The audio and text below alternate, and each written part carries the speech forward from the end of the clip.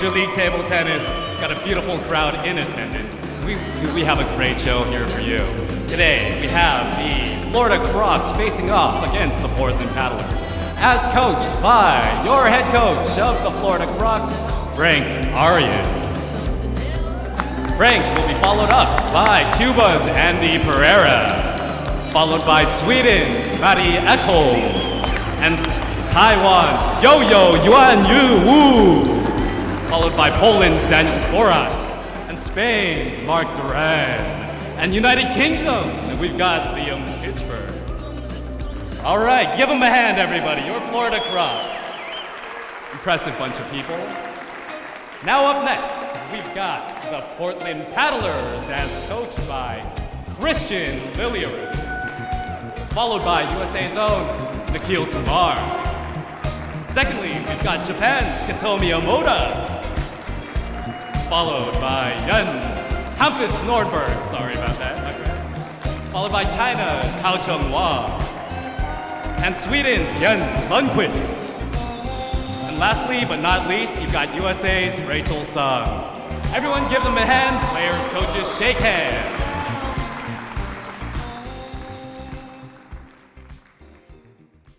All right, guys, we've got an amazing show.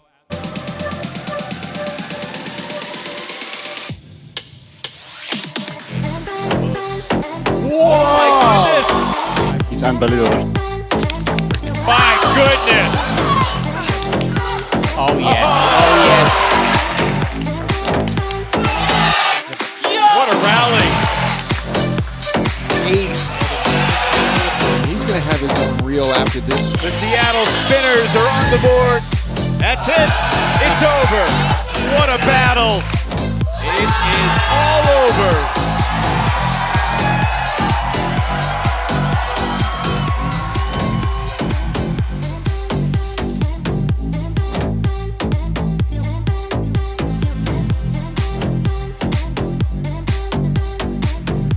The journey to Season 2's championship weekend continues here in Pomona after a thrilling and controversial Friday night of table tennis. Seattle shocked Florida down the stretch, and it's a Portland team that also gave up a lead going into the Golden Game against Chicago. Today, the Crocs and the Paddlers both looking for their first win of the weekend here at the beautiful Pomona Fairplex in Pomona, California, on the east edge of Los Angeles County. Quick look at the standings after last night's competition.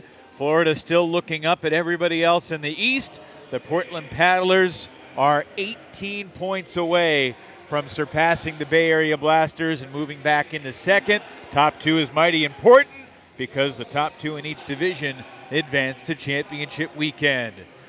Good afternoon and welcome, everybody. Evan Lepler alongside the Hall of Famer Sean O'Neill. If you weren't with us late last night, it was wild and crazy. The Florida Crocs feel that they got jobbed. It was 19-all in the Golden Game. There was a challenge. It was ruled to be a double bounce, even though it appears far from conclusive, Sean. Seattle ended up winning the Golden Game 21-20. What do you make of this madness? And it was very difficult to see. I definitely felt that for the Crocs, it wasn't obvious that it was a double bounce. Look at the stroke. The stroke was fluid, continuous. Both players saying what went on went against the Crocs. It would have been 2019 Florida if this point had been given to the Crocs. Instead, they gave the point to Seattle. Florida got the next point to get it to 2020, but then Vivarelli got the ultimate golden point. It's the 7th ultimate golden point already this year. That's more than we had in all of Season 1. It was the third comeback from 5-0 down to start the Golden Game, all in the past 5 weeks. Things are getting a little kooky here in Major League Table Tennis, so this is a really big match. Two teams that feel desperate in need of a win. Yeah, they both need to win. I mean, the match that I think is going to make the difference, it's the women today.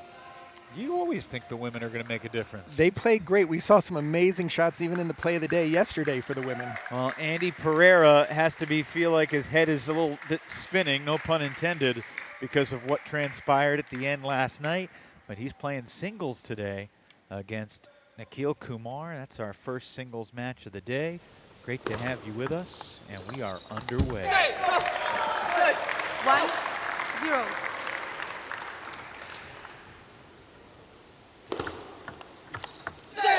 And you are going to hear Nikhil celebrate after each and every point. A nice backhand down the line to get things going to go up 2-0. John, you saw this matchup between Kumar and Pereira, and your first thought was what?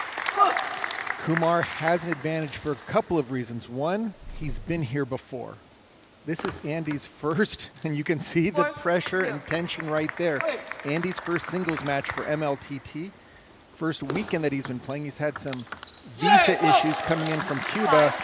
Nikhil, this is his home. He loves to play first out, set the tone for the paddlers, bring a lot of energy, and we've got a lefty-lefty matchup. Generally, there's not that many times where two lefties will play each other because there's not that. Look at this point. Kumar really controlling the backhand down the line. Great angle, you can see it right here, taking it quickly out to the forehand. Another ball. Kumar up 6-0 to start the action. Saw him warming up with teammate Rachel Sung, another lefty, as he was practicing his short serve return, wanting to really drop this serve. That time he went for the big flip. Pereira has some big strokes on both the forehand and backhand side. Plays with a lot of power. Kumar, more finesse. 6-2.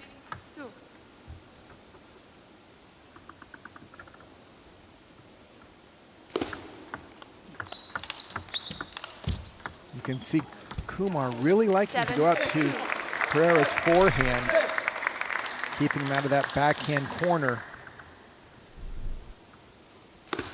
That's 7-2.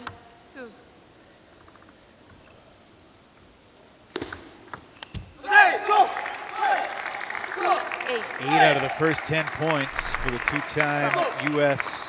national champion Nikhil Kumar.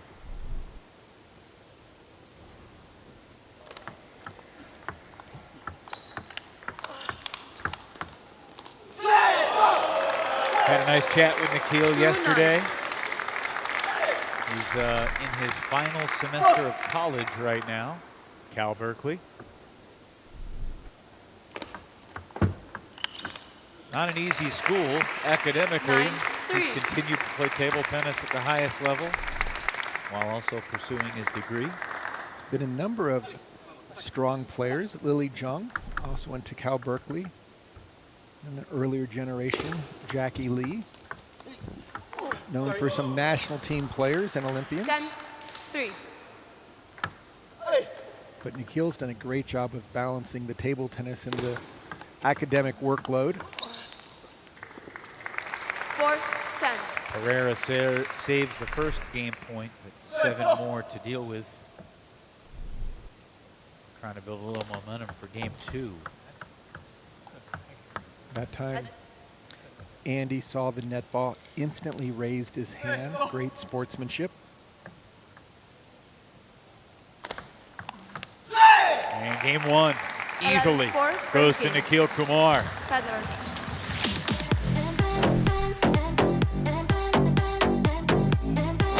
Nikhil took 2 out of 3 in a mixed gender matchup yesterday in singles against Chicago's Mo Jung.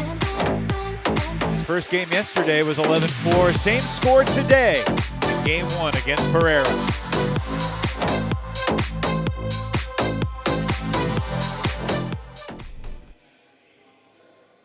Cuando él te saca, que le estás empujando siempre nada más que aquí que al vaca. Y hácelo un poquito, porque todas se la está tirando ahí, él está ready nada más que para ahí.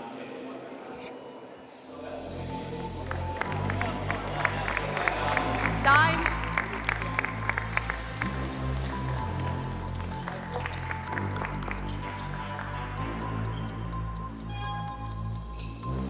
Second game, Crocs serve, log off.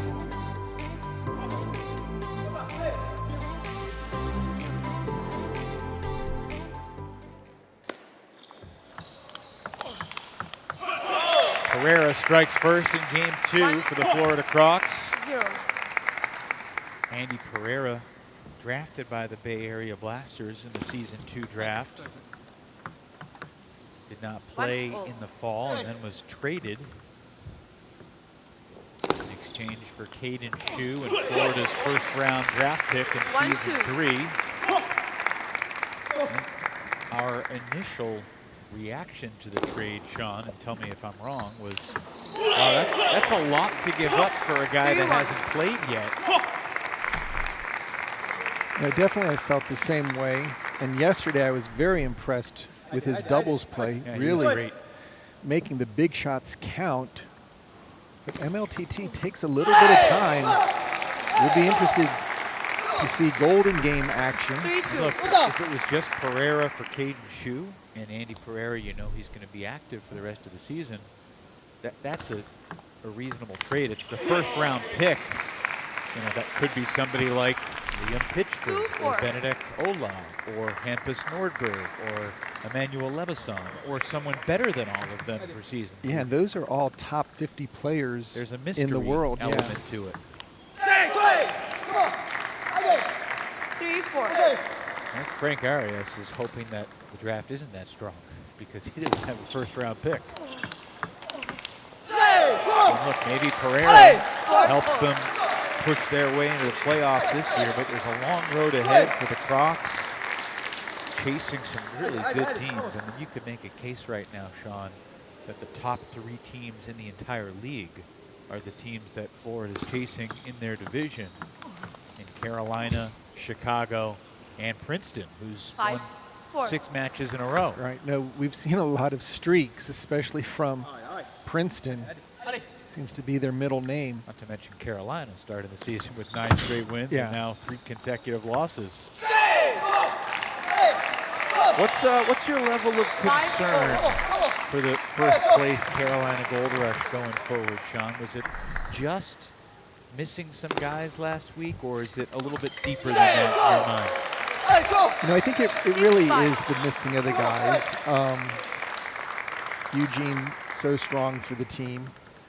And Satoshi Ida as well. Yeah, I mean, leading the power rankings, it just gives Enzo so much more flexibility to move into that 2 and doubles.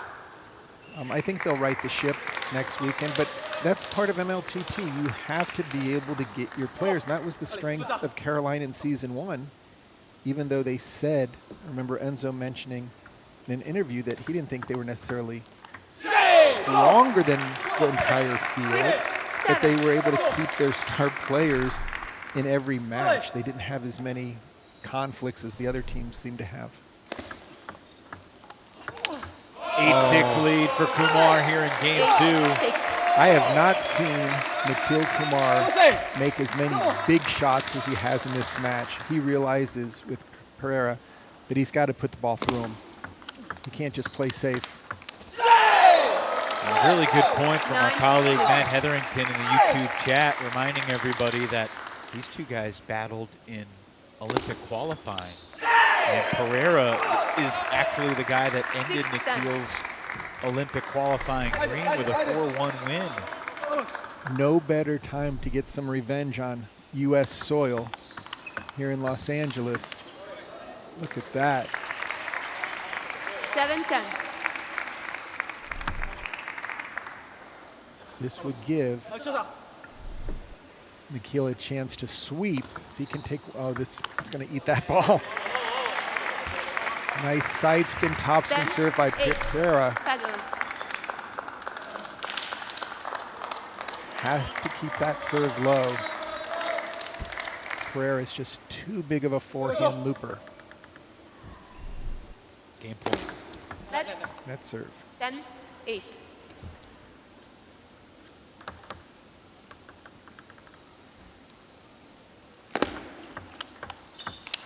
That's nicely done by Pereira. 9-10.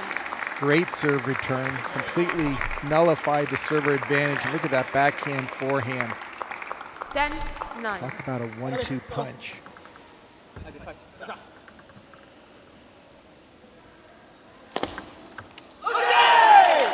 Two games to none for Nikhil Kumar and the Portland Paddlers. Game 2 much tighter than Game 1, but the result still the same. 10 matches on day one of the weekend. We only saw one 3-0 sweep. See if Nikhil can give us the second 3-0 sweep of the weekend in just a moment.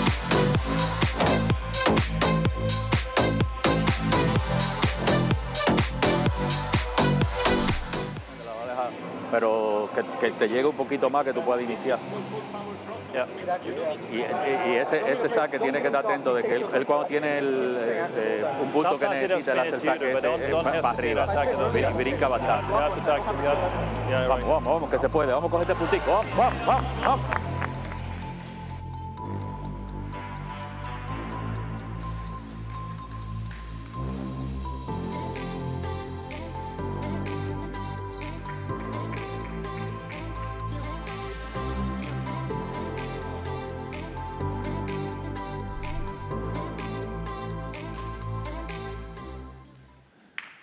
Game 3 underway with Pereira scoring first.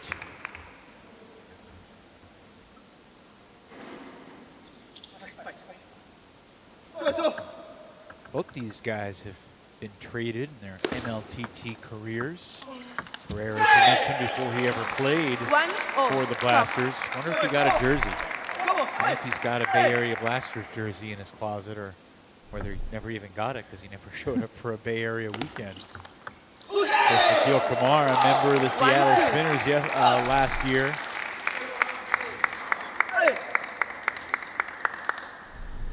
It's up and down year one for Nikhil. 2-0. First round pick for the Spinners. That was a monster trade with Portland. Was Cole a second rounder? He was, just because Christian Lillarus chose Jiwei Shaw as the 8th pick. Yeah, they were traded for each other. They weren't teammates. 3-2. Nikhil is Seattle's first ever selection.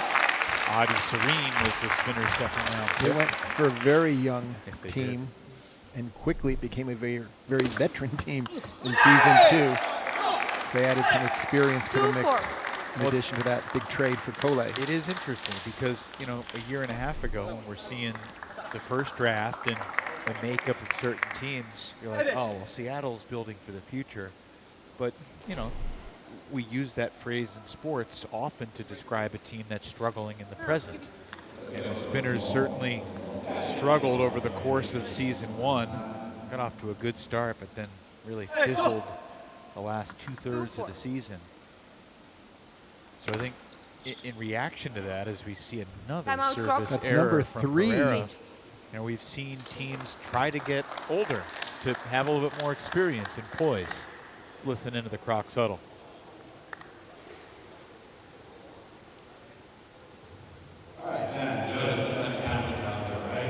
We're working on the audio with Frank Arias. But it's an interesting dynamic, Sean, with, you know, what you're trying to build. You know, there's always kind of a balance in sports, you know, building for the present, but also not sacrificing your future, thinking long term. I also think, though, in Major League Table Tennis, there is a little bit of a sense of urgency for these teams to make a statement, make a splash early on.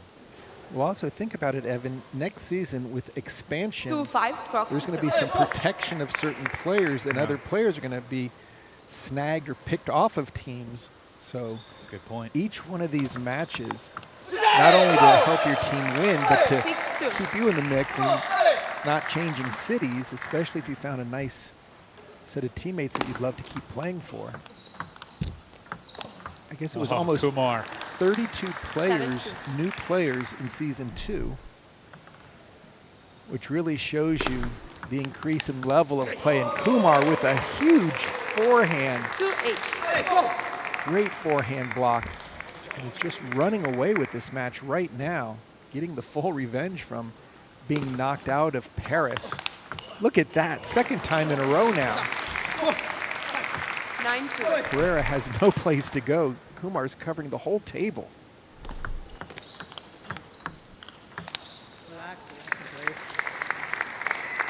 Nine-3. Federers. Not too many long points. These have been quick points and mostly quick points for Nikhil Kumar. His serve has really set up his attack well. That ball caught the edge. 10-3. 8 game points for Nikhil Kumar to complete the sweep.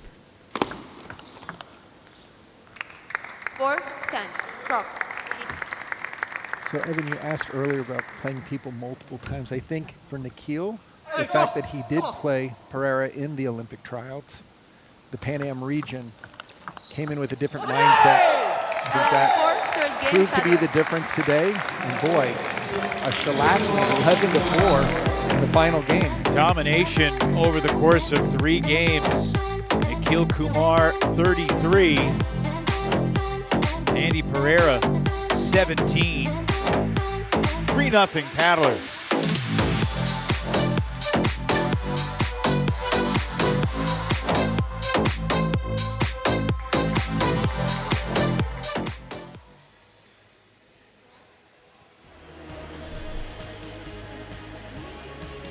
All right, we're here with Nikhil Kumar, very convincing fashion, by the way. There's a point at 3-9 where you told yourself to relax. Were you starting to feel a little bit tense, and how did you manage to end up relaxing? No, I think mainly, as I was hopefully coming to the near the end of the match, I wanted to make sure I could kind of just stay composed and play my game simply, not try to get a little overconfident or try to rush the result. So yeah, I just kind of stay, as you said, stay calm and kind of keep going from there. Very nice. So staying calm is obviously very beneficial in the sport. Another question I have is, it seems like your serves were giving him some trouble there. Saw a few pop-ups. Were there any specific serves that you were doing that really caused him trouble? Yeah, I think it wasn't specifically which serve. I think it was more, I was focused on like the placement where I wanted to play. Yeah, it worked out well today. I mean, we've had some battles in the past too, and some haven't gone my way as well. And he has amazing serves and an amazing first ball attack too. So I kept that in my mind to kind of take the initiative first to attack, and thankfully won the match today. All right. Well, thank you so much, Nikhil, and good luck with the rest of the game. All right, give it up for Nikhil Kumar.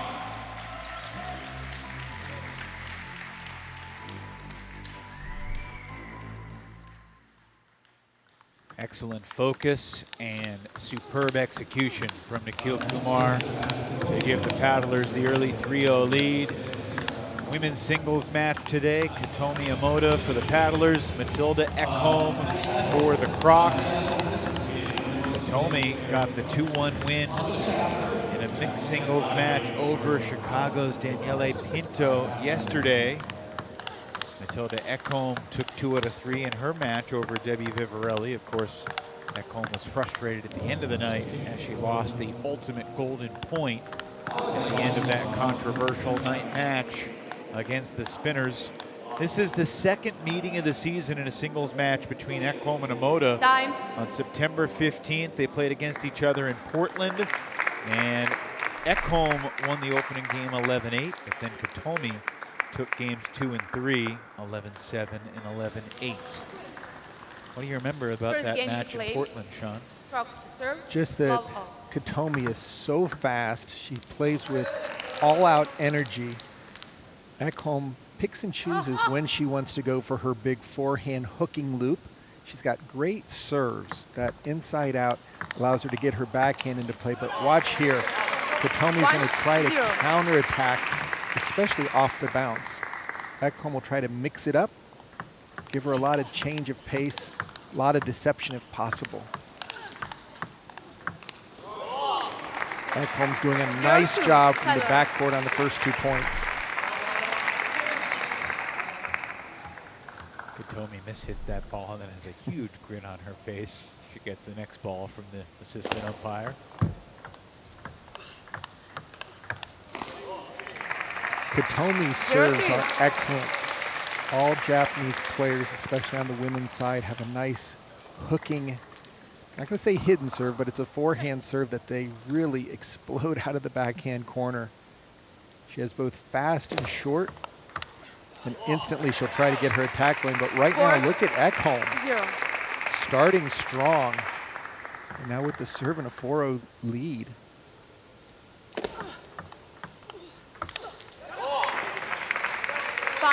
Five consecutive points to start this match for the Swede. Going against a team of Swedes.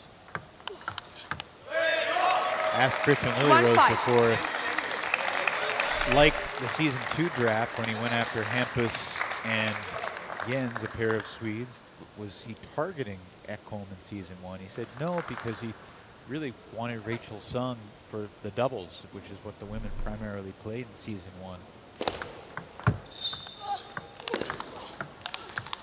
Ekholm, I have not seen her string together so many quality points.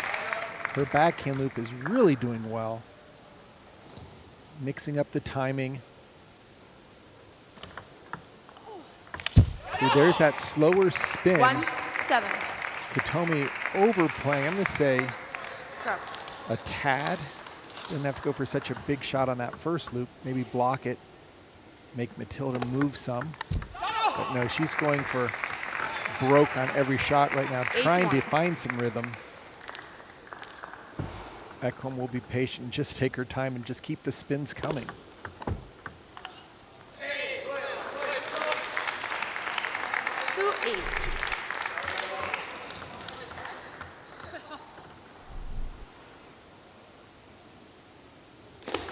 That's 2-8.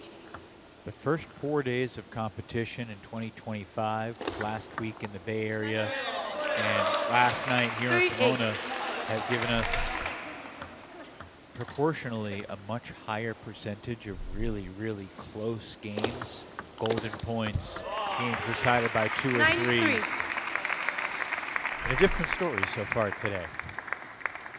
2 of Nikhil Kumar's 3 wins were 11-4, and this has the look of 11-3, 11-4, 11-5 in that range for Ekholm. And when Katomi connects, it is a winner. Moto's like, not so fast, my friend. 2 straight for Amoda. 5-9. She can score in bunches just because her serve is so effective. Not only is it tough to read, but that ball jumps when it comes over. This is a very nice hook serve. Add some topspin or chop to it. And then she loves to get that forehand in. 3 straight for the 20-year-old from Japan. Timeout, Crocs. And timeout, Florida. 6-9. Smart timeout. Cannot afford to let this game get away and go down 0-4 in the overall match. Yeah, and then if your loops, I think a little bit more deep on towards the line, because if it's closer, then she can counter. Must play better angles. Come on, it's okay. You can start to backhand as well. She will put it on, but then this next one you can go. Much better first. Yeah, come on, come on, come on, man, come on.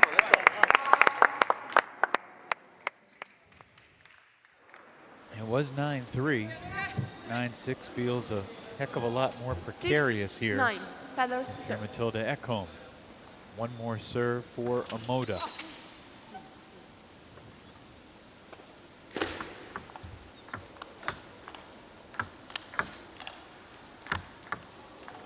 Ekholm gets there, but then Amoda puts it away. What a point. Katomi knew after that first big forehand to drop it, bring Matilda in. Matilda gets it, but then the quick smash out to the forehand. 4 in a row for Katomi to cut it to a 2-point game.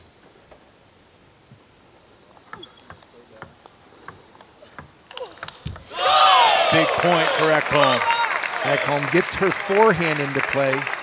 That's her biggest weapon. Backhand sets it up, forehand drives it home.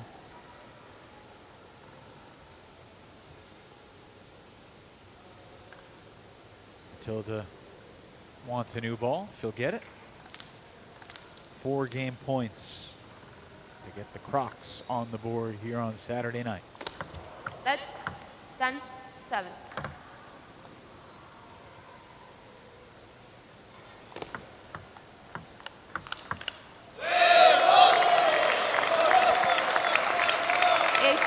I said, Katomi really only knows one speed, and that was a nice opening loop by Ekholm. Tommy just sat on top of it and drove it home. And now can she deuce it up with her serve? Hopefully forcing a golden point.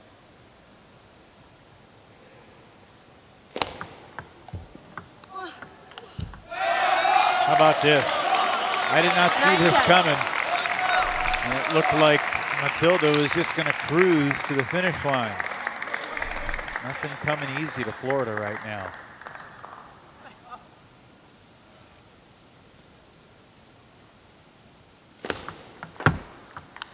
It's a 7-1 run, and from 9-3 down, Katomi Emoda has created a golden point. And just the way she's winning the points, it's not off of Ekholm's misses, it's her winners.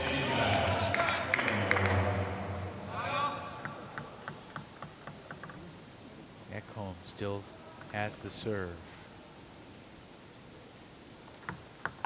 And Emoda mishits the comeback. Ekholm with an excellent serve when it counted most, and Florida prevails by 1.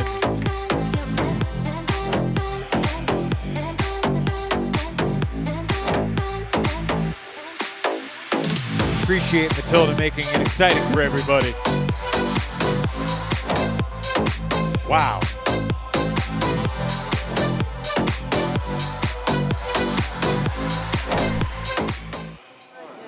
Yeah, but she's right because she's always expecting so she can step around and go.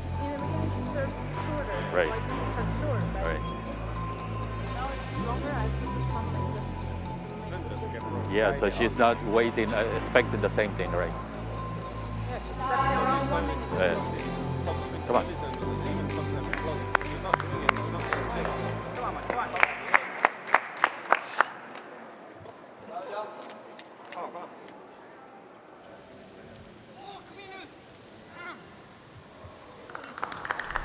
What'd you like about that last serve, Sean?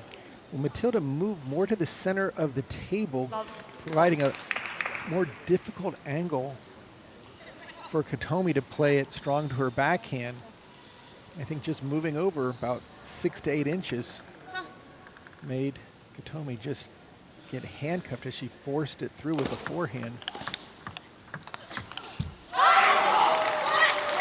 1-0. Emoda lost the game, but she has won now 8 of the last 10 points. The momentum definitely on her side. And whoa, what a backhand off the bounce by Ekholm. She turned that ball directly over, deep serve, and just rocketed it cross court to the forehand side.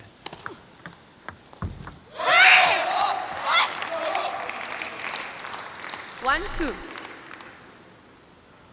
Nice drop shot by the paddlers.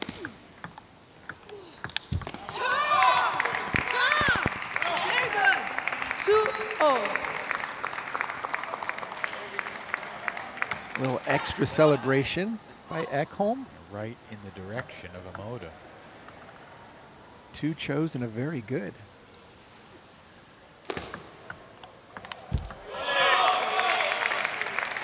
Two, three.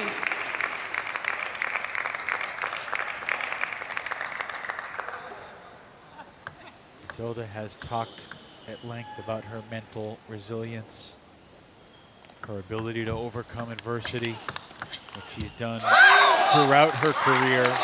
3-0. Season 1, when she played doubles with Daniel Borak, how many games did they battle their way back in or win in close, nervy moments late?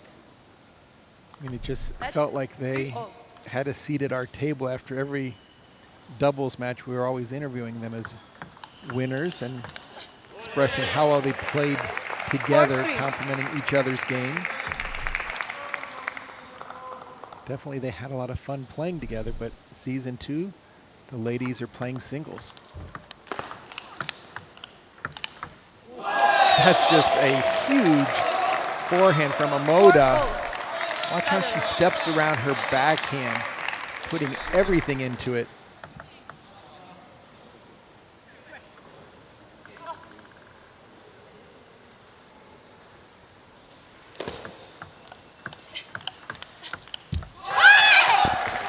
away with a loud roar 5-4. as she surges in front 5-4.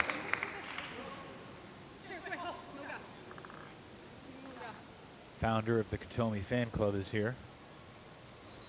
Founder and president. 4-6. Crocs. Again, mixing up the spin on the serve.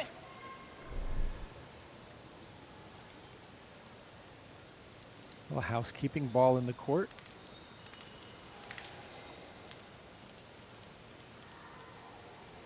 Four, 6.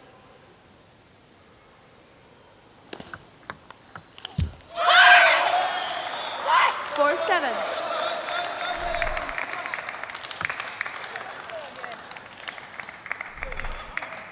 Ekholm is getting the serve returns that she wants. She just has to convert. 5 straight points for Katomi Emoda 8-4. to jump in front 8-4. And Emoda just being very aggressive on the topspin serves, getting the ball not only deep but wide out to the side, forcing Ekholm to really cover a lot of distance. Oh, nice serve return there by Ekholm. 8-5. Keeping it very low, moving it out to the wide forehand.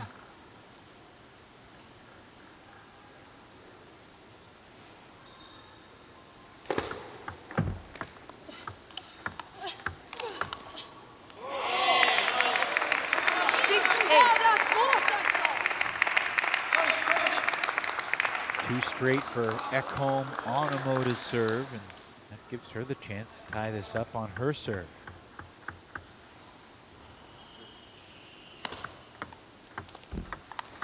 Well done by Emoda. That was a Nikhil Kumar style backhand. Just lifted it up off of the chop, right into the body. Great misdirection.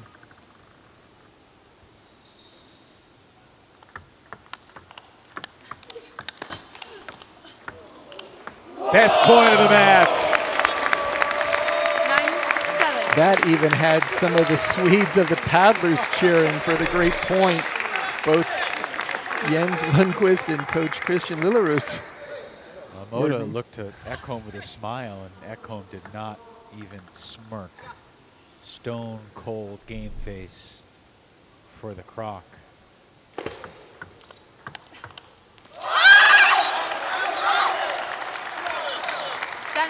Backhand exchanges are going to favor the paddlers. Ekholm needs to get that ball out wide to the forehand like she did on the previous shot from her backhand side. Game 2 goes to Katomi Emoda. Second game, paddlers.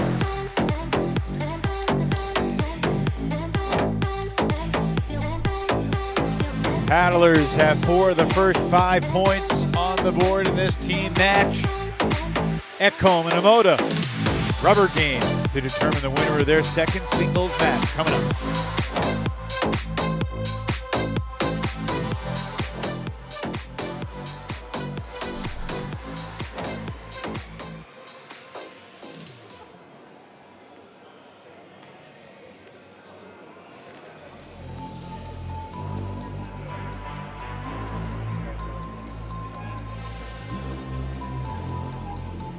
Time.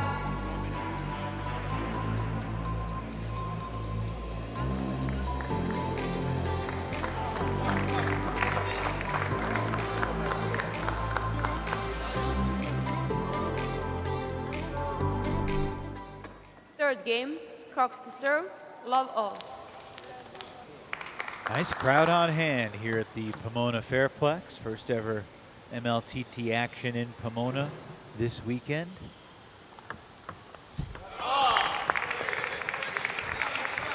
1-0. Turned out to be a beautiful day here in Southern California. The forecast was pretty cool for SoCal, but in the 60s, sunny, very, very pleasant outside. 1-0.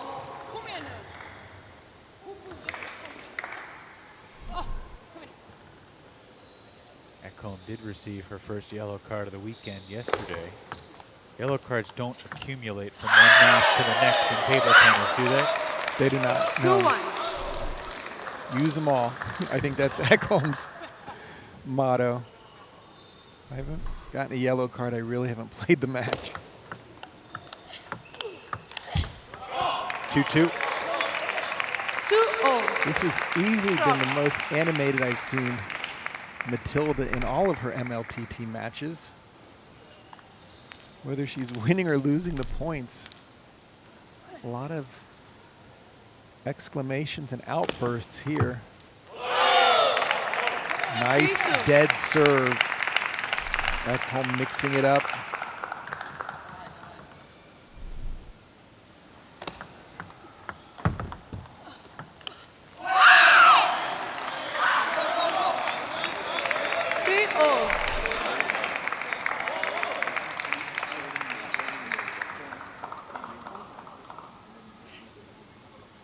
This is a battle both on the table and on the post-point reactions. Who can be louder? Who can show their enthusiasm? Certainly one side of the table's energy is a bit more positive than the others. Ekholm after this point smacking herself in the head. Yikes.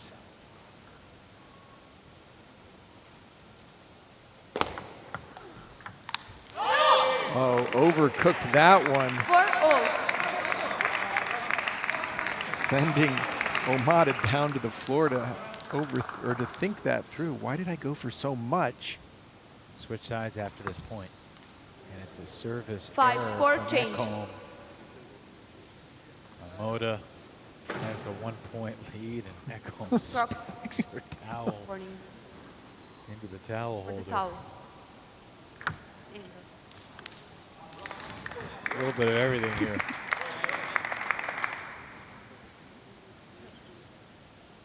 Doubles coming up. Gorak and Wu, Nordberg and Wong. You gotta be kidding. 2 serves in a row. Tellers. One service error from each side of the table. And Omada's got the 6-4 lead. Ekholm is going to have to try some risky returns here. She can't play safe. Omada's just too big with her forehand follow. Ekholm's losing it right now, and Omada She just wants to slam the door. Yeah, and she just upped it an octave on that last point celebration afterwards.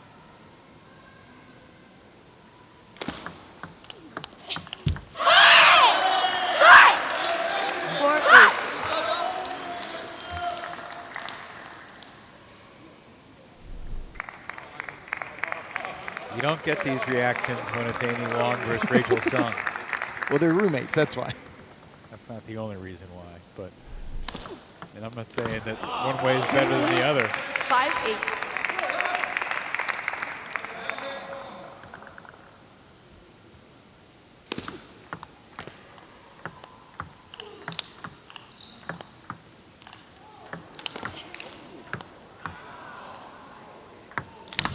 Really well done by Katomi Omada.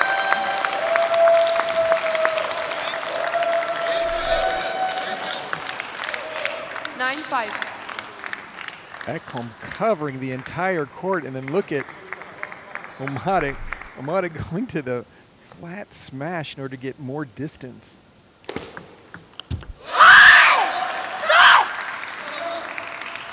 6 game points to win the match.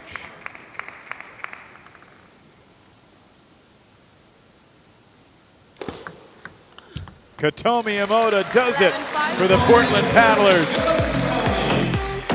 Very quick. I don't know if that was a high 5. It was more like a high 4, high 3. Didn't expect a huge embrace. They were barking at each other throughout the match. Omada, with a big smile on her face, takes 2 out of 3.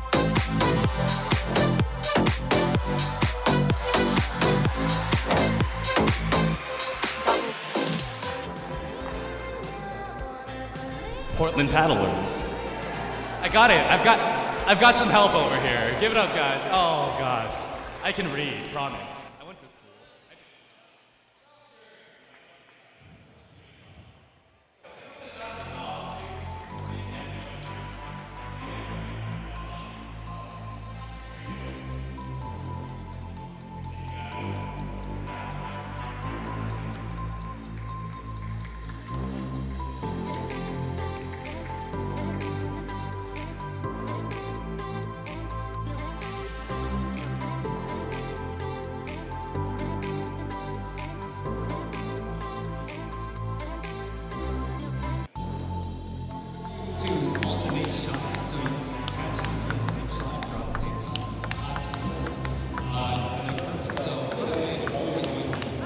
MLTT.com, the place to buy all your MLTT gear. Or you could do it at the match, the official hat of Major League Table Tennis, recently created. A lot of great stuff in the MLTT shop. Nikhil Kumar and Katomi Yamada have put Portland ahead 5-1. And now let's see if Nordberg and Wong can keep it rolling, or if Daniel Gorak and Yuan Yu Wu can change the story for Florida. Different partner today for Gorak, who played with Pereira in the doubles match yesterday. They swept 3 straight games, including a pair of golden points, so there were 2 really tight games in there against the Seattle Spinners duo of Pitchford and Serene. For Portland, it's Nordberg and Ha Chang Wong for the 2nd straight day, and they took 2 out of 3 in their doubles match yesterday. So these are the doubles victors from day 1. First game to play, paddlers to serve, love all. So you can throw the first punch here. Ha Chang Wong serves for Portland. There's that backhand from Hampus Nordberg. He had it cooking yesterday. 1-0. I really like the Portland combo. Again, we talk about how doubles is all about teamwork, making sure you don't just have 2 big sluggers that try to hit bombs on every shot, but one player sets up their partner, gives them balls that they feel comfortable with. And with Hampus, his backhand, a lot of times he'll float to the middle, often backcourt. Natural place to play a ball to the backhand side, but that's his strength. On the serve return, he'll do the same. And that time, unable to step around and get his forehand, but Wong with a really nice combination forehand, playing out to Wu's wide forehand as a lefty.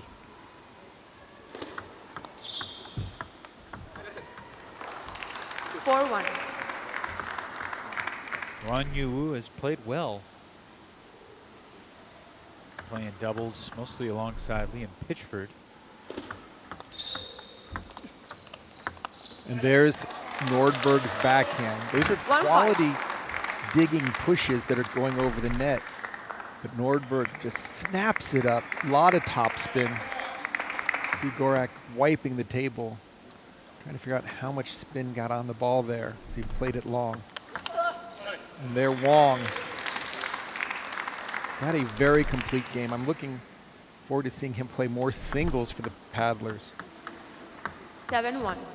Service errors have hurt the Crocs in a significant way. First Pereira, then Ekholm, and now even here in the doubles.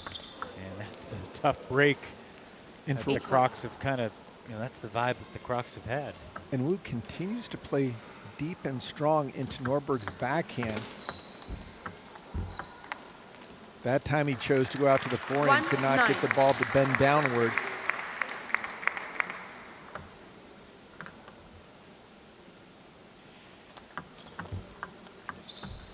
And this has been all paddlers. Steamrolling right here. Look at that backhand on the serve return. What an angle. 11-1, as lopsided of a game as we've seen all season long. Portland leads 6-1.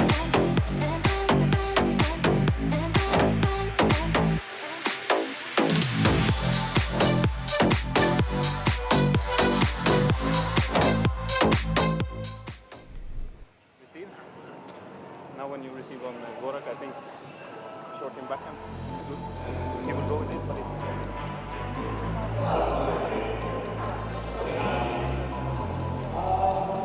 this or not to then just if we keep quality, we will be a lot better. Okay, go.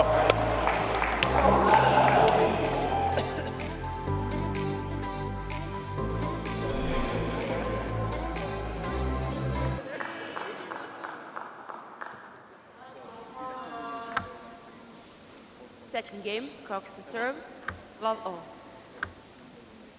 See if it gets any better for the Crocs. It cannot get much worse. Let's love all.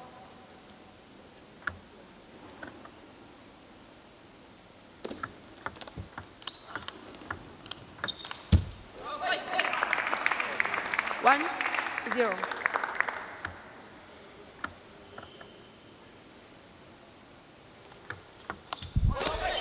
From a rating 0-2. standpoint, Sean, Paddlers. Nordberg 2769 and Hao-Cheng Wong 2716. Neither Gorak or Wu are in the 2700s. But you've told me in the past that rating only takes you so far in doubles. 1-2. It's also about chemistry and how you work together and footwork and all of it. Yeah, no, I think the chemistry is the key. Often you'll see a player on a doubles team who might not be so strong in singles, but they make such wise decisions, such good placements in doubles that they really amplify then playing with a stronger teammate, giving them the chance to really 3-2. tee it up and go for the big shots. And two power players generally won't set each other up quite as well. I do like for the paddlers, I mentioned with Wong, he's missed a couple shots here in game 2. But he's being very aggressive, taking some pressure off of Nordberg, who we know he's going to be strong on the backhand side. I think if Wong just stays a little closer to the table, sometimes he floats back. But that's a nice combination right there. Wong opening, 3-4. Nordberg taking the backhand, putting pressure. Crocs need these points right here to keep the different pattern, different order. Oh, big mistake there by Portland. 5-3. It's a high ball. Didn't necessarily come that long, but definitely easy enough to go for the winner. Oh, another service mistake. That's the 5-4. 4th for the Crocs.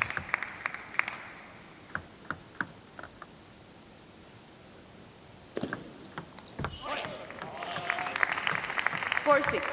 6-4 lead for the Florida Crocs here in game 2.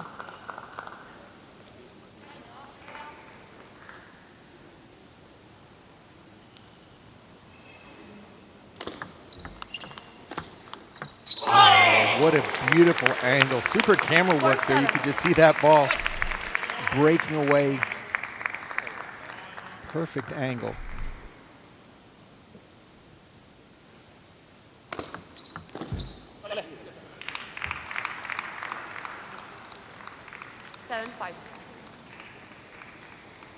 Evan, I think I misspoke in the first match. Andy Pereira missed his own serve 3 times. We saw Ekholm go back-to-back, hit 5 in the final game, serving and making mistakes, and now in the doubles, more the same. 6-8.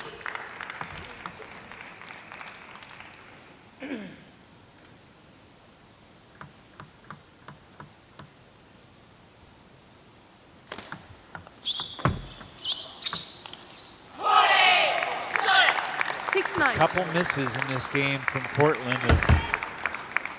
Let it slip away. Not over yet, but Florida trying to right the ship. Gorak has picked it up here in game 2. His backhand has found a rhythm. Nordberg would like to have this point back. Nice control backhand right into his strength. Sails it long. And that time, Nordberg, nice fading forehand. Return out to Wu's wide forehand.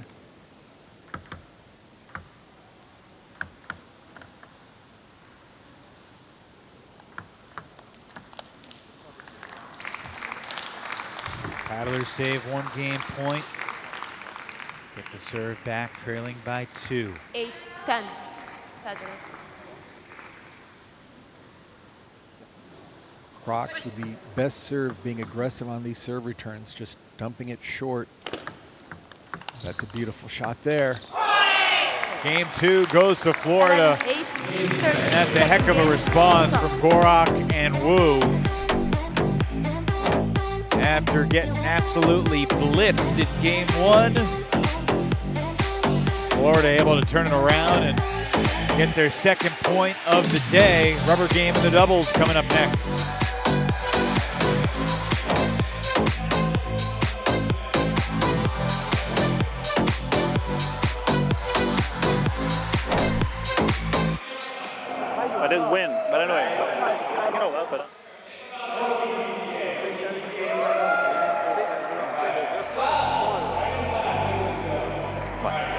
Come on, guys. Keep fighting. Come on, come on. Let's get this one. Come on, come on.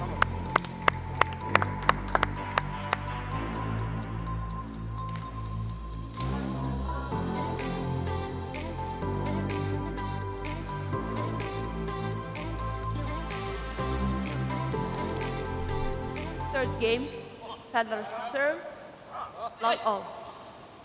Bleachers here at the Fairplex almost completely packed. Game 3 in the doubles starts with a Portland Paddlers point. Paddlers in front 6-2. Oh, nice drop shot by Gorak. 1-0, drops.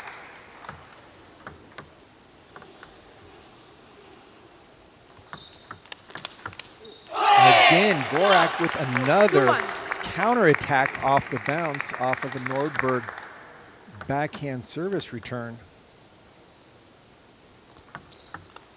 And that time Nordberg got the better of the backhand to backhand exchange.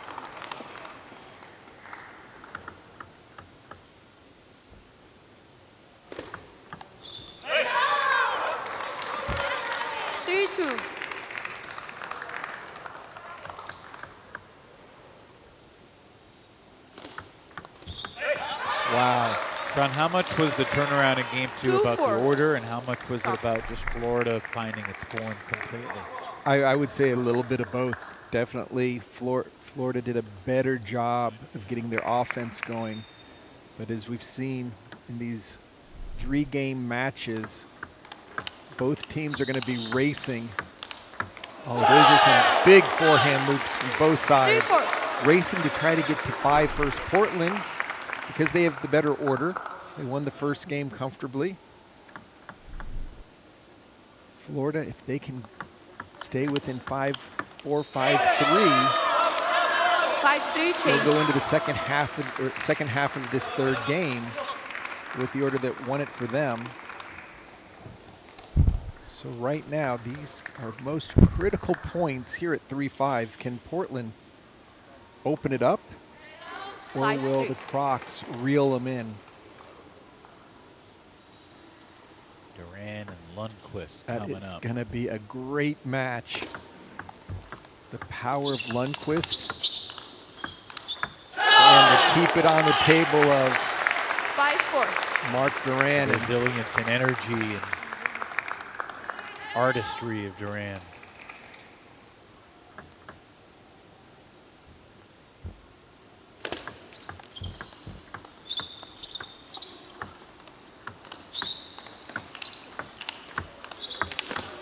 Best point of this doubles match right there. How Cheng Wong able to get the point for Portland. And at the very end, Wong closer to the table, going down as low as he can, but delivering that final blow to get the 2-point lead. 5-6.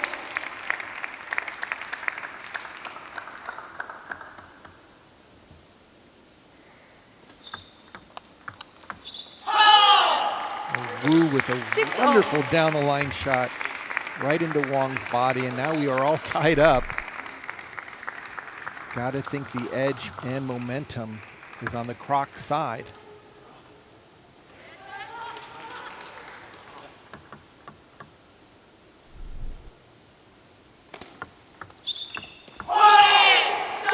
Three straight for Florida.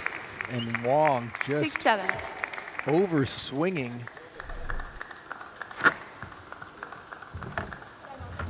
Timeout.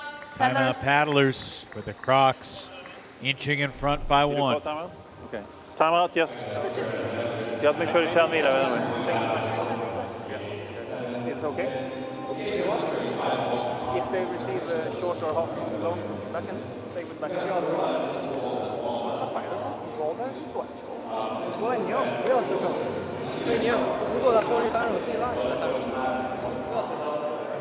Otherwise it's okay now. They play a lot better. But the wind is coming here, so that's why everything becomes shorter. You have Chen, you can keep short again instead of always banana to the Chinese. He's waiting for the banana. Yeah, but I should do like last one to middle. Yeah. Middle, so backhand. But as long as you can just stay at the table Yes. and with a good spin, like Chairman Brett, how you unlock. Okay, let's go, let's go.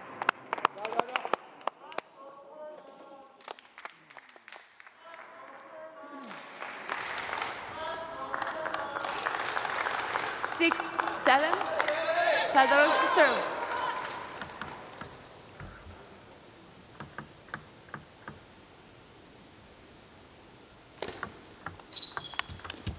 Oh, nice flat backhand there by 7-0. Wong.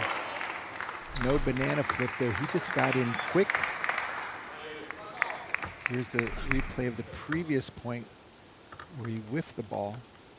7-7, John. Who you got here in game 3?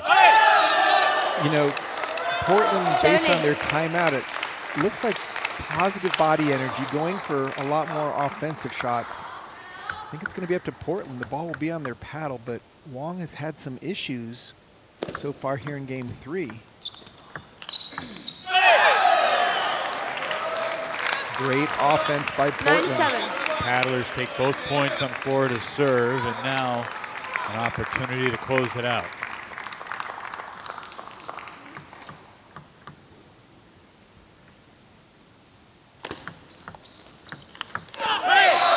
Good serve, good finish, 10-7. As you said, Evan, great serve by Wong. Total misread by Gorak.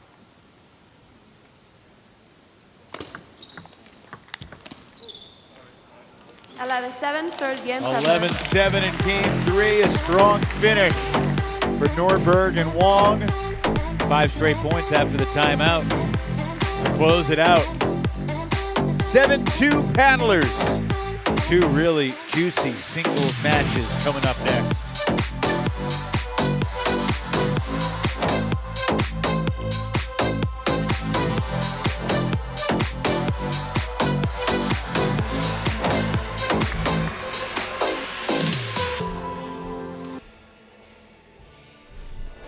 All right, we're here with the winners. Portland Paddlers, Hampus Nordberg and Hao Chung Wang. Now look guys, you guys were extremely dominant in game 1. They took game 2. What did you guys say to each other in order to recollect and win game 2? It was all about finding the basic stuff in our game. It was not really so much of a tactical game. It was more about putting quality in the shots. So in 2 minutes warm up. I think we played really good. Second one, it was too many easy mistakes. Unforced errors will cost you any match. Give it up for your Portland Paddlers, Hampus Nordberg and Hao Chung Wang.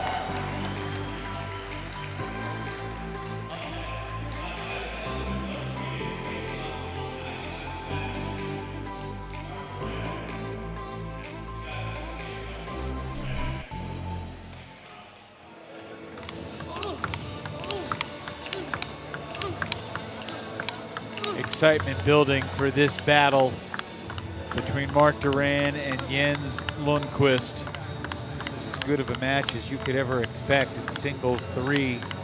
2 players with really high levels. Duran has been arguably the most valuable player in the league, but he's going to have his hands full today against the veteran Swede. Well, you look for Lundquist in the green. He's going to try to finish every point as quickly as possible. Mark Duran, he'll be on his bicycle. He'll be all over the court, lobbing, chopping, 2-handed backhands, punching the ball. There's a shot behind the back, of course. What else would we expect? Of course, Lundquist played for Sweden in the Olympics. Sweden has a rich tradition. They finished a silver medal in the team event in Paris. Lundquist yesterday struggled though against Damian Provost. Duran took to it a 3 over Thiago Montero. That was an exceptional match. Missing his first attack. Connecting on his second. 1-1. If you're advising Duran, I mean, do you tell him to try to stay close to the table, or do you just accept the fact that he's going to be all over the place? I think as long as Duran can be offensive-minded on each and every shot, that'll be his best chance. to pull off the W. 1-2. If he backs up and gives Lundquist a lot of time to load, it's going to be in favor for the Swede. 3-1. Crocs. And Florida and Portland played back in September. Duran matched up with Wei Wong, won 3 straight games. Against Lundquist battled in Pitchford. Pitchford took 2 out of 3. We'll see Pitchford versus Hampus Nordberg coming up in a bit. I remember, Evan, in that match with Duran and Wei Wong, the fact that they had been teammates really changed the entire dynamic when you have an offensive player against a chopper. Depending on how that offensive player does and feels comfortable, will set the tone. 5-2 lead for the Spaniard, Mark Duran.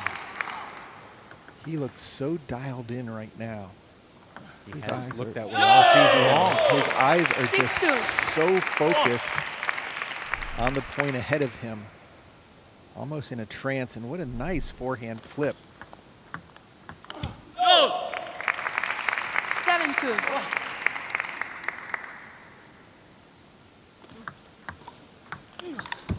Oh, I saw a two-handed backhand about to be delivered, but the forehand got the point done by Duran. Oh, really well done by Duran to get that back onto the corner of the table. It's just everywhere. Jens was eager to get back to work too. He popped right back to the table to serve before we could show the full replay. It's really been one of those weekends for Jens where it seems that his opponents just keep playing their best. There's a nice backhand opening out to the forehand side.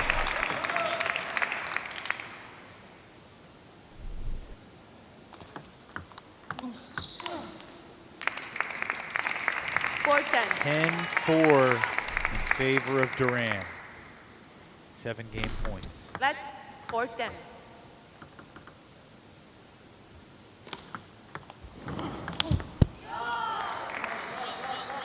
$5-10.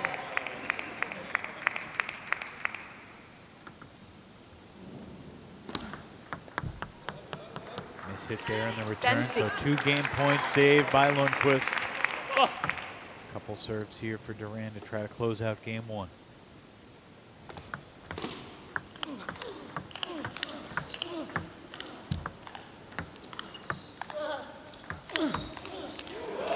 Lundquist stays alive. And that's the type of point that Lundquist would like to play day in, day out against Mark Duran. Longer rally where he can primarily stay on the forehand, just pick and choose when to add power.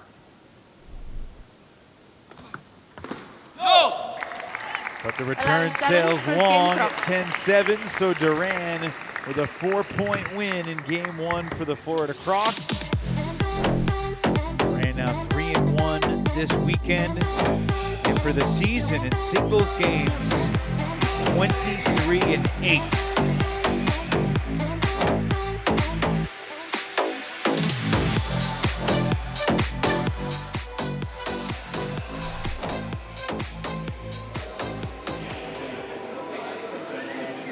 Muerto un poco de Saito. Vamos, vamos, seguimos, seguimos, vamos, vamos. Vamos.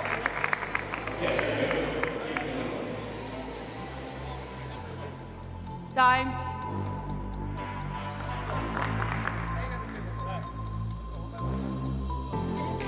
Second game, Heather's to serve, love all.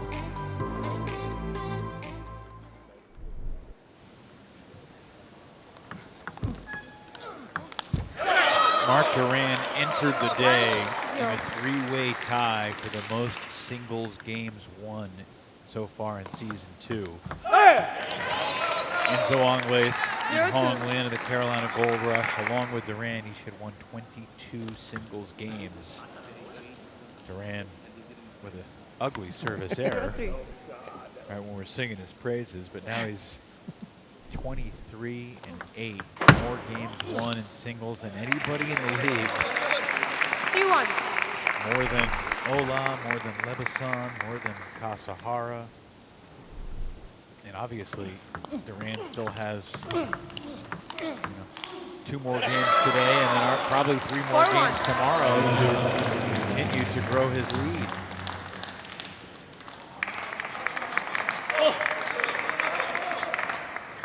Portland trying to guarantee the lead going into the Golden Game if Lundquist can win this game. And that's a beautiful block down the line by Mark Duran. That's the punch that we've seen him do all season long.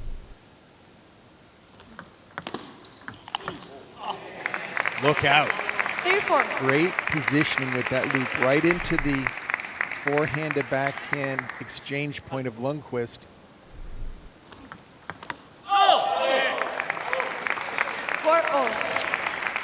Duran back in at 4-4. Much better service this time. And so aggressive on the return. 4-5. Duran, a man on a mission right here.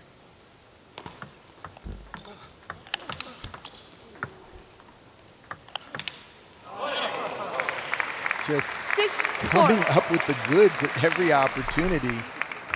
Lundquist bringing a number of these balls back, but Duran continues to jump, land his offensive prowess, and then 6 straight points now for Duran. Timeout, Paddlers. Timeout, Portland. Paddlers were confident in Lundquist in this matchup, but Duran got tough for everyone. It's going very quickly also. He served like this also. I cannot see anything. Jag vet, men du måste gissa, du tror att det är överskruv. Jag gjorde det sista. Ja, jag vet. Det stämmer det. You can go earlier on it and just touch, not just kill. Touch a little bit earlier. If you wait too long, it will go out. Right? So the thing is that you can see the last point. I cannot.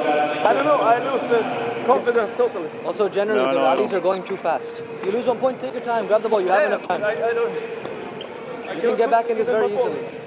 Det är helt sjukt alltså. Jag feltajmar i varenda boll. Det spelar ingen roll hur högt den kommer. Det är så jävla dåligt att spela här. De höga bollarna som är svåra alltså. Ja, jag vet. Frankly, it's surprising to see a guy like Lundquist, who's 45, a seasoned veteran, seems so frazzled. He really is. And he's saying he's having difficulty reading the spin on the forehand serve. 5-7. Yeah, just a beginning of, I know the feeling as you're older and things aren't working, the wheels start coming off, not the back of the bus, but the front. He even said, he goes, I don't have confidence out there. Nikhil kept saying, hey, you can get back into this. And Nikhil was right. And I like what Nikhil said about take a beat in between points. You lose a point, you don't need to rush back and serve with the serve clock at 18. Especially when Mark Duran wants to play as fast as possible. Oh my goodness. Oh, that's a knockdown, but so there's a lucky break there for the Paddlers. Duran, super fight, runs in and then boom, catches the edge, and you can just see him going underwater there as a croc.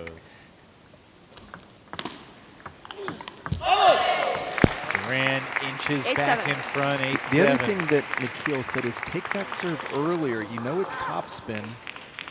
Don't let that ball begin to bend downward and then try to push it short. There, that's a little bit stronger there. And there's this nice backhand. And right now, that timeout paying nice dividends here for the Paddlers.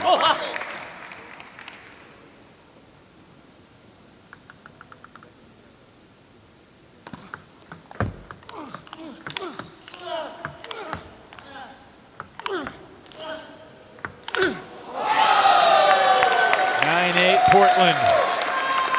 And that's what Lundquist wants to do. Get Duran chopping, get him in the backcourt, and then just use that powerful Swedish forehand.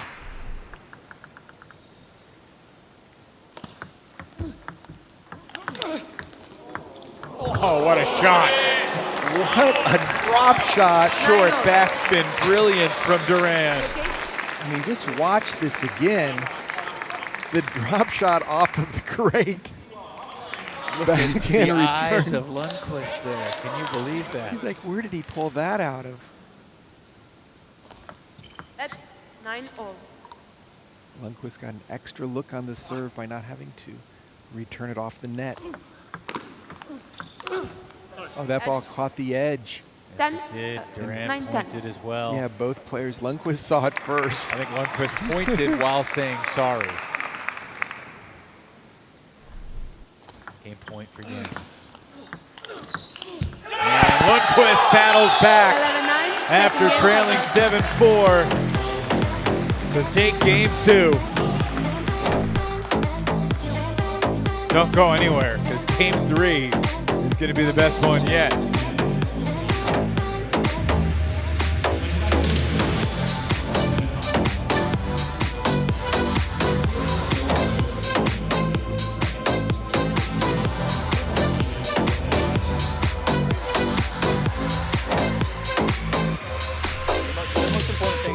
You have to assume that every serve is topspin. Yeah. If you like the way he does, you can't see the topspin, the backspin is off. Seriously. And see, every point you win is because you started first. 2 or 3 was down, huh? Okay, but 2-3 we can give. 90% is still top. You just watch the ball one by one. You'll be good. Don't worry. Third game. Crocs serve. So the Paddlers will take the lead going into the golden game now. Can they potentially turn it into some space and build a lead? They got Hampus coming up against Pitchford. That's going to be a battle. Edge. Another edge ball there to the Paddlers. Liam and Hampus, a couple of first-round picks in the Season 2 draft, getting ready to tangle. Let's 1-all.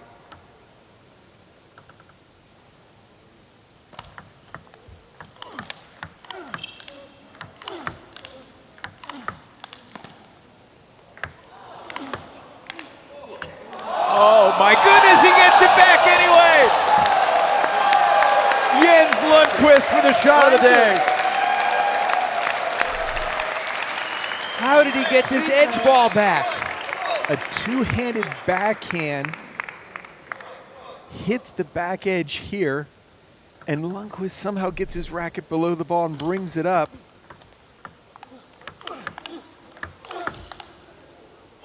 3-1 lead now for Jens. 1-3.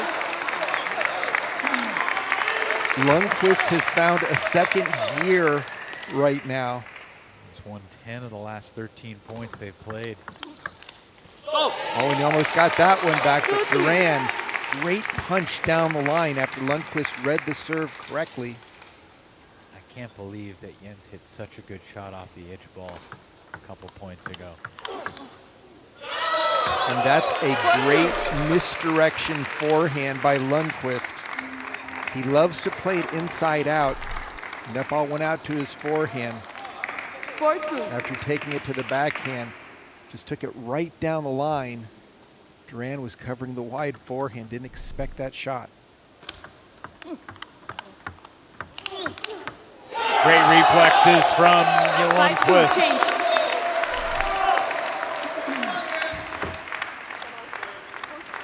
Somehow Crocs timeout. getting his paddle on the ball. Timeout Crocs. The tide has turned in this battle. Vintage La solución Lundquist. que él ha encontrado al saque es ponértela así al vaca y tú has sacado ventaja yéndote paralelo.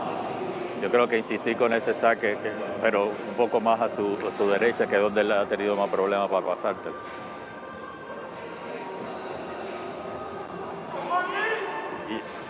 Y yo creo que los ataques al cuerpo, él se saca muy bien de cosas. Yo creo que usa un poquito más los ángulos. Vamos.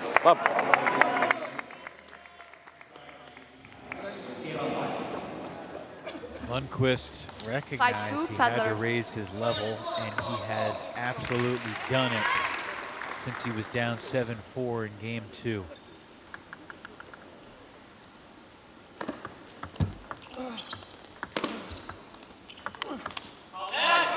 Lundquist has now won 2-6.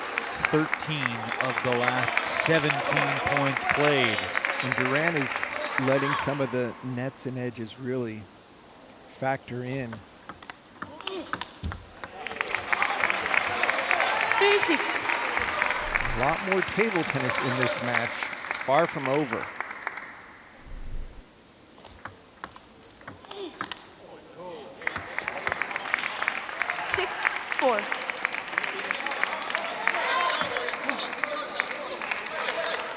Two big serves here for Lundquist.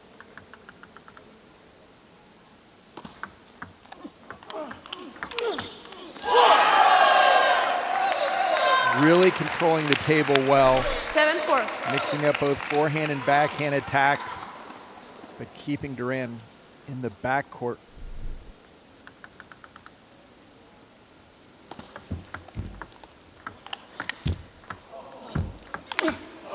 Nothing Duran can do about that. 4-8. Again, Lundquist, the recipient of a nice net ball that goes his way. And smartly puts it away. No time to play safe.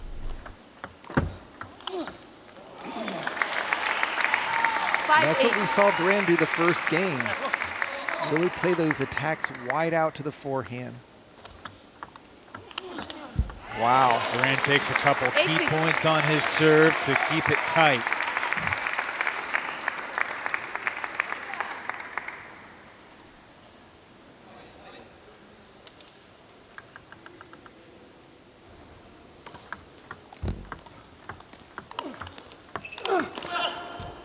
Oh, you gotta be kidding. Lundquist would normally get upset, but he's had a couple nets go his way, so we just saw a big smile. This hit the very top of the net, landing on it, bounced up off the top of the net. And if Lundquist wasn't so eager to pounce, he would have had an easy play on it. And a miss there gives Duran 4 in a row to tie it at 8. Both players taking advantage of some net balls here in game 3.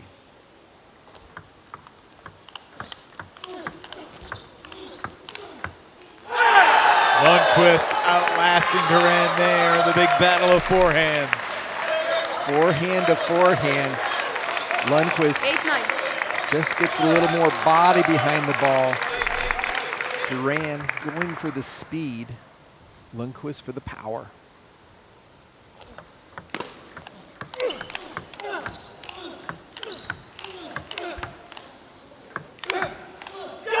Similar point, Lundquist takes it. 10-8. 3 game points for Jens. And you can just see once Lundquist can get it into the backhand side, it's all forehand play for the Swede.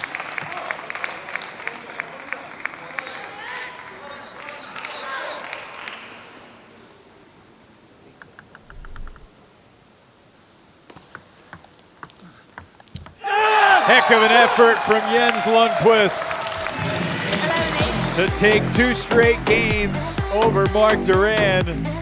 Coming from behind in game 2, and it wasn't going well, to give Portland a 9-3 lead now. And the Crocs desperately need their #1 draft pick, Liam Pitchford, to step up right here against Hampus Nordberg in the final singles match of the day.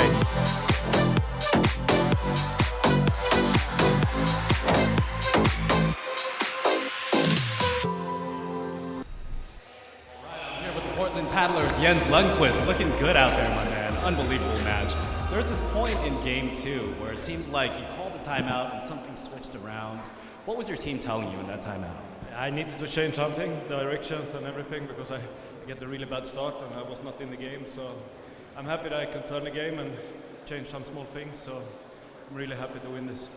Those small things you changed really made a difference. Now there was another amazing point where it hit the edge, you fired back with a clean drive down the line. What does that feel like when you make a play like that? Amazing. Amazing, absolutely. Can we get a replay of that, please? I would love to see that one again. Give it up for Jens Lundquist. Huge performance.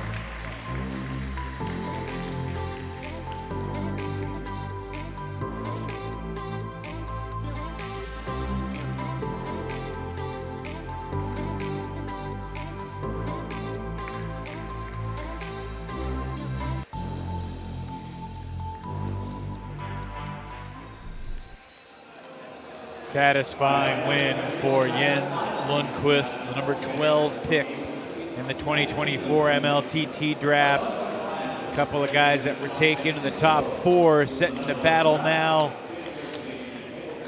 Hampus Nordberg for the Paddlers. Liam Pitchford for the Crocs, the 4th pick and the 1st pick respectively.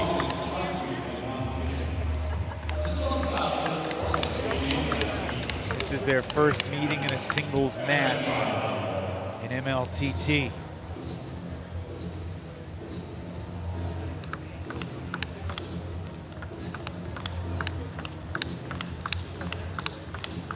Pitchford a winner 2 out of 3 games over Cole yesterday. Nordberg lost 2 out of 3 in his match against Manu Levison. It's a slow start for Liam yesterday, but kind of like Jens Lundquist in this last match, he found his form and finished strong. Evan, I really anticipate with these 2 players, not absolutely the same style, but they're both strong on the backhand, quality on the forehand. It's really going to be who can hold the table, get the offense going. Pitchford plays stronger mid-court. Hampus has a little bit more variation on his backhand side.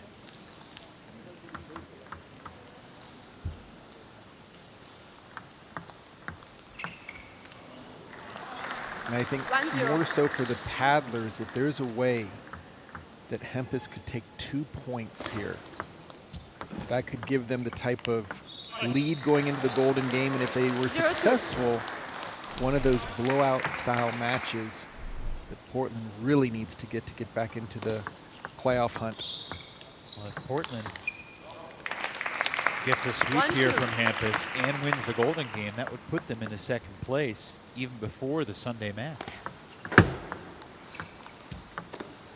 Trailed the Blasters by 17 in the standings coming into today. I think on paper, smart money would be on Pitchford. Just looking at the ratings, about a 100-point rating difference. 3-2. And there's the great backhand-to-backhand play from both sides of the net.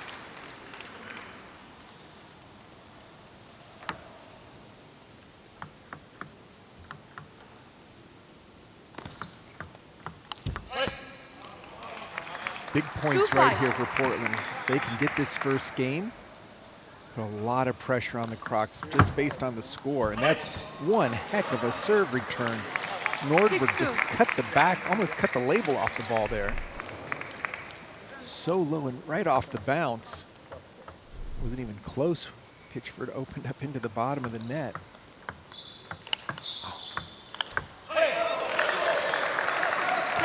You said to me when I got here today that you were watching Hampus Nordberg in training and thought he looked particularly sharp. He was warming up with Lundquist, and I didn't see him miss a ball. And Lundquist was making 5 or 6 Mark Durant style returns, and Hampus was just moving his feet so well, taking full swings. Just timing was working.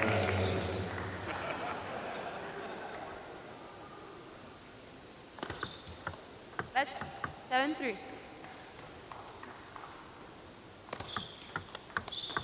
Again, it's that backhand banana opening by Nordberg right off the serve. Anything center of the table. There's a nice deep serve, and then look for Pitchford to put a lot of power on this one. Oh, what shots from deep in the backcourt by Hampus Nordberg. Attacking from 15, 20 feet off the table. Totally on defense. And then just bringing the backhand and looking at the forehand, another backhand. Those are some ridiculous loops.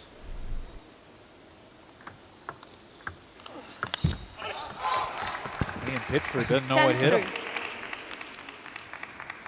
Pitchford's going to have to think, not only do I have to figure out what to do, There's a nice forehand. More like it.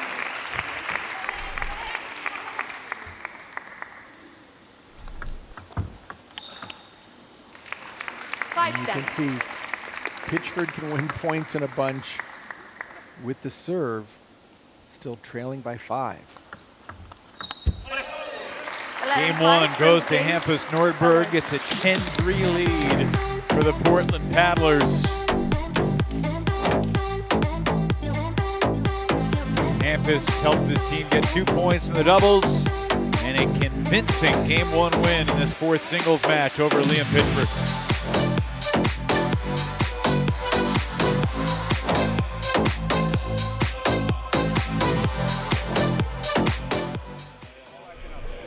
Everything else is perfect. You just keep that going that way. All right? And if you start to play fast, the important thing is to try to battle that early. I think especially on the back end, in my opinion. Come on, come on. He loves to go down the line with backhand, but he should be ready for that. But you can also see when I play, my backhand, he don't like it. Yeah. No, it doesn't. Exactly. I agree. Let's go.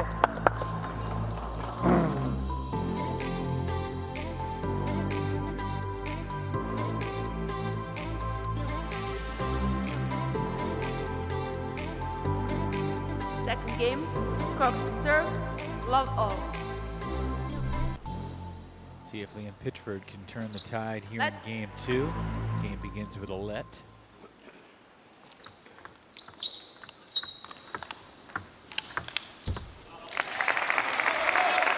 Liam, 31 years old, from Nottingham, England.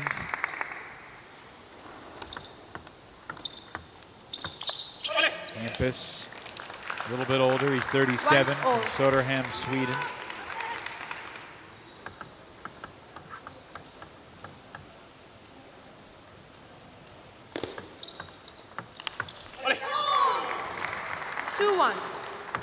Back in Sweden, Hampus is actually a firefighter in addition to being a top table tennis player. Our thoughts with all the first responders in the greater Los Angeles area dealing with scary wildfires over the past week and a half. It's meaningful for Hampus to come here and represent.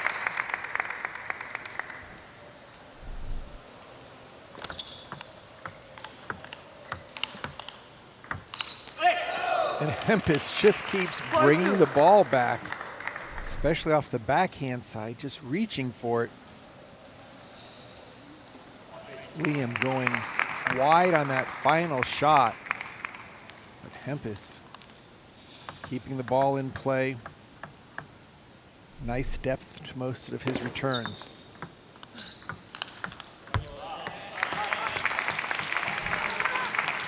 Side by side in the power rankings entering this match. Duran dropping a spot from 5 to 6 after losing 2 out of 3. Begins Lundquist. McKeel cracking into the top 10.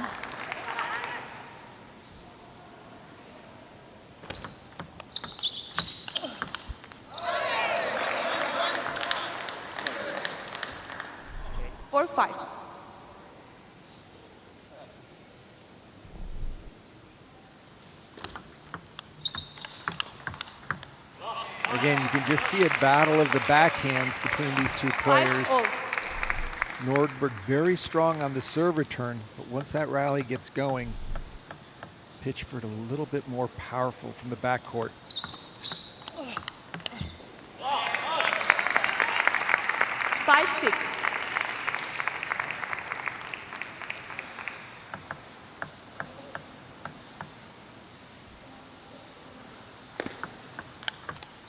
Beautiful attack directly off the serve by Pitchford.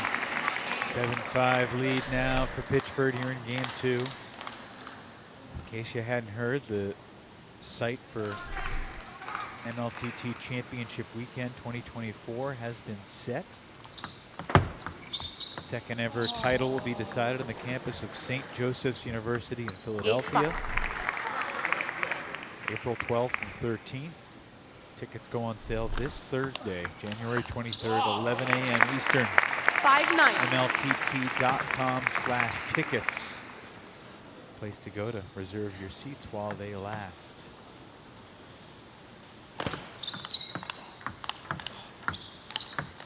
Wow, Pitchford just ramping up the attacks. 5-10. Staying closer to the table. Good serve there from Hampus. 10-6. Hampus yesterday played the number 2 pick in this year's draft. Today he's got the number 1 pick. And he might get the number 3 pick 10-6. in Pitchford tomorrow. Wow, those are some 10-7. very fast backhands, but Pitchford with the serve. 4 chances to win and even up this. Does it on the first one. 11-7. Off the net. Second game. And Liam waves an apology, but he will take the point. 10-4. And a 1-1 game. A 1-1 battle through 2 games. A lot hanging on this third deciding game. Both in this individual singles match and in terms of the team tally with a golden game on tap.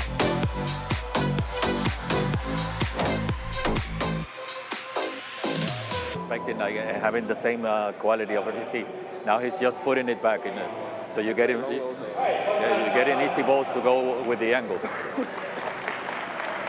Come on. Come on, come on, let's do it. Come on.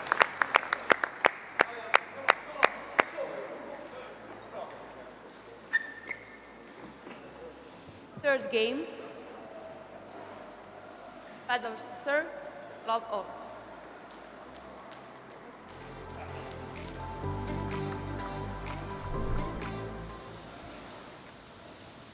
Nordberg serves to start game 3.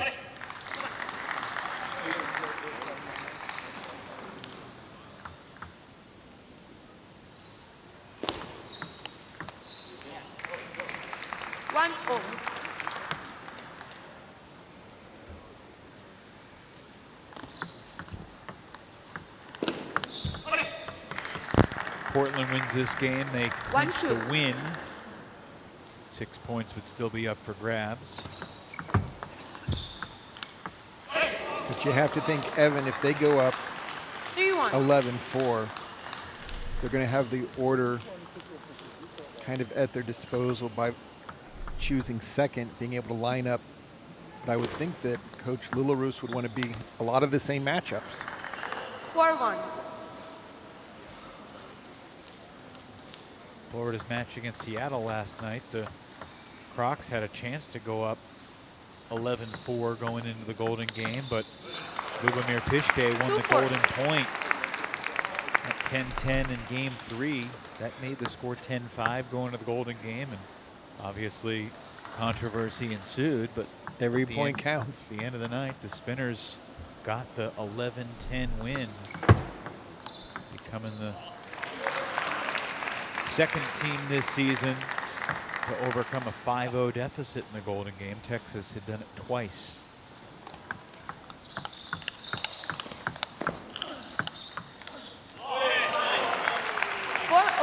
And the other crazy thing that we're seeing right now, so far in 2025, teams that have had a lead going into the golden game have a record of 3-5. In the calendar year of 2024, teams with a lead entering the golden game were 61-15, an 80% win rate. But we've seen a lot of comebacks last weekend in the Bay and this weekend here in SoCal. So that's got to give the Crocs at least a little bit of hope. We can always thank Texas for the number of great golden game comebacks. Texas already this season has come back 5 times to win a golden game when they started trailing. Now the Smash led the league in season 1 in that department too, but they did it 4 times in 22 total matches. This year they've done it 5 times in 12 matches, which is insane.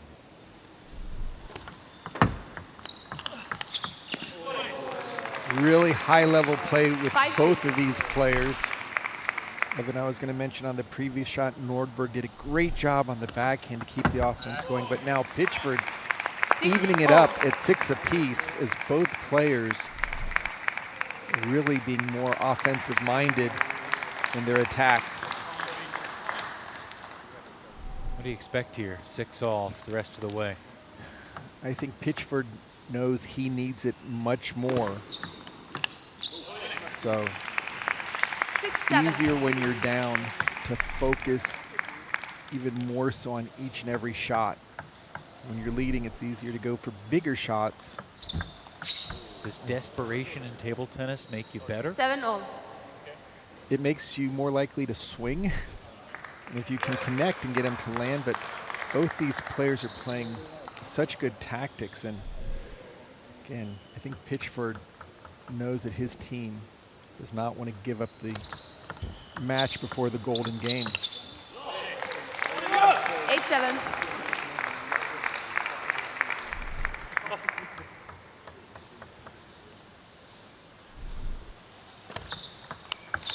What a great backhand by Nordberg, but somehow Pitchford 7-9. got out to the forehand to cover it, hooked the ball with some sidespin right back where it came from, and now has the 2-point lead.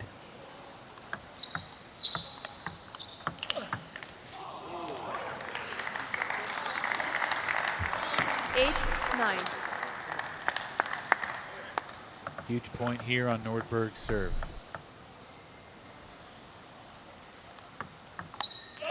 9-all. 9-all.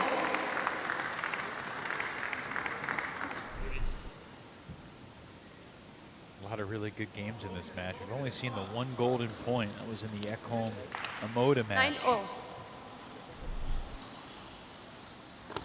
Let's. Will we get another one here? Had 9 golden points yesterday, including the ultimate golden point.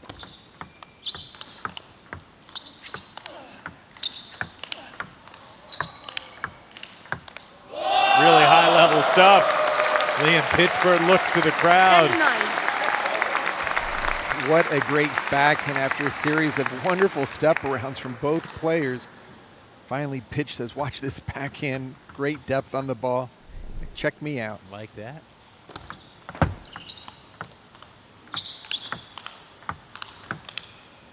Pitchford got Hampus staggering backwards and closes the game with 2 straight to keep the Crocs alive. Portland will have a 5-point lead at the start of the golden game, but Pitchford wins this match, taking 2 out of 3. And Florida, can they do to Portland what Seattle did to them yesterday? And make the huge comeback in the golden game to steal the match. Golden game coming up.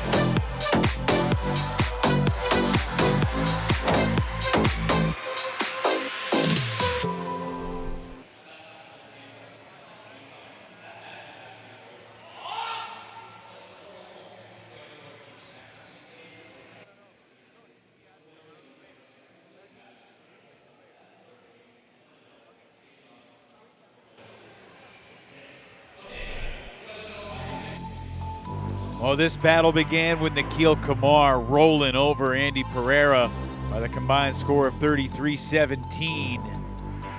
Nikhil locked and loaded. And then Katomi Amoda took the torch. Lost a golden point in game 1, but smashed her way to 2 out of 3. Her second straight win this season over Matilda Ekholm. In the doubles, lopsided game 1. Much more competitive in games 2 and 3, but the paddlers get the win behind Nordberg and Wong. And this was fun. Duran and Lundquist battling. Thrilling points. It was Lundquist that prevailed.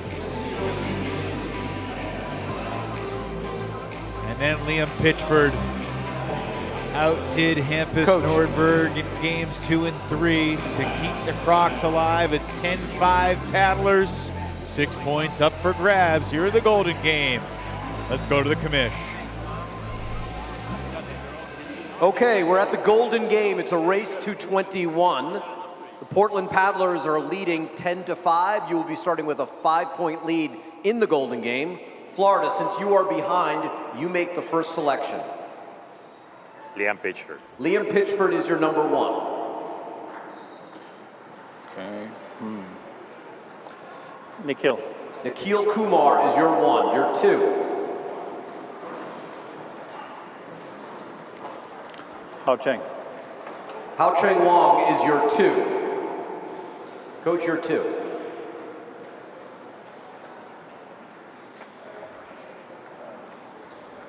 Yuan Yu. Yuan Yu Wu is your 2 and your 3. Daniel Gorak. Daniel Gorak is your 3.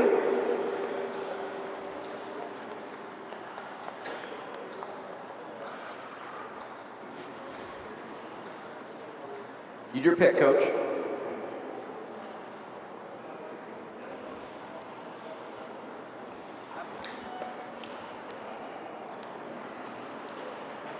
Jens. Jens Lundquist is your 3 and your 4.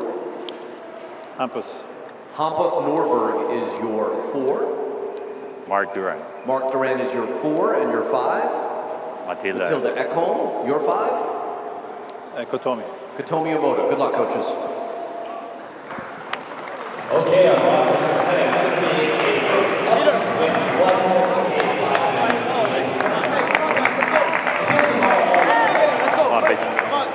A bit surprising to me that Christian Lilyrose chose to put Hao Cheng Wong in the number 2 position. Pereira's not playing. That was a chance for Florida to try and create a mismatch. Pereira's not playing. Yuan Yu Wu They took him out. I thought for sure he's going to play. For sure he's going to play. held his own in Golden Game so far this season. Golden Game. Be interesting. Crocs to serve. Pitchford has the first serve. These guys will play 3 points. 5-1.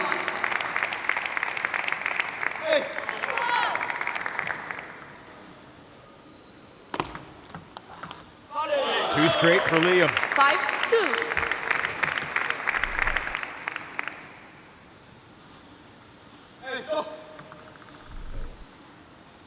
Kumar took 4 of 7 points against Pitchford in the Golden Game back in September.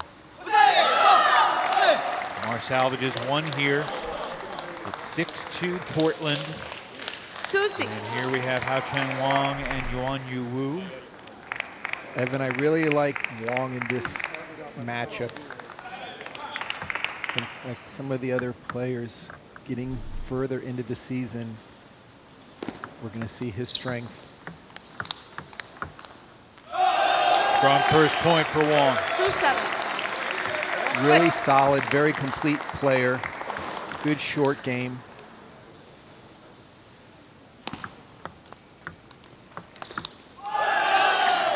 So Hao Cheng Wong takes both points on Wu's serve. Nothing's bigger than a sweep when your team starts out with the maximum 5 points. Trying to break it open early. That ball was on Wong's paddle. In the doubles, we saw him have some issues on the easier balls. See if he'll be able to take 3 out of 4 here. Yes, indeed. 9-3 switch. It's a 9-3 lead for the Paddlers. The difference is 6. Gorak to the table for Florida.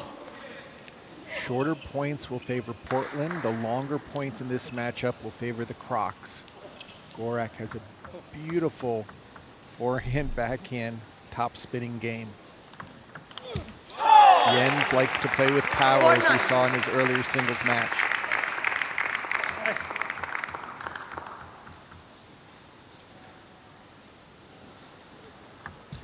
Wow, not a good time to have service issues.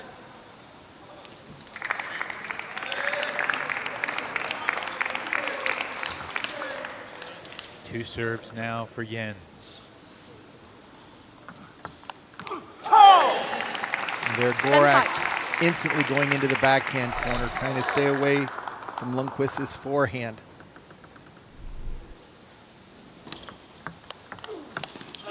Oh, big break for the Paddlers. 5-11. Gorak had the first attack. Look at that backhand.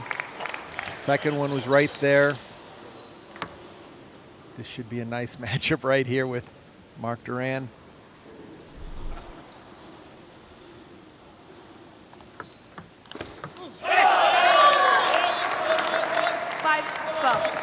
Tempest really puts a lot of quality topspin on his first loop. But as we saw earlier, Duran has got some nice topspin on that serve. Doesn't look that heavy. Oh. 13-6. Tempest could make it an 8-point lead for the paddlers by scoring again here.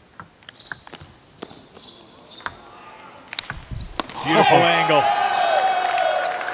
Talk about smashing that ball. 3 out of 4 for Hampus Nordberg over Mark Duran. Really lined it up. Unless we get to 20 all, Mamoda and Ekholm will only play these 4 points right here.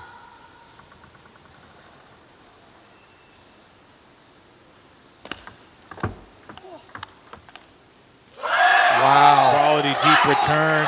Such the initial serve. Such nice placement by Omada.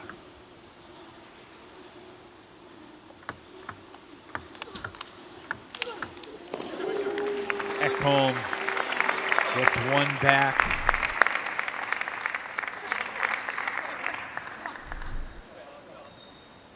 Portland happy to just keep these 2-2 splits rolling to the finish line. And there's the very strong serve by Katomi. Not easy to determine whether it's side spin, top spin, or side spin, underspin. The 2-2 split, but that's just fine for the paddlers. They've got an 8-point lead. As long as Portland avoids, a disastrous golden sweep, they're in great position. Well, if there is a chance, Pitchford is the man for the Crocs. You would think. Took 2 out of 3 earlier over Nikhil. Got away with a serve that popped up. Nikhil had committed to dropping it, couldn't take advantage of the high serve. And right now, 16-10. Crocs making a surge.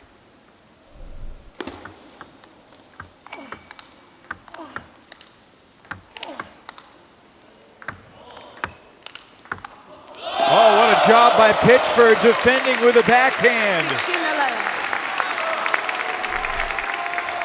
Pitchford looks so comfortable in the backcourt, just waiting for the opportunity to get a nice backhand counterattack. 3 in a row for Liam and a timeout taken by Portland. I stay with topspin? Good for you. But I think you have to go. He's going to come in deep in the backhand. Directly. Then you play with quality, even if you play hard or slow. Just quality. And then it was correct when he goes far to take. Just keep him in the backhand. If he points like this, it's okay. Okay. If you want to switch, it's to middle. Yeah, to middle. All right. All right. Stay aggressive. Stay aggressive. Yeah. Come on. All right, let's go. This is really a bonus point for the paddlers if somehow Nikhil can stop the sweep and go up 17-11. I think the next matchup will continue a chance for the 2-2 and the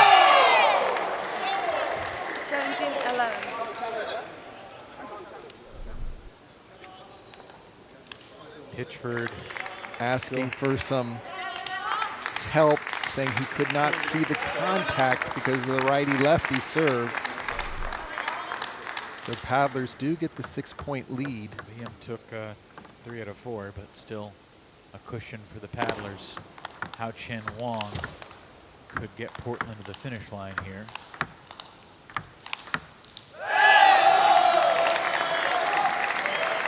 It's now 4 out of the 5 points for Hao Chen Wong against Yuan Yu Wu.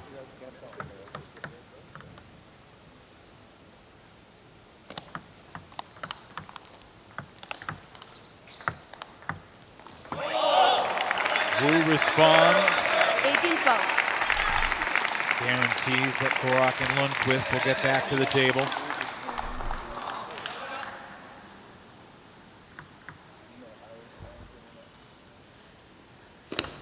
That's 18-12.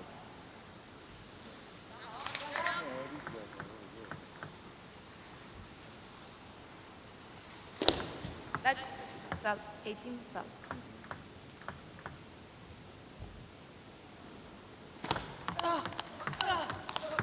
After 2 lets, he went with a super fast deep serve. 19-12. Not only backed him off, but quickly got his forehand into play. Wong really shining brightly here for Portland in the golden game. Ooh. Woo-woo. 13-19. 2-2 split, still a 6-point game. 2-2 split right here would not do Florida any good whatsoever. Florida needs some golden sweeps.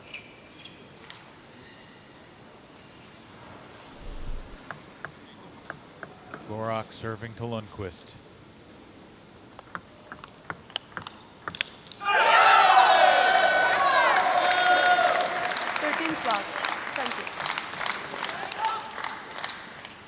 Match point.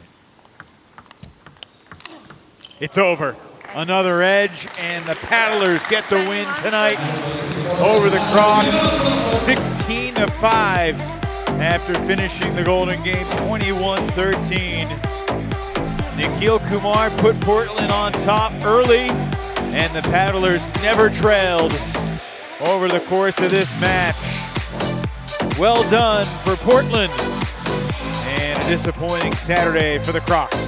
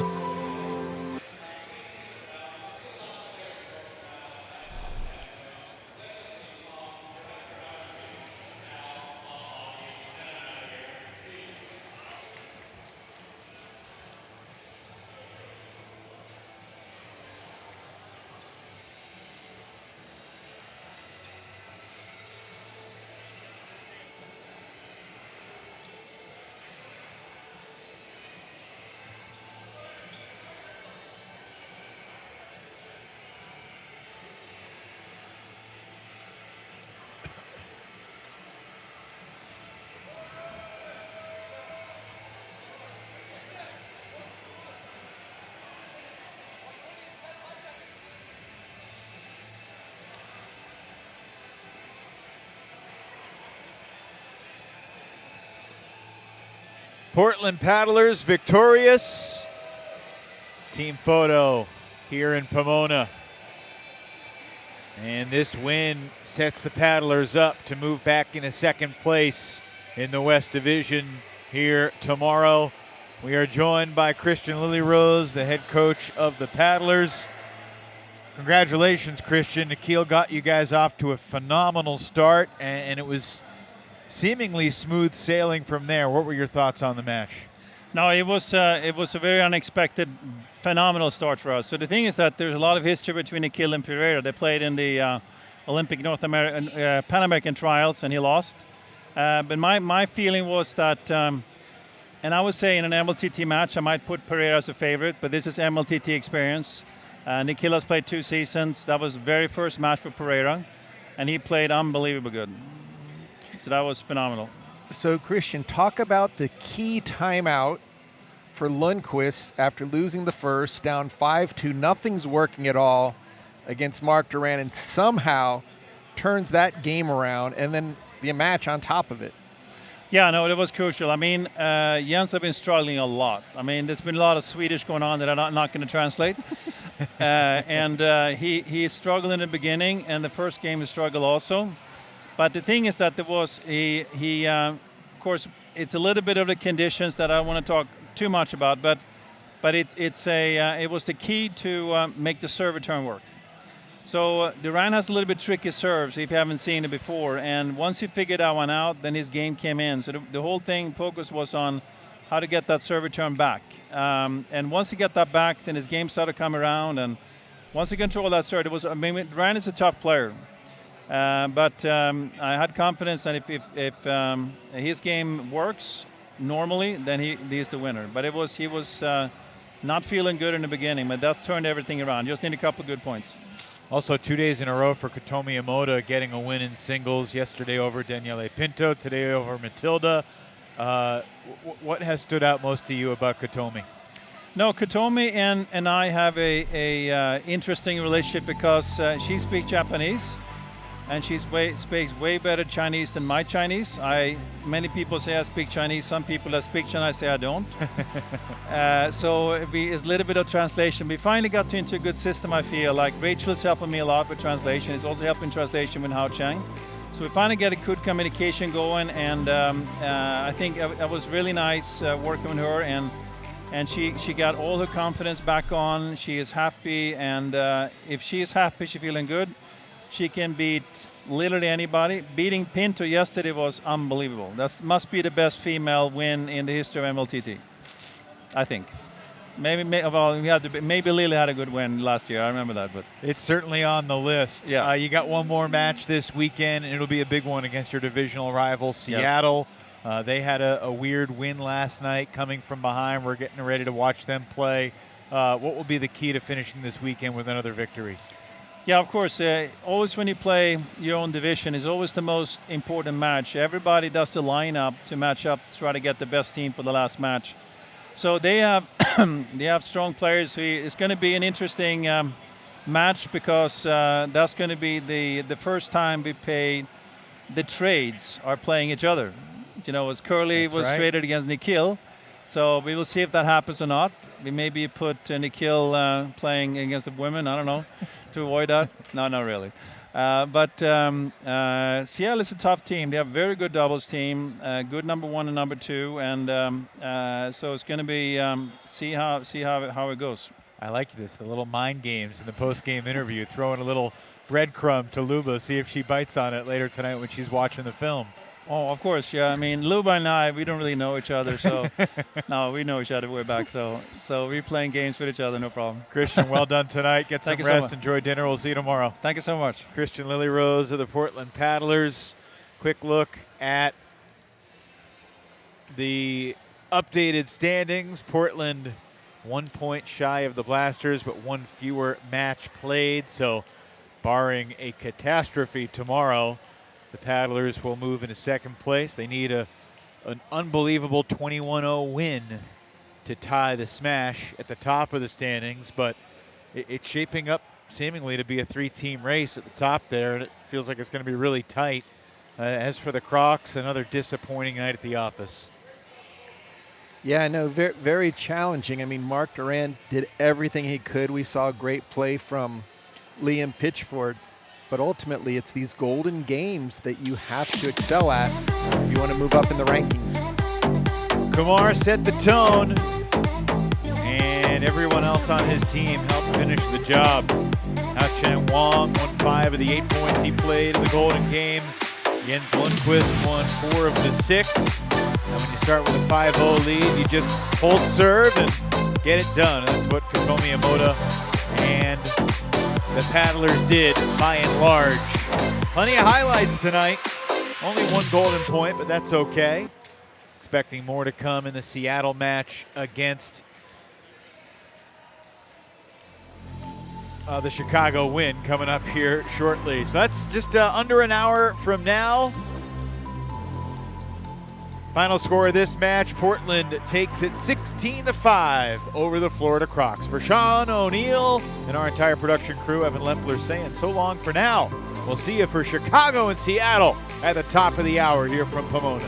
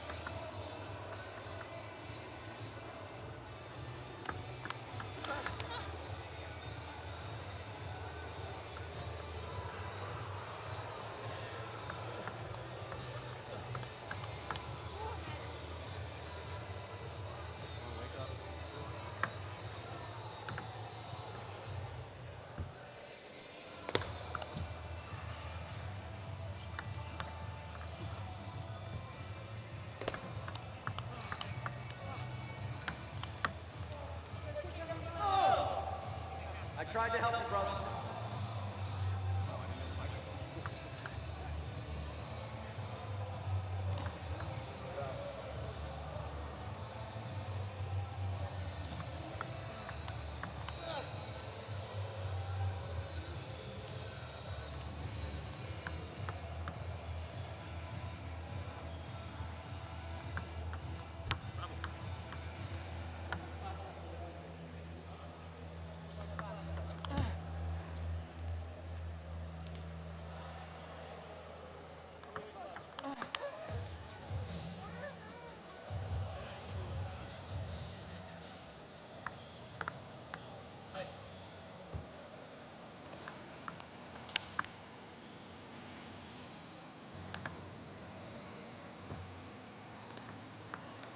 Good for you, Mons.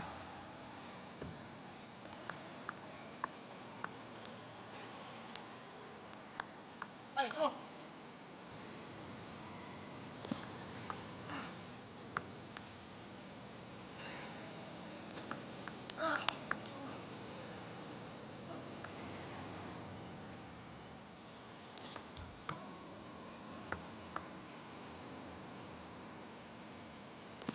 Oh.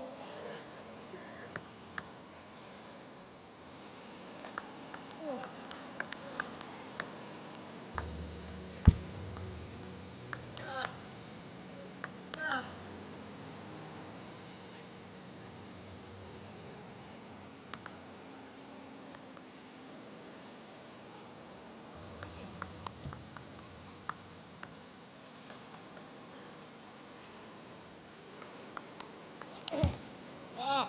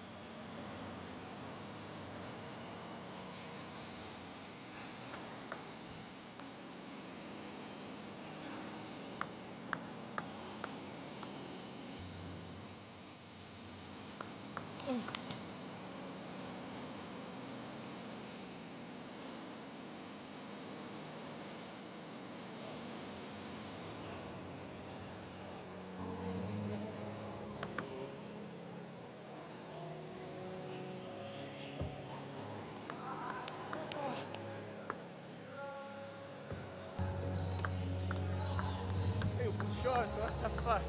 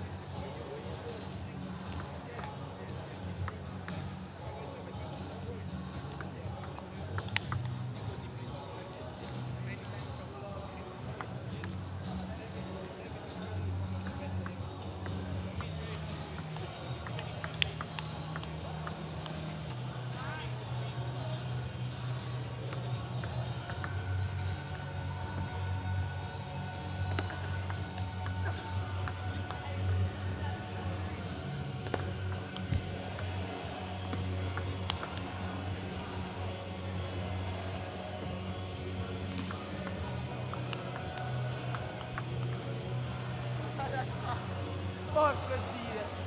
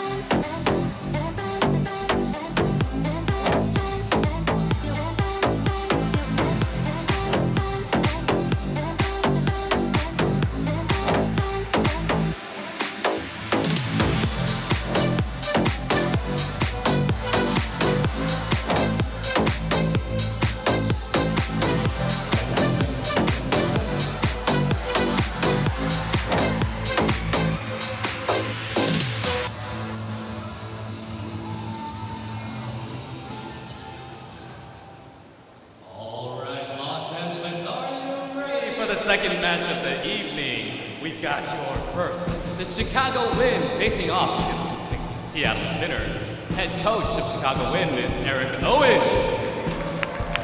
Give it up for Eric Owens, followed by Manuel Medison, followed by Canada's Mo Jong and Texas's Daniel Tran. The OC Kid, Sean Jong, followed by Damian Provost and Daniele Pinto. Give them a hand, guys, your Chicago Winds. Big round of applause for them. And up next, we have the Seattle Spinners, head coached by Luba Sadowska. All right, followed by Slovakia's Lubomir Kiste and Italy's Deborah Vivarelli. Nigeria's Omajide Omatoyo and Australia's Adi Sari, Ukraine's Kole, and Brazil's Thiago Monteiro. Everybody give it up for the Seattle Spinners. All right, players, coaches, please shake hands.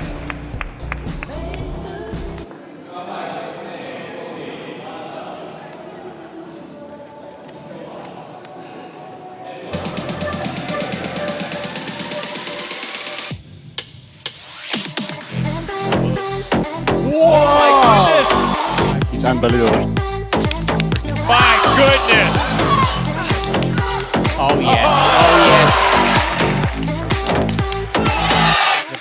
What a rally!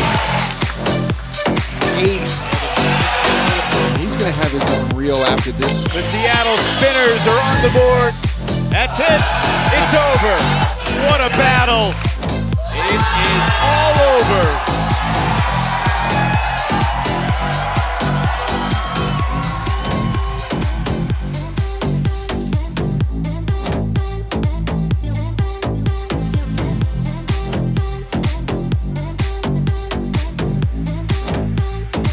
Welcome to Saturday Primetime Major League Table Tennis, coming at you from Pomona, California. Sean Jong and the Chicago Wind victorious last night. Seattle victorious in controversial fashion with Debbie Vivarelli winning the ultimate golden point after a bizarre umpire referee review. We'll get into that in a bit. Chicago taking on Seattle for the second meeting this season between these programs. The Wind in second place in the East Division, chasing the Carolina Gold Rush, who are currently atop the table in the East. I say Chicago's second because by a points per match basis, they are in control of their own destiny to surpass Princeton this weekend. The Seattle Spinners, they got 3 wins this year. All 3 have come against the Florida Crocs. See if tonight Seattle can beat somebody else. Hi again, everybody. Evan Lepler with the Hall of Famer Sean O'Neill. And look, last night was bizarre, but Seattle got the win. They came back from 5-0 down. How can they follow that up against a really strong Chicago squad? Looking at the matchups, I'm actually going to go for the Spinners with this one. I think they can pull it off. I think they're going to need some big wins, especially from Cole. All right, let's take a look at the lineup, and Sean can run through exactly why he thinks Seattle's got a good shot tonight. Let me remind you, Sean, that the last time these two teams played, Chicago won 17-4. So, yes, so I've got my work cut out for me to show you how I can see this occurring. First matchup, I think Push Day has a chance to win 1 game, maybe 2, but 1. I think singles match number 2, Mo will be the favorite, but I'm going to pick another 1 game for Vivarelli. Doubles, definitely going for Seattle. I think that the team of Daniel Tran and Labasan, they have never played together, so I'm looking for a possible 3-point sweep there. In singles 3, Audi Serene, very consistent. I see him doing a 2-1 and then possibly Cole going 2-1, if not 3-0. So that's how I have it figured, that going into the golden game, Seattle, but it's all going to come down to the golden game. It sounds like you're prepared to see Seattle fall behind early because you think they're better in the back half of the line. Back end is very strong. Let's see if Chicago can get it done. Here's a service error. Never found the table for Lubomir Pichte. And 1-1 between Pichte and Lebeson. You know, the story of last week in the Bay Area was it was the 4 teams that made the playoffs last year, the 4 teams that were championship weekend. conversely, this weekend we got the top 4 picks in the draft all going head-to-head. We saw Campus Nordberg battle Liam Pitchford earlier, the 4th pick battling the 1st pick, and here it's picks 2 and 3 in the 2024 MLTT draft. Leveson selected 2nd by Chicago, and Pishday going 3rd to Seattle.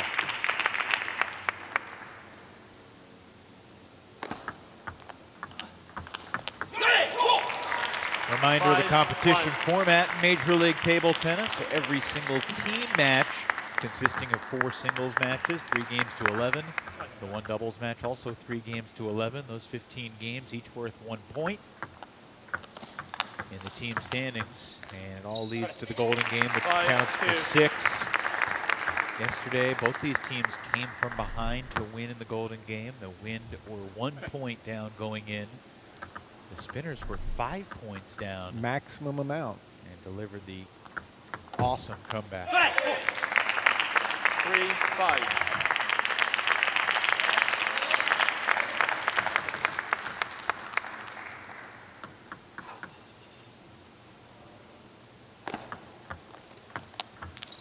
And that's Pishday's strength, his backhand over the table, especially on the short game. Very flat shot. He doesn't put that much topspin on the ball. And again, nice backhand, wristy, kind of a cracking shot. With not so much spin on the ball, but giving the opponent nothing to work with as it's so flat in its trajectory.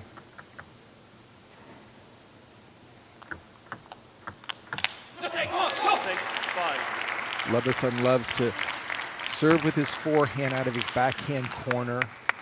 Given the first opportunity to turn and get his forehand into play, he can take that ball in both directions. But that's a big forehand flip by Pishday.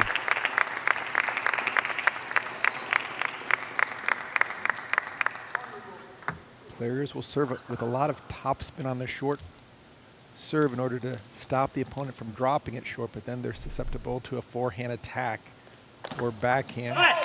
There's a deep serve, and Pishday now with the lead. Lubomir Pishday, the 40-year-old from Bratislava, Slovakia. An 8-6 lead for Pishday over the 36-year-old Frenchman Emmanuel Leveson.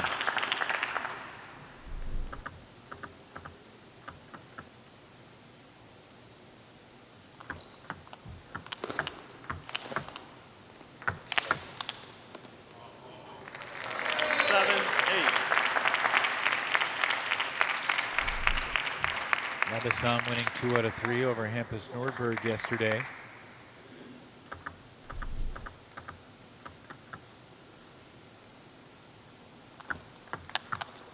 Again, that forehand over the table. Pishday will now have the serve. Like Leveson, Pishday also won 2 out of 3 yesterday. His match against Florida's Daniel Gorak.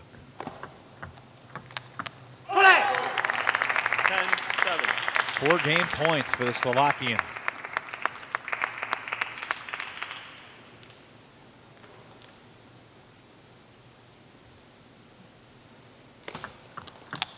Wow. Pishday gets it done in game 1. What a combo by Pishday. Just deep serve, snapping the backhand in cross court to the open court for game number 1.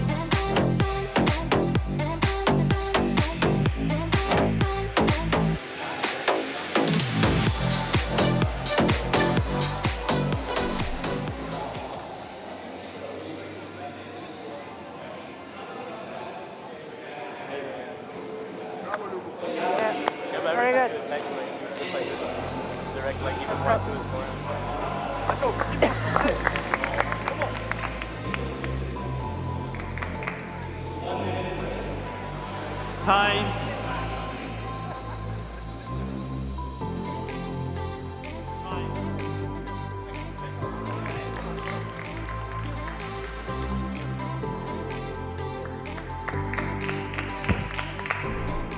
Game 2. Chicago win to serve. Love off.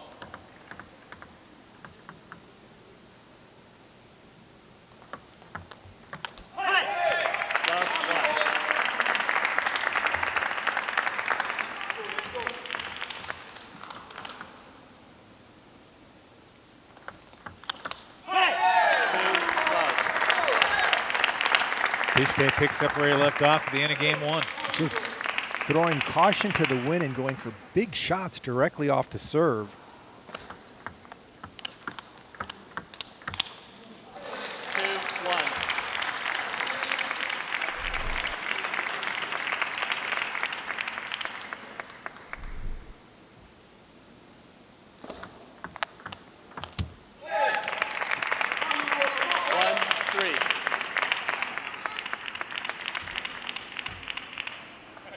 Lebeson has to find a way of getting his third ball forehand attack going.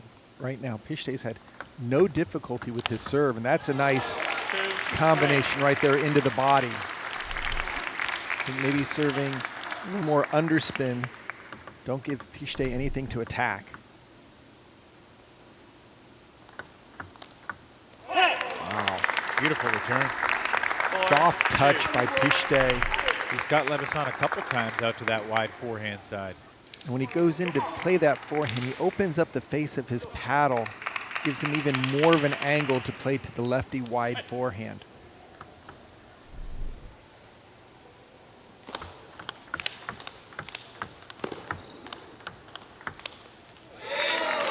Great points by both players, really playing strong from the backcourt with winners.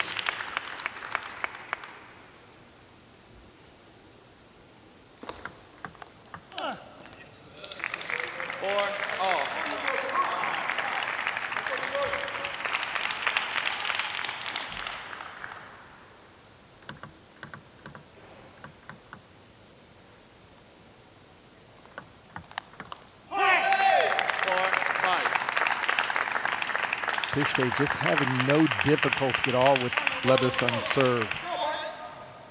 Almost a server disadvantage here. The way Pitchford's playing offense out to the corners.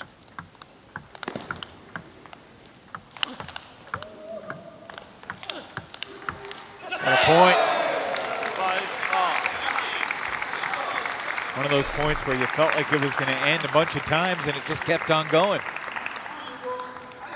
Just love Pitchford's big windup.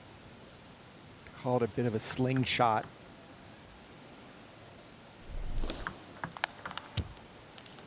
Aggressive return there from Lebeson. Puts him in front 6-5.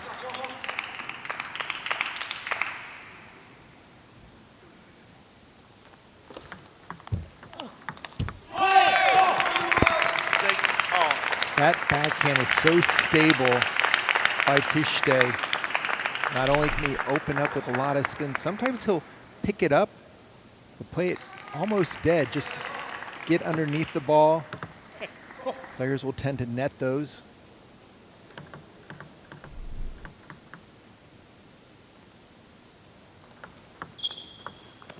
And these are just great serve returns by Pitchford. That small cut out to the forehand totally disarms Lebeson to play his trademark step around from his backhand corner.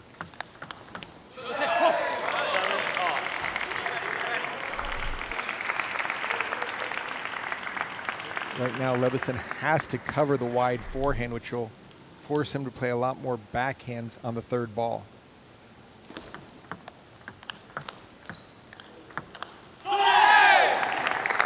Pitchford back in front by 1. Very smart. Took his time, spun the ball up, didn't go for too much. It forced Lebeson to make a strong counterattack.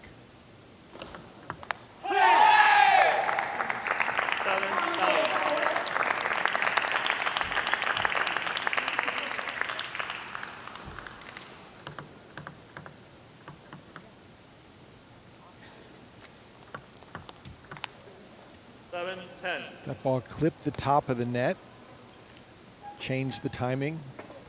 Eerily similar to the closing of game 1, especially if Pitchford can finish this here. And he can! 11-7. Lebeson leaving that forehand corner open time and time again, and Pitchford's got the goods. 2 straight for Seattle to start this evening here in Pomona.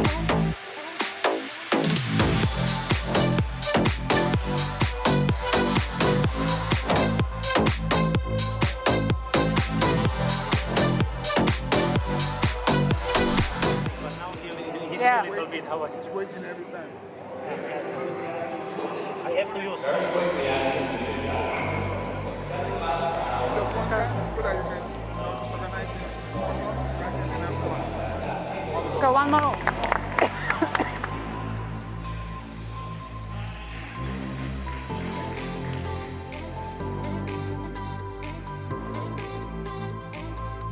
Game 3, Spinners to serve, love all. Couple Olympians battling here in the first singles spot. Pitchford, 2 games to none lead.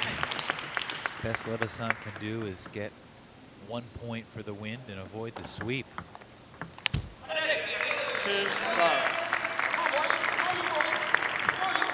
Cool moment in between matches when a long-time Sean O'Neill fan came by with an old Olympic trading card. It was in mint condition.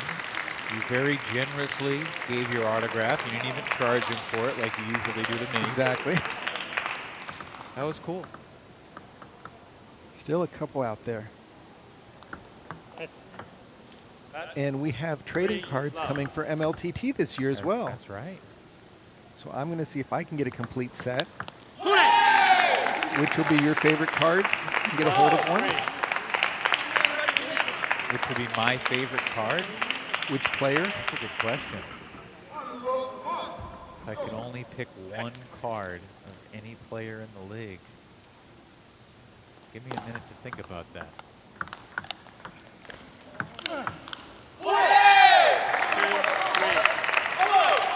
Well, you know which card I'm going for, right? You're looking for Ola. Exactly. And I'll get him to sign it. I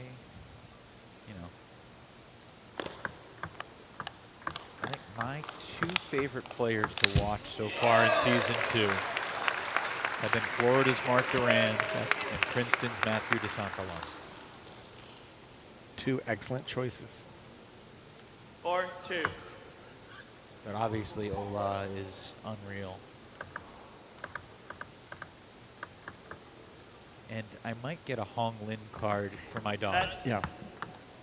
4-2. She got Hong Lin's autograph in North Carolina back in September. Might have been the same day that Seattle and Chicago squared off. Current U.S. Women's Champion. Be a valuable card to get the autograph of. Can't go wrong with Lily Jung autograph or a Nikhil Kumar. You're going for Team USA. Amy Wong, Rachel Sung, all in Paris as well. 3-5. And I feel disrespectful to have not mentioned Enzo Anglais' name. We saw him signing autographs last week when the line for Lily was out the door. I saw him watching Lily Jung sign autographs last week. 4-5.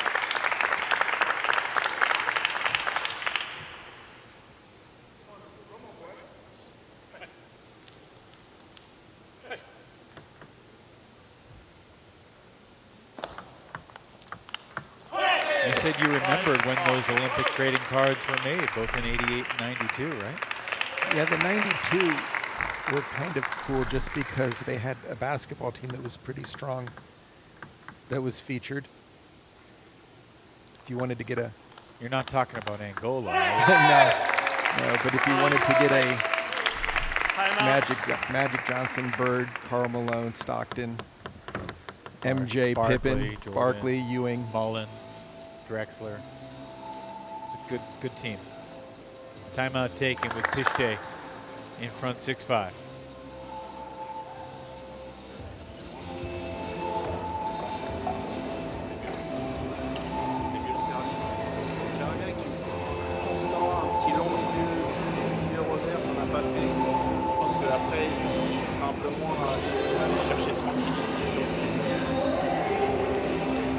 Try to put a little more underspin on the serve, because he's attacking if you give no spin.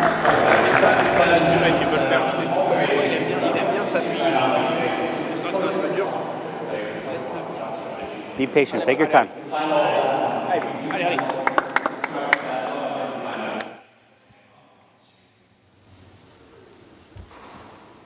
5-6. Evan, there was one more player on that dream team that was known for playing Michael Jordan in table tennis and getting the better of him. Talk about Christian Leitner. You got it. Christian Leitner continues to love the sport and some of the fundraising activities in Virginia Beach. He's often on hand to lend his name for a number of good causes. Table tennis for charity. He's quite a good player. 8-5.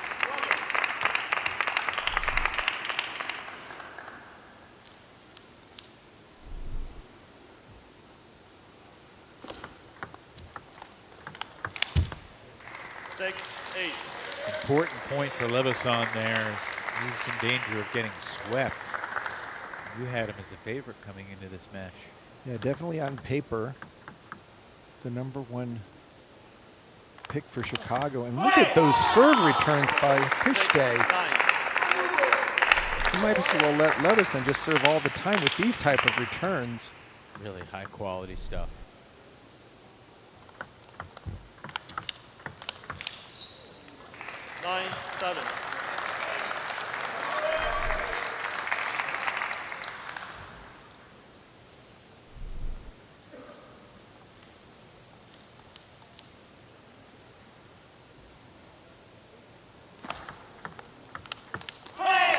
That backhand has been the difference this match. Anytime Pitchford's needed a point, that backhand has delivered.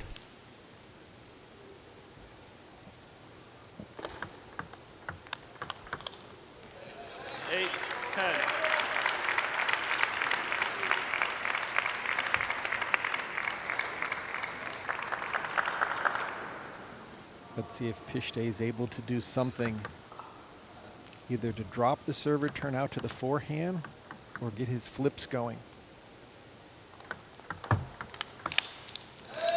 Deep push is going to give Leveson a chance to make the attack, and we've got a timeout. Yep, Spinners taking the timeout. Leveson staying alive at 10-9. Don't try to finish it too fast.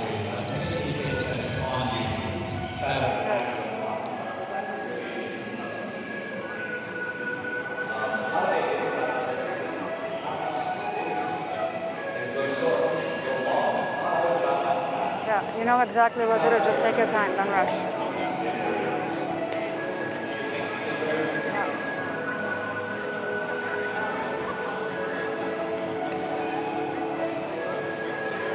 Let's go. Let's go, let's go.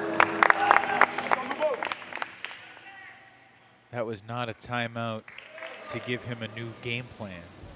That was just to give him a breather and let him regroup individually. He needs one of these next 2 points to sweep. We got our first golden point of the match. 10-all. Pitchford will have the serve. 1, 2, 3, golden point. This is the 11th golden point of the weekend. And a miss from Pitchford. He let it get away. Leveson gets one game. Pitchford takes 2 out of 3, but he doesn't walk away from the table feeling like he won, because he really knows he should have had all 3 there. Wow.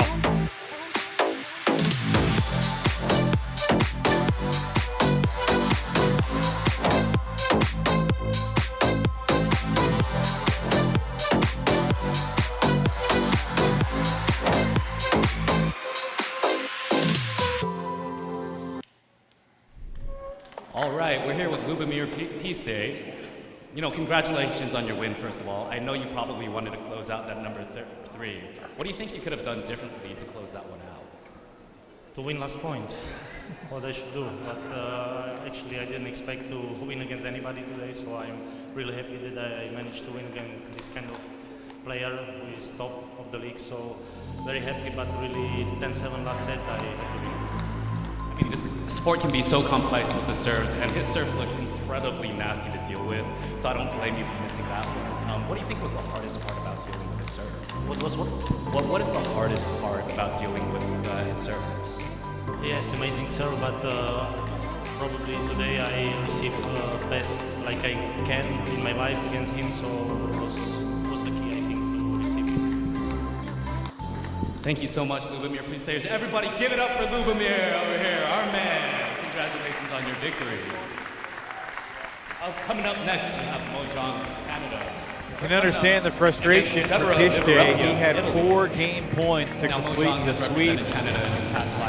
And Lebesson closes with 4 in a row to salvage a point for Chicago. So it's 2-1 in favor of Seattle. And now we see Mojang and Debbie Vivarelli. It's the first time this season that we see these two match up in a singles match. Remember in September, when the two teams squared off, Chicago win to serve. Mixed singles. Debbie was swept by Alex Kazaku, and then Mojang took 2 out of 3 from Thiago Montero. Coach Eric Owens really liking to have the mixed singles matches when he gets an opportunity.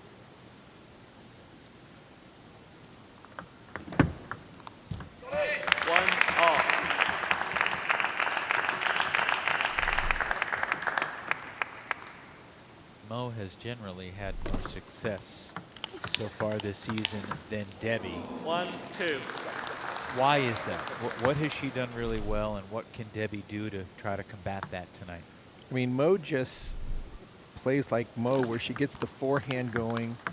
Her backhand is a keep it on the table, but her forehand, she'll line up and flat smash it. She uses a pips out surface on her forehand.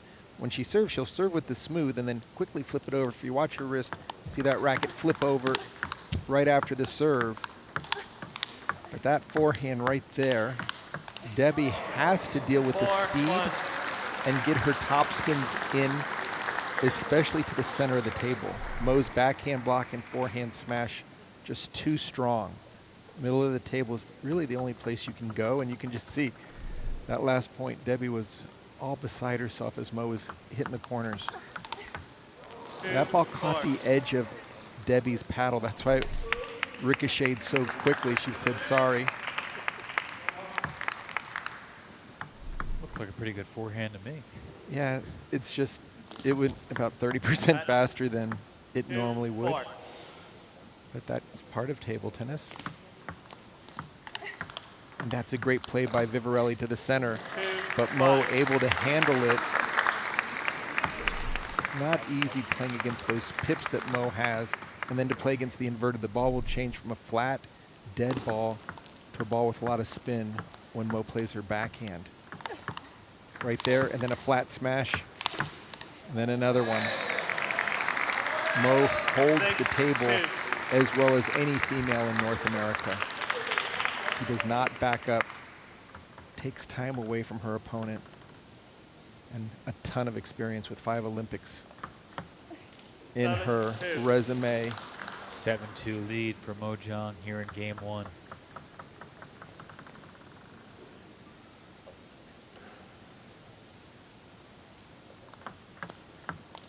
I believe Coach Eric Owens would definitely agree that Mo is Chicago's secret weapon. Not sure it's much of a secret. No, but She's just a weapon. when she goes against the male players, you can see the nervousness on their face, not because they're playing a female, but because her shots are so penetrating with that forehand. Look at that, just combination play. Vivarelli's playing well. Mo just has an answer for everything.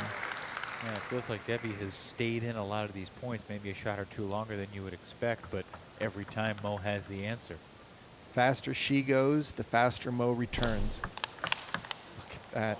Another example. Pretty good return, but Mo is ready.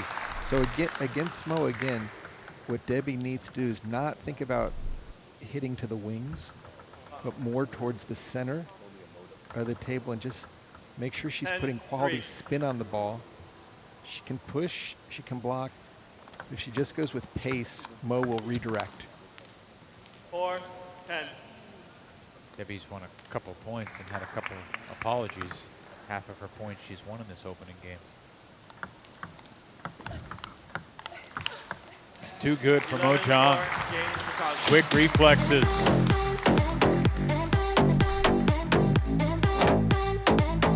Five-time Olympian, born in China, moved to Vancouver in 2003. She has been a great get for the Chicago Wind here in season 2.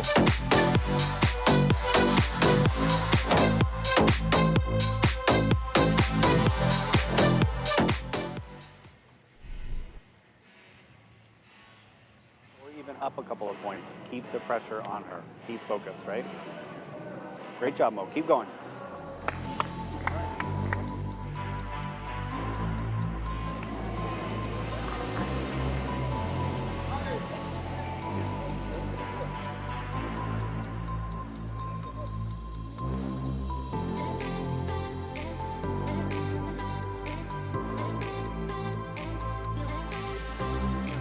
Game 2, Spinners to serve, love off.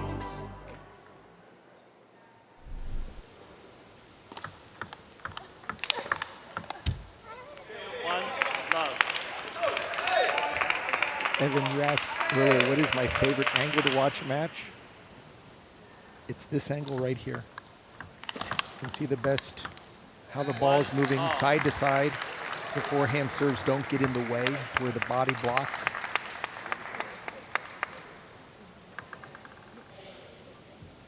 Always watching footwork. That's what puts you into position. 2, 1. And Mo will be stressing Debbie's footwork this entire match.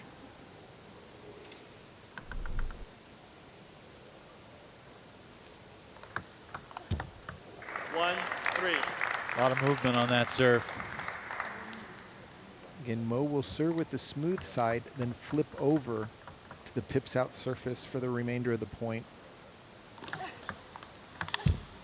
The reason she doesn't serve with the pips out is it doesn't create the same amount of spin. So she'll opt for serving with the smooth side. Debbie has smooth on both of hers. This may be a dumb question, 5, but why 1. doesn't the pips out create the same spin on the serve? Less surface area touching the ball. So instead of it being a smooth surface touching the ball, the pips are kind of like Legos. So you don't touch the ball with the same amount of surface, same stroke. Won't grab nearly the same. And look at that smash by Mo. And how well placed right into the body. Vivarelli had no chance on the forehand smash here. Trying to get out of the way of the ball. This is a clinic being put on right now by Mo Jong.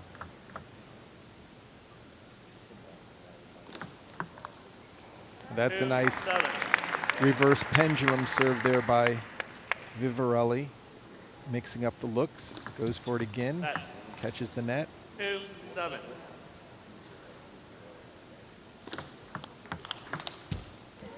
Nice play, deep serve. 3. And quickly stepping around the backhand.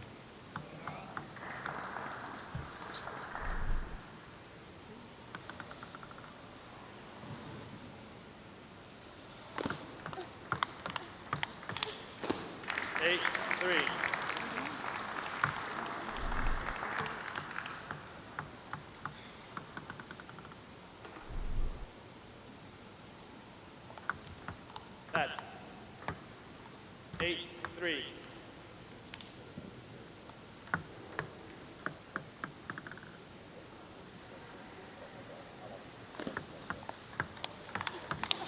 Oh, that was a nice play right into the body.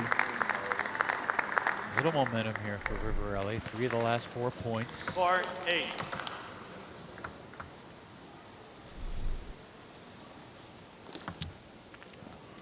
That stings. 4-9. Just when you are starting to play a little bit better. That's almost a second one in a row. 4-9.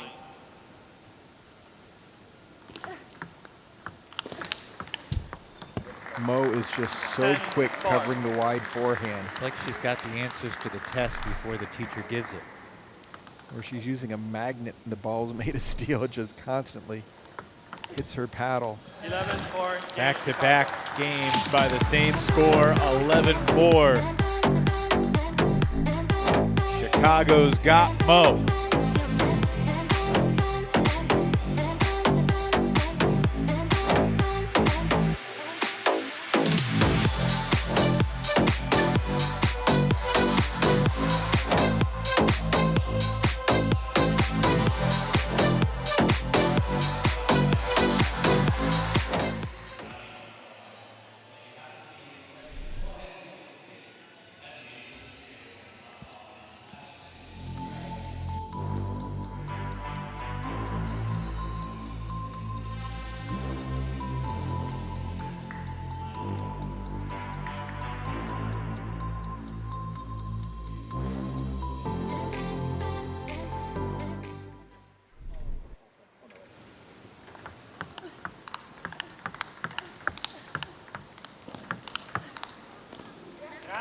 That was Vivarelli's best point of the match. And she needs to get going early on in these games.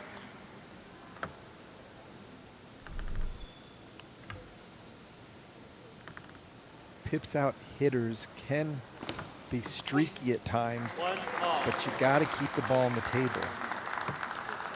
You don't necessarily have to play with a lot of power. Sometimes even a push can be enough, since they have to do a lot of the work themselves.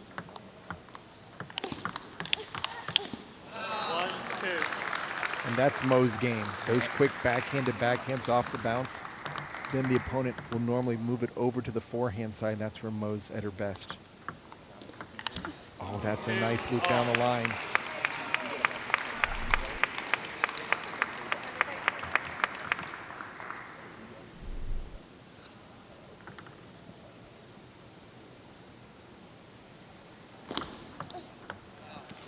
Talk about a deep serve into the body.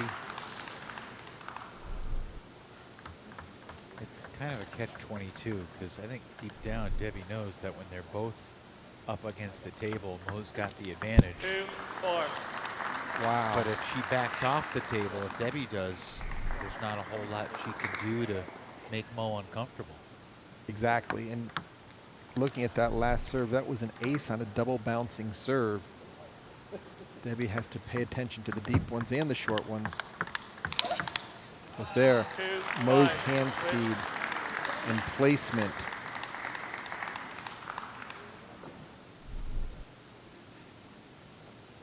Players changing ends once one player reaches 5 in the final game.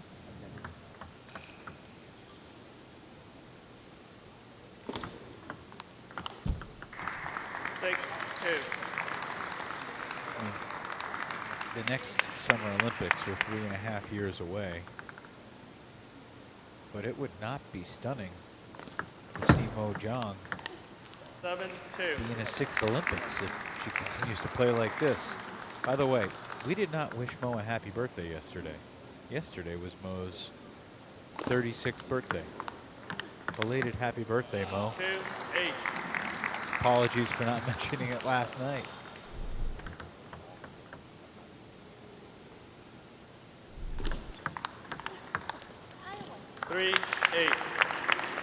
We're going to have 3 straight games, 11-4. No. Debbie's going to break that habit. How about that? Crowd enjoyed it.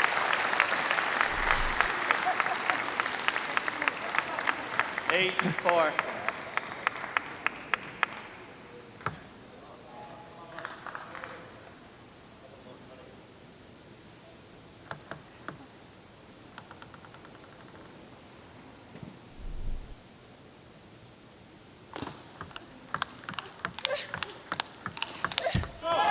Great play by Vivarelli.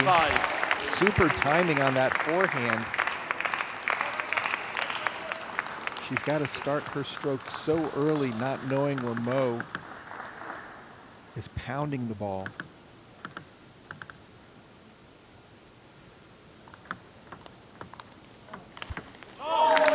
Beautiful step around. Vivarelli within 2.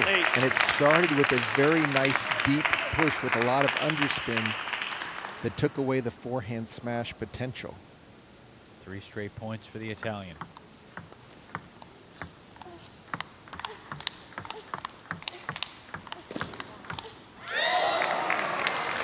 Debbie's like, what do I gotta do? It's like I'm playing a wall. Hand-to-hand combat, both players just keeping offense on their side of the net, going for quick off-the-bounce attacks.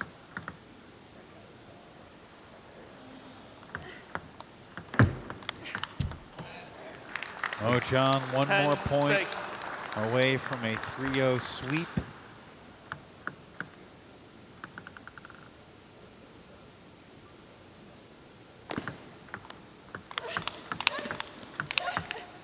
That was a masterful performance from the 5-time Olympian Oh Jong of the Chicago Wind.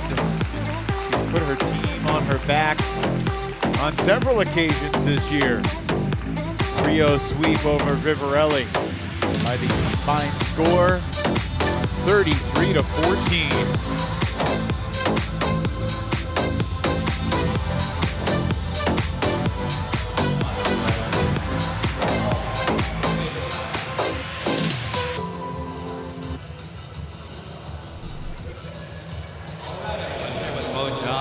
Chicago Wind, congratulations on your win. Now you've went to the Olympics 5 times, wondering what it takes to have that sort of longevity in this game. Sorry, I didn't. You seem to have a lot of endurance, you know, and you've played many Olympics. How do you do it? No, how do you do? How are you so strong?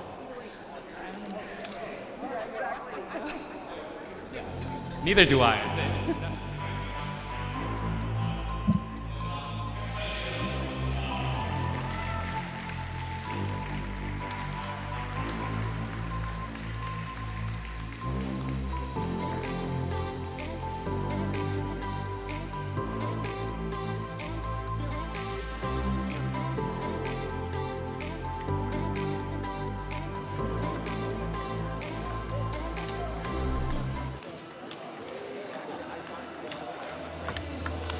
More good beards in the house tonight here in Pomona.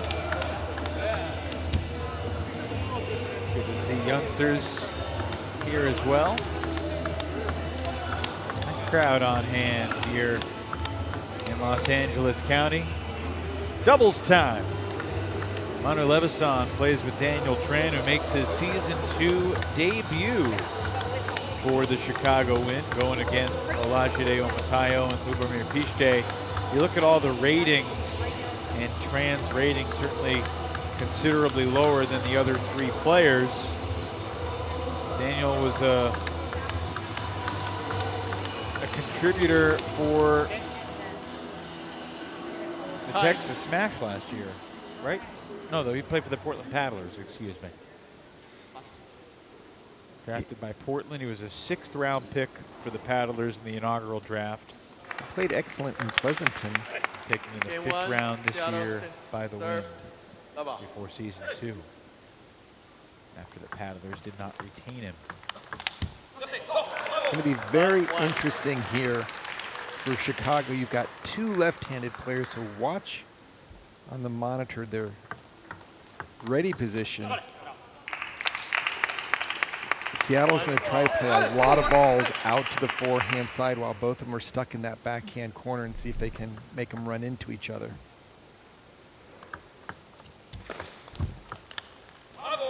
And keeps it on the table, and Pichte misses the forehand down the line.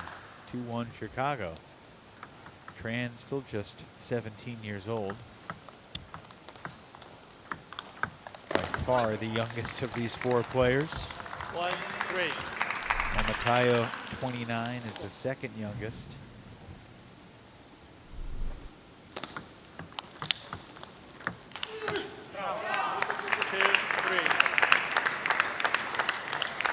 Tran has won the U.S. men's doubles title with his brother. And with Nandan Naresh. He's done it with multiple partners. Showing his skills in doubles. Both partners are right-handed. He said he prides himself on his doubles. Also finished third in men's singles at U.S. Nationals last year. So, I mean, to do all that, he's still just 17. I mean, it speaks to his talent and potential. It's a good ball there.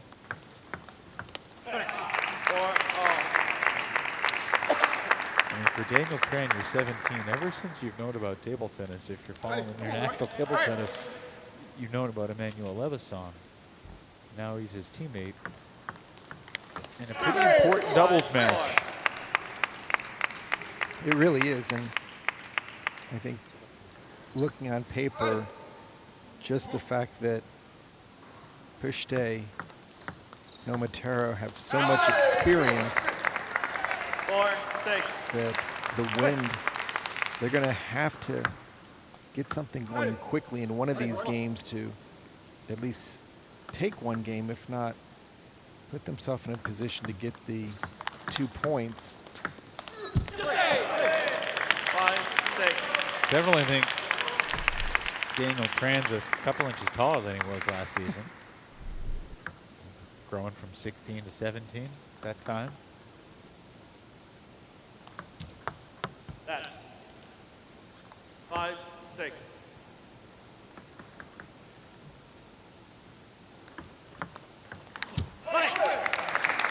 Smart return by Omotayo, chopping it deep into the backhand corner, which really freezes the Chicago wind to stay right on top of each other, having to circle around their teammate to get their forehands into play.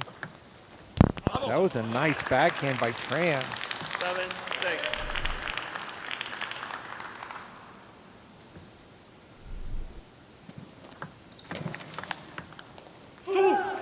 That's where you can see Pitchford's experience.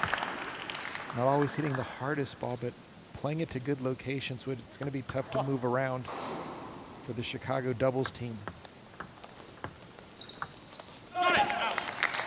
That angle doesn't exist on that ball.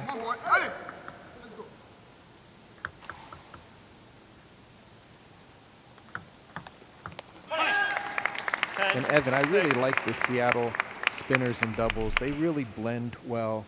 Omotayo has a great forehand, super footwork. And then you have Pitchford with soft hands up near the net, can do whatever he wants, but then has those strong backhand punching blocks.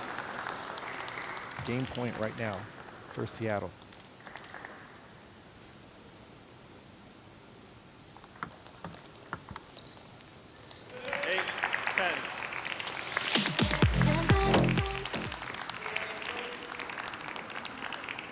False start, 5-yard penalty on the audio technician. Do they know something that we don't? I'm just thankful no one's calling penalties on my mistakes, because it would be a flag fest.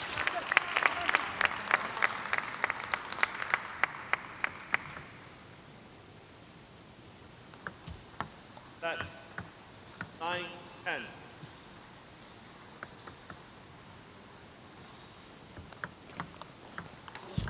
Once again, nice deep chop into the backhand body. Seattle gets the first point here in the doubles, 11-9.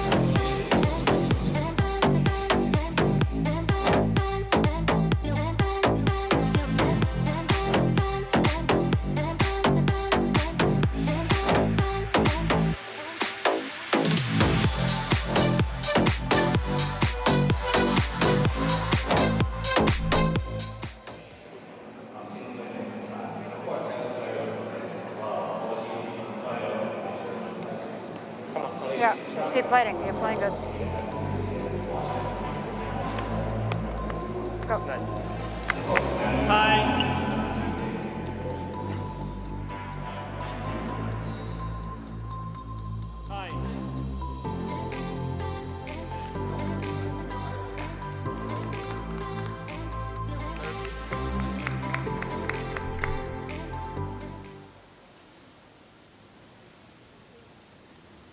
Pishtay and Omotayo victorious in game 1 of the doubles, bringing the Spinners back within 1 on the team tally. Appreciate our broadcast colleague Matt Hetherington in the YouTube chat talking about playing doubles with a fellow lefty. Of course, Matt is a lefty. Don't hold it against him. And he said when you're playing with another lefty, especially if it's someone you don't have a lot of experience with, it can be really tricky just because the footwork is not as natural. Lefties are in such high demand in doubles because righties want to partner with them so that both players can get their forehands into play without having to cross each other. With two lefties, once you play your forehand, you almost have to give up the whole table and be stuck in that backhand corner.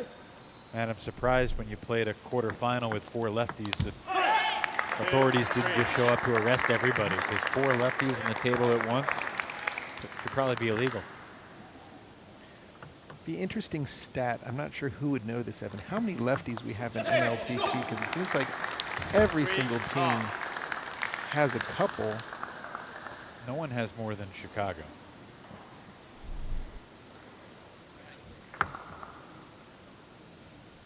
We could go through the list. I think that would be a good exercise to see. That 3 all.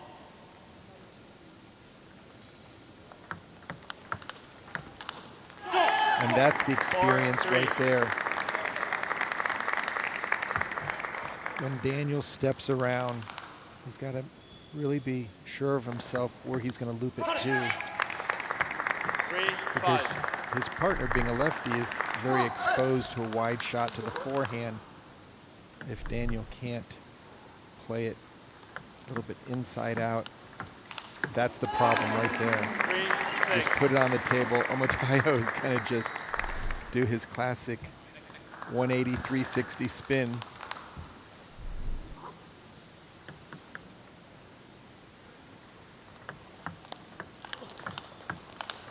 And then boom, right there. Excellent stuff from Olajide Omotayo and Lubomir Pishtay. And just dealing with the heavy attacks, then finding the open court with no one at home. Oh, goodness. 8-3. Some soft hands, flying spinners. Look at how Pishtay dodged the table. And Tran's backhand has worked in the doubles so far on the serve receive.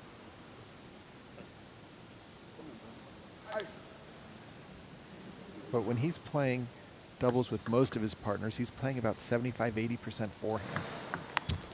5-8.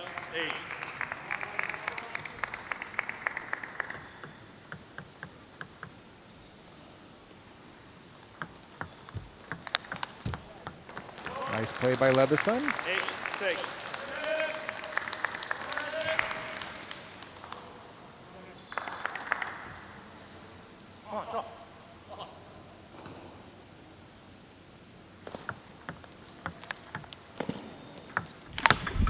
Tayo leaving no doubt.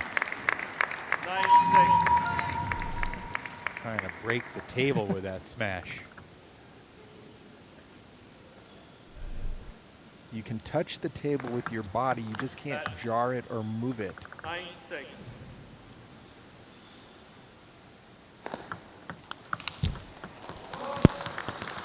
Seven, 9.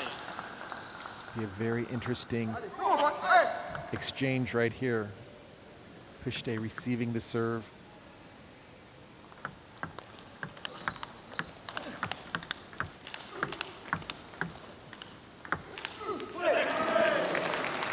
Good point on both parts. 8-9. Tran keeping those loops going from below the table surface. Omotayo unable to counterattack, and here comes another timeout. 1 point game here in game 2.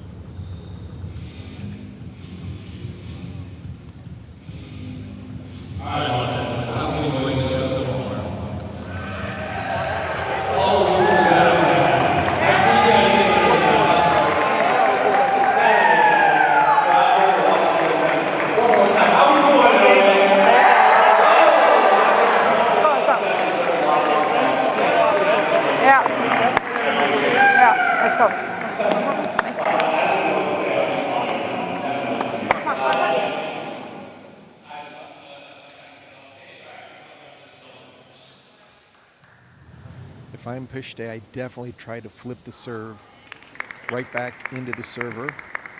Lebeson will be serving. So jamming it into Tran's backhand.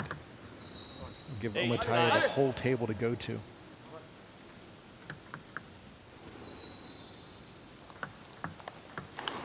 Went to Tran's forehand. It didn't work. It's 9-all. Yeah, that's a scary play because Tran can go in both directions. That time he took it more towards the middle. Tran made an excellent choice. Your game plan made a lot more sense there, Sean. Chicago trying to steal this game, up 10-9. The open table, both players were jammed in the backhand side. And all Pushte had to do is take a half a step forward and play his backhand cross court.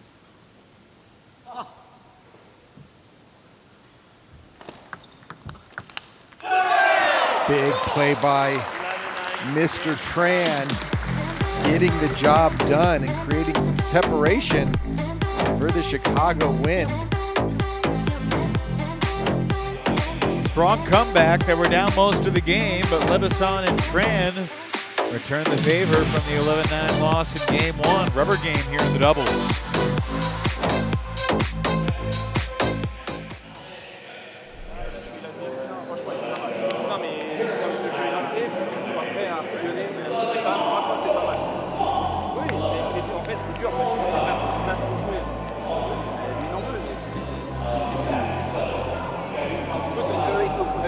Daniel, go.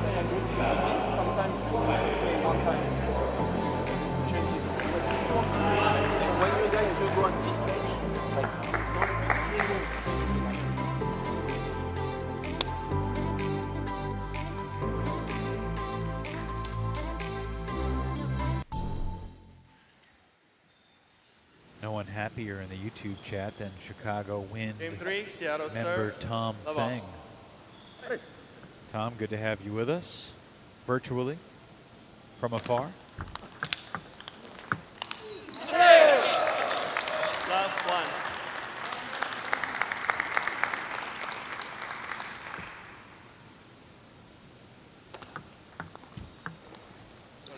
2, love.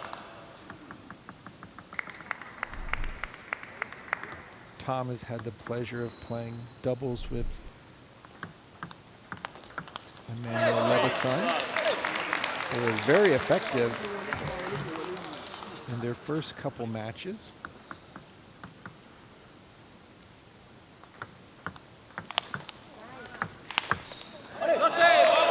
Tell you what, Daniel Tran, at 17 years old, in his first match of the season, is holding his own out there. And the key is, don't over try.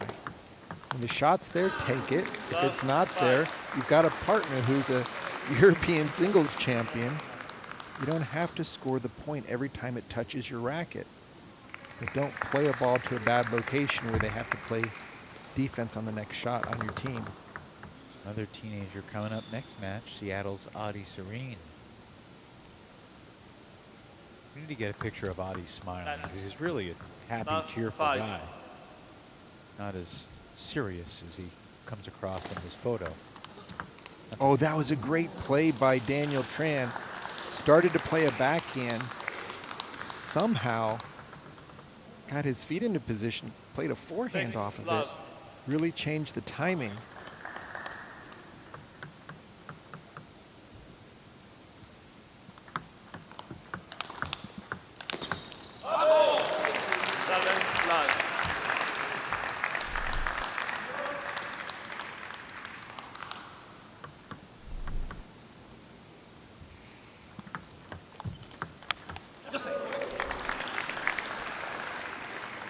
Love 8.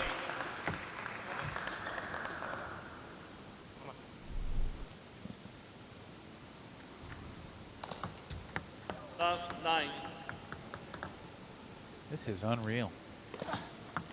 It's like Alashide and Lubo forgot how to play together. I would second that description.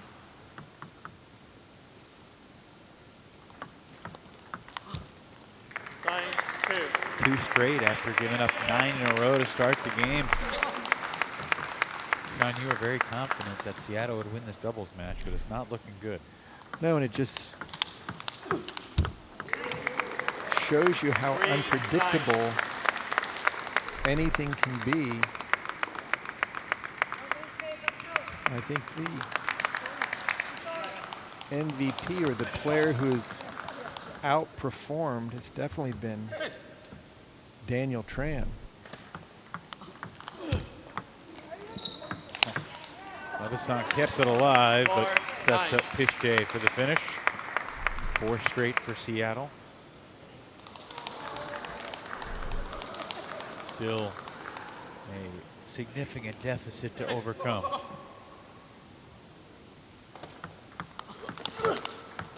And that sets up a smorgasbord of Chicago game points.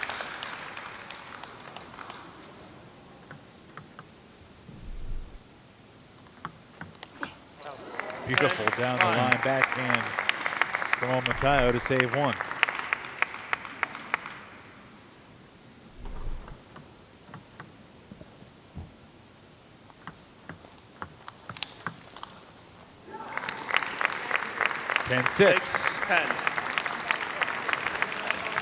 Seattle gets the serve back.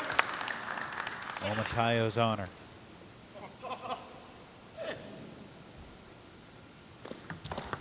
That's 6-10.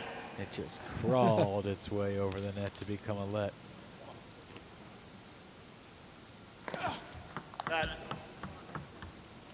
6-10.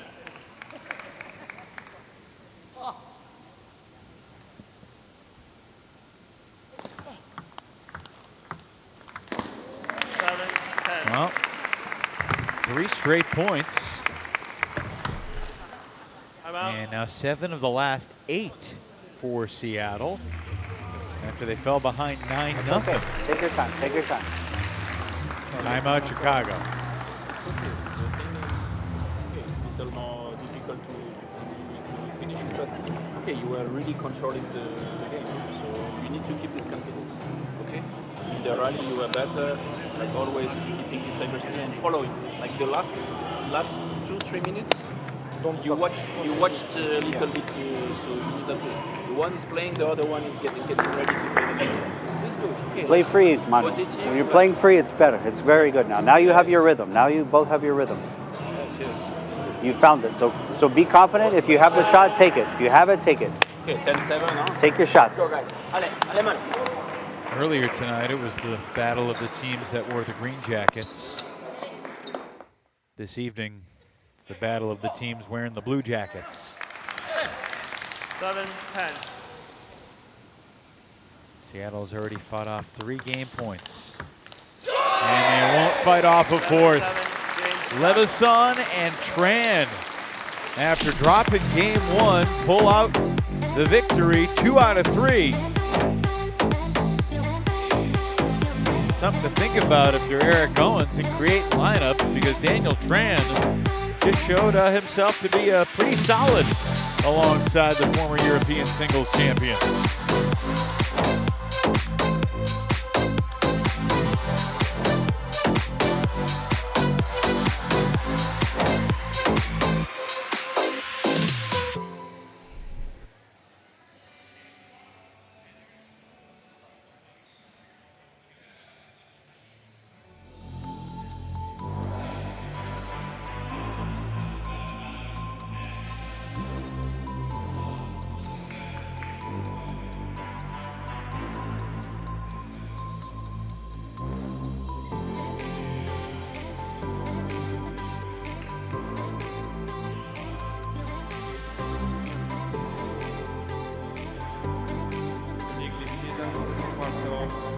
We are really happy about this big result for us, and I am also happy for Daniel, because this is his first game in the league.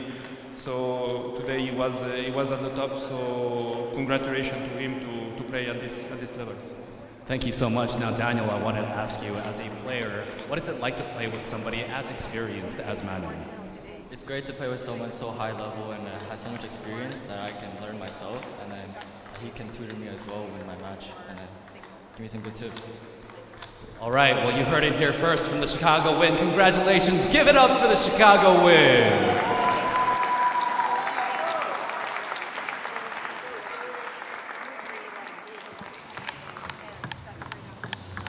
Conversation shifts back to singles with Adi Serene going up against Sean Zhang. And for Zhang, he's played singles sparingly this season. This will be just his third match, although his last time out, he swept 3 games in a row over Portland's Jiwei Shah. This is going to be a really interesting matchup. Serene, number 0 on the near side, super consistent. Doesn't have any overwhelming power with one shot, but just keeps the ball, constant pressure. Will play mid-court. On the opposite side there in the blue, Sean Zhang, tons of power, sometimes too much power. We'll see if his timing is there. Anytime he touches the ball, he's trying to finish it. Chicago wins to serve. Love all. Zhang, at 29 years old, is the much older player in this matchup, going against the 16-year-old Adi Serene, who made his MLTT debut last year at age 15.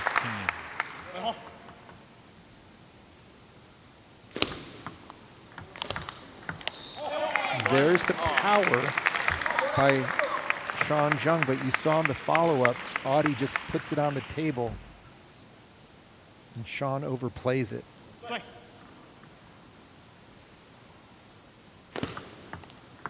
Adi can make that first attack on the table. He should be able to move Sean around. At the same time, any loose ball, Sean's going to put a lot of his legs into it. See how strong his legs are. That's coming from a ton of forehand attacks. Oh, there's a nice play by Serene. 2-2 through the first 4 points in this third singles match.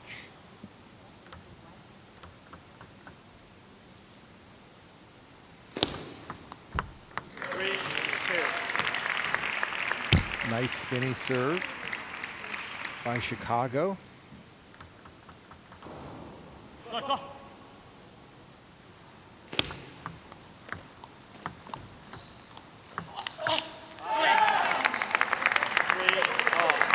Evan, I will still never forget the lap that Adi took around the entire venue. It was in Texas, I believe, after winning the ultimate golden point against over Cole. And the rest of his teammates trailed him as they all jumped barriers. Sean, I have a trivia question for you. So after last night, there have now been 13 ultimate golden points in the history of Major League Table Tennis. Who are the only 2 players in Major League Table Tennis that have scored the ultimate golden point twice? You go with the professor for one? Was that a good guess? You got it. And somebody else. How about Amy Wong? That is incorrect. Do I get a clue or a lifeline? Can I call a friend? Can I ask Matt? I'm just, double checking my notes to make sure I didn't misspeak and that there are only 2.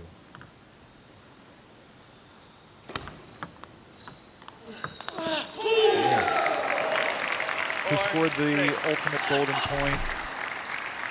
I guess it wasn't last night. It felt like last night, but last week, the last match of the weekend.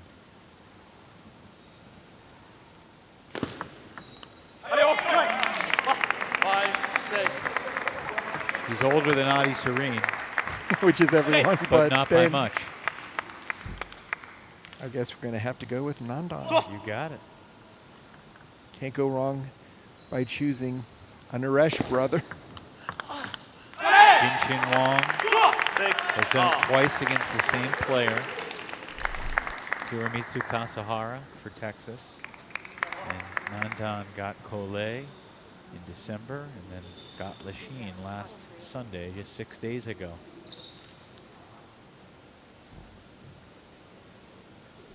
So Jinshin Wong and Nandan Naresh have 4 of the 13 ultimate golden points in history of the league. 7-6.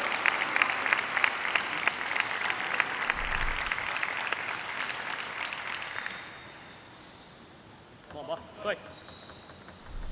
7-6 Chicago advantage here in game 1.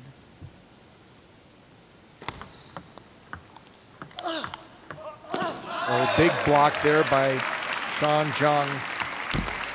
6-8. He can win points when he's on defense. That's huge. We know he can win points on offense. That's not an issue. It's just whether he overplays the ball. 6-9. Lucky break there, catching the net.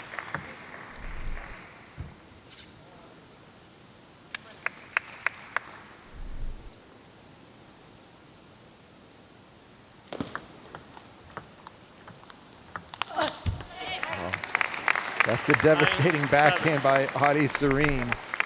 Really going for it.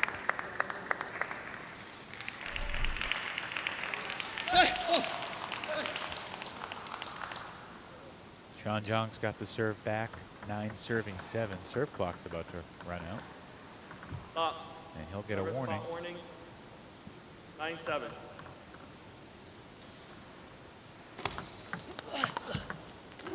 Another lucky net break. Tough break there for Serene. Adi made the shot he wanted. It just came back faster and catching the top of the net on the return. Serene fights off 1 game point, but several more to tangle with, trailing 10-8. Chicago's got a 6-3 lead on the team count. Half of their 6 points coming from Mo Jiang and her sweep of Debbie Vivarelli.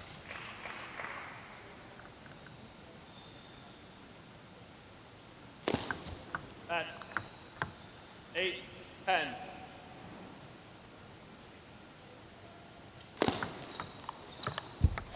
Game 1 to Sean Zhang. Chicago. 11-8 over Adi Serene.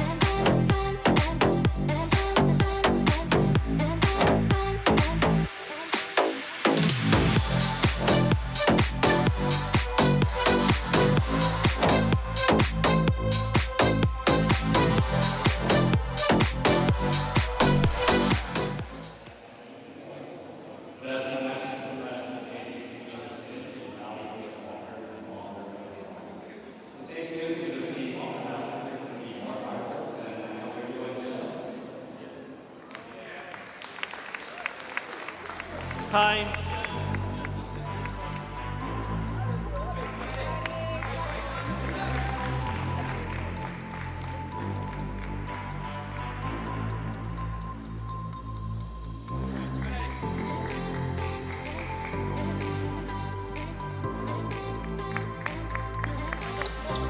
Game 2, TO Spinners serve, love off.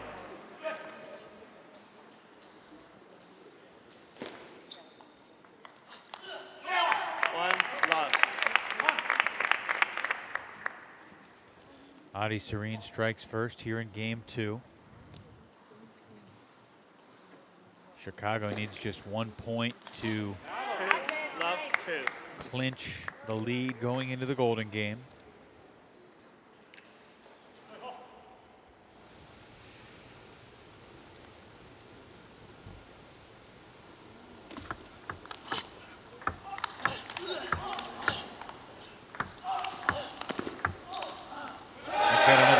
question for you, Sean. Okay.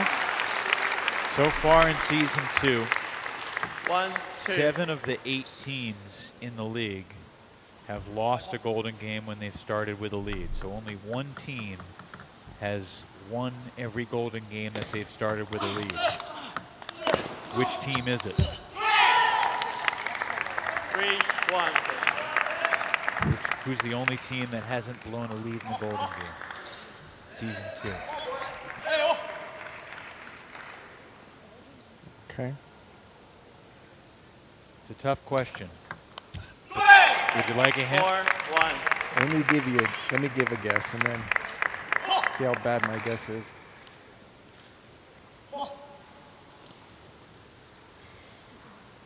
Make sure it's correct. What you have it down for your. It's correct. Okay.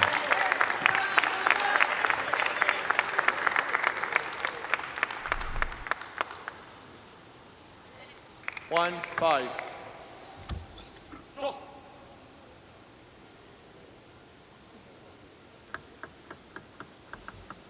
Should I go Seattle?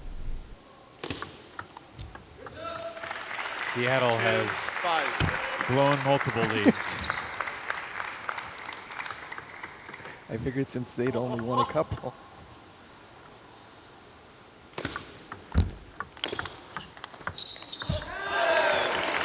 So it's Eastern Division. 3. That narrows it.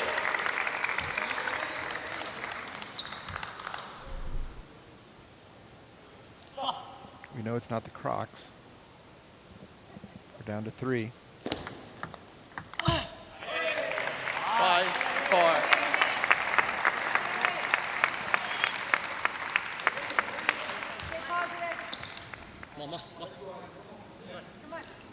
They wouldn't be playing right now. There's a reason why I chose to ask the question now. So it is Chicago? It is Chicago. They're the only team in the league so far in season 2 that hasn't lost a golden game that they've started in front. And I mention that now because they are 1 point away from clinching the lead. Does that mean they're due to let a golden game lead slip away, or does that mean they are pretty secure once they have a lead? They know how to take care of business. Seattle knows how to come back from 5 down, so that's true. That's the ultimate comeback. Seattle and Chicago both came back to win last night. For both teams, it was their first comeback to win a golden game this year.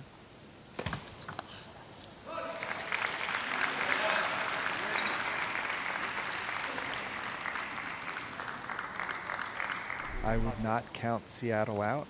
7-5. Not only from potentially coming back in the golden game. 7-5.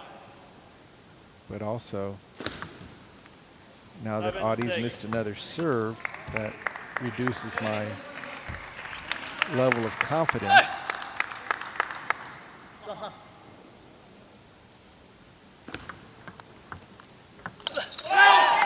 And there's the overplay 6-8. by Sean Jung. Got the ball that he wanted. See some frustration there. So Audie's not going to hit blistering winners, but he'll just play enough offense, just like on this point, where Sean has to go for a shot that he's not comfortable with. You're not going to see Sean blocking the ball or just putting it on the table. Everything's going to be a counterattack, and there's a net dribbler that begins to even things out. It looks like we could be going into a rubber game here.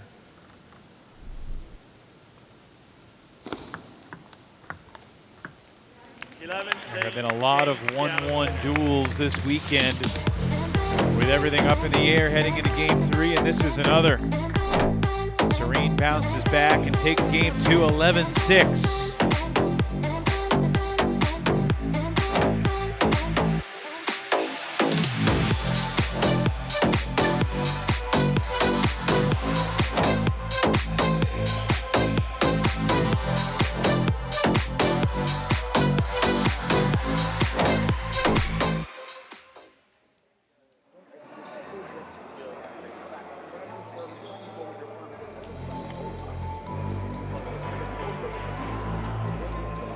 Let's go.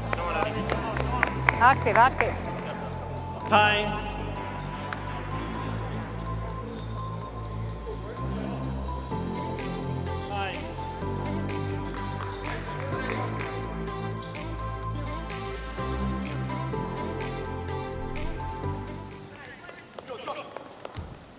Game 3, Chicago wins to serve. Love all. Sean Jong has the serve at the start of game 3. 7-4 is the score on the team tally with the wind in front. And that's what Audie needs to do. Get into quick backhand-to-backhand exchanges. That'll stay away from Sean's forehand. You can see Sean just happy to keep it on the table with tempo. Audie has a couple gears on his backhand side. Nice play.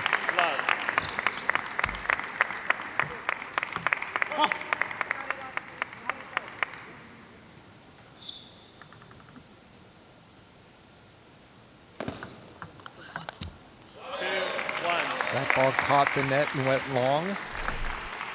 But so far, tactically, Audie is getting his game into play.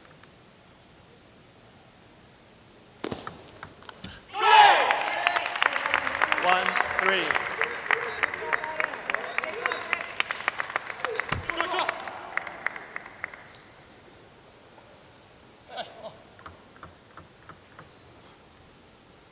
Audie has a tremendous amount of experience on the international front, playing for Australia, doing exceptionally well in the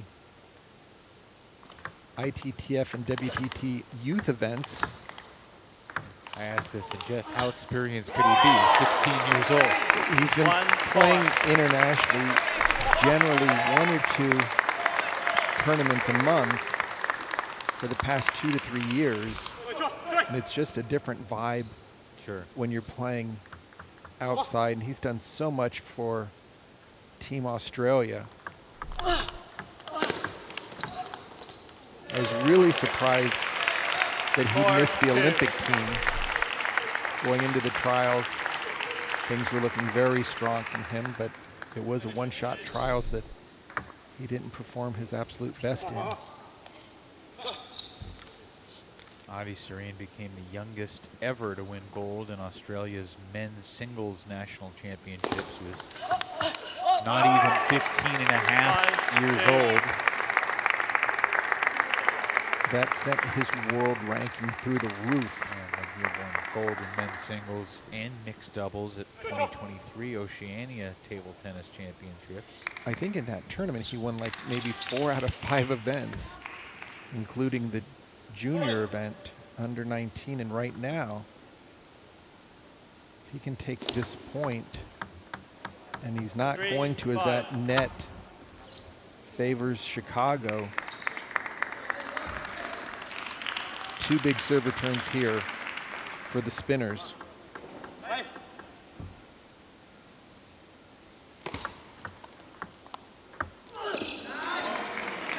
Four, 5. Audie has to keep this serve return shorter, otherwise Sean will load it up. See that ball taking a very wild bounce. Audie unable to time it off the bounce. There's what Audie needs to do. Get into a backhand-to-backhand exchange till he can turn the corner, get his forehand going now with 2 serves and a 2-point lead. Potentially break this match open.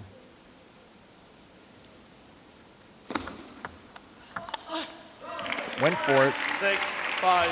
Tried to finish it with a backhand.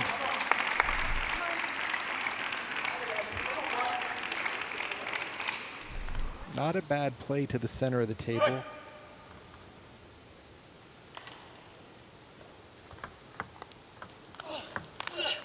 that's a great opening there by Audie. 5, 7. Nice high toss serve. Steps around the backhand. Most importantly, kept the ball deep. So difficult to counterattack. You're moving away from the ball. Now, still a 2-2 lead for for Seattle.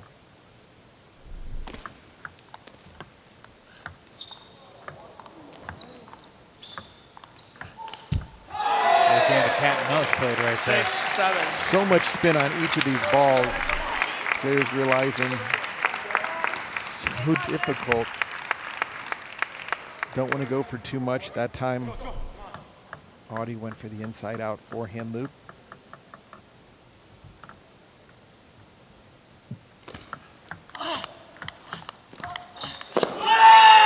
Backhanded back in exchange is going to favor Audie every single time. 6.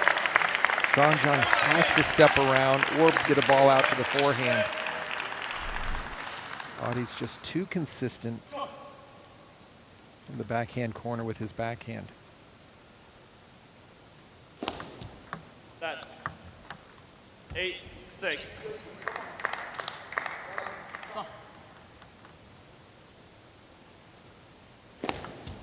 That's 8-6.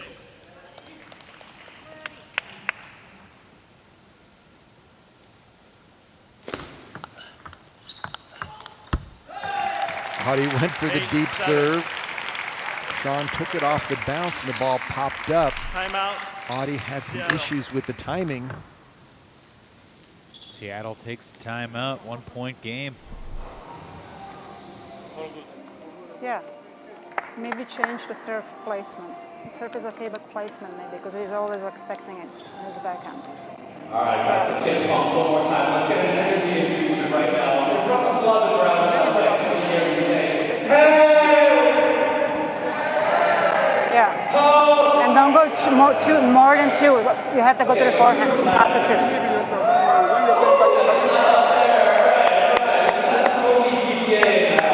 Let's go at it. Trust yourself. Trust yourself. Let's go. Let's go.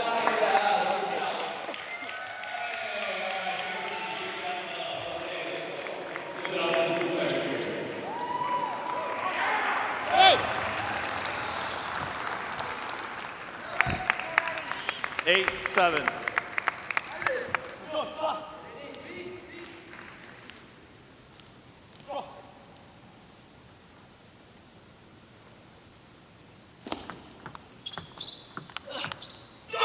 Eight all. 8 all.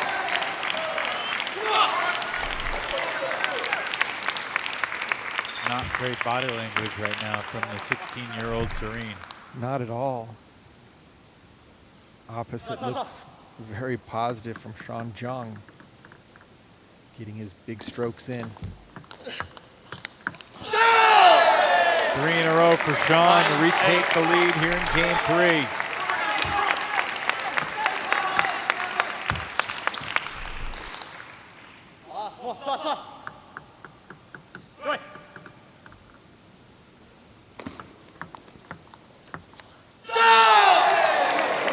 Gotten away from Serene really fast. Just a lot of errors, one after another.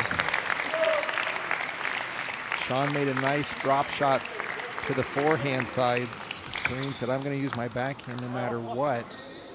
Just shoved it off the side of the table. That 8, 10.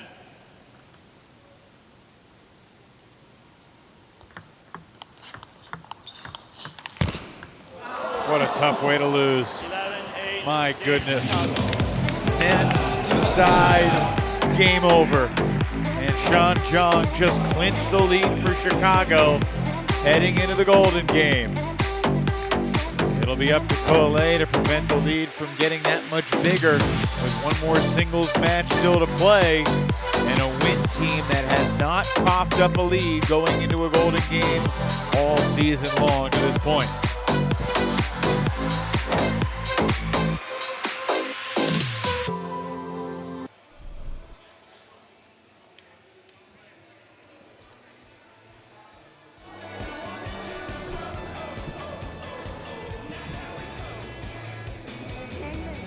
Okay, I'm here with the winner of that match, Sean Jung. Now, Sean, tell me, where did you get those amazing shoes?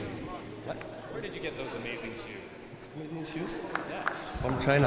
From China, you heard it here first. These shoes are from China. Leading Mage Pro. Okay, everybody give it up for Sean.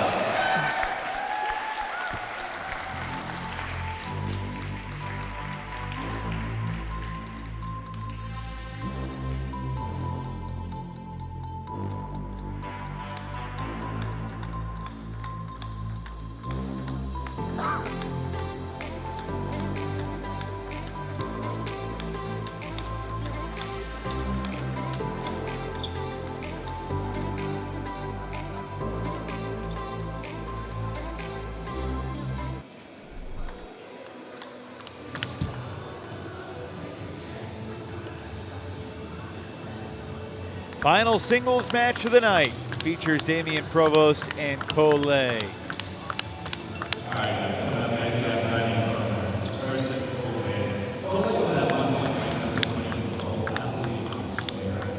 Provost, first match this weekend for the Chicago win, was impressive. He played really well against Jens Lundquist yesterday, taking 2 out of 3 games. He lost a golden point on the 3rd game. That was the only thing that prevented him from pulling off the sweep. Collet battled Ian Pitchford, was excellent in game 1, and then Pitchford found his rhythm, and Collet got outscored 22-8 in games 2 and 3. These guys have different styles. Sean, how do you think they'll match up with each other? Well, it's really going to be up to Collet if he can establish his offense. I see him pushing Provost off the table. However, at the same time, if Provost can slow things down and get Collet out of rhythm, that can present problems as well. Love,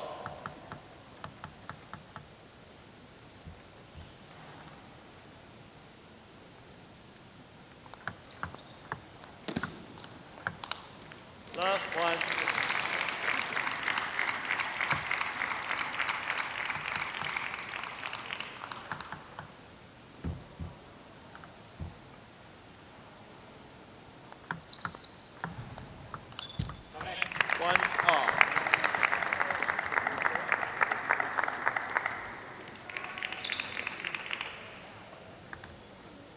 Collet, of course, has won the US Open multiple times,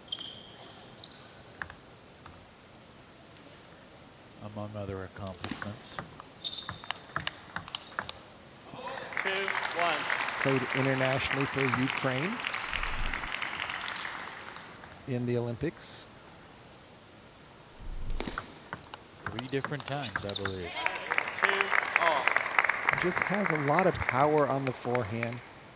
Very safe and smart serve and serve return. This reverse forehand pendulum serve you'll see here. He can put a lot of topspin on the ball. Right there. Flies off the end. We saw that in season 1. We were noticing how many times, I think it was in the first meet, where people weren't even getting a serve on the table after 4 or 6 serves in a row, trying to keep it short as he's serving side top and just pushing it off the end of the table. But his backhand is solid.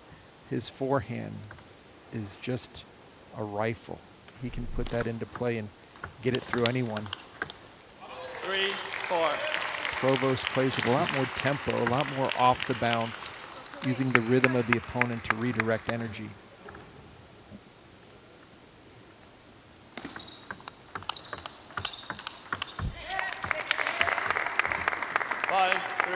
Sean, this morning I was visiting with some friends, and they're not too familiar with table tennis, and was telling them about MLTT, and they ask, what's the one thing that I would never think about professional table tennis? And it was a good question, and I thought about it for a little bit, and then I told him the paddles that professional table tennis players use are so different than basement paddles.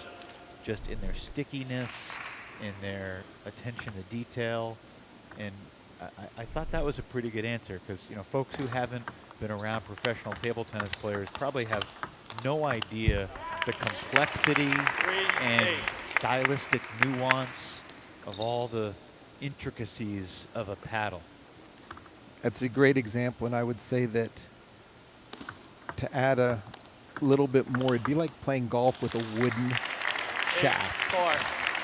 With the high-tech boron and all the different drivers, and table tennis is high-tech.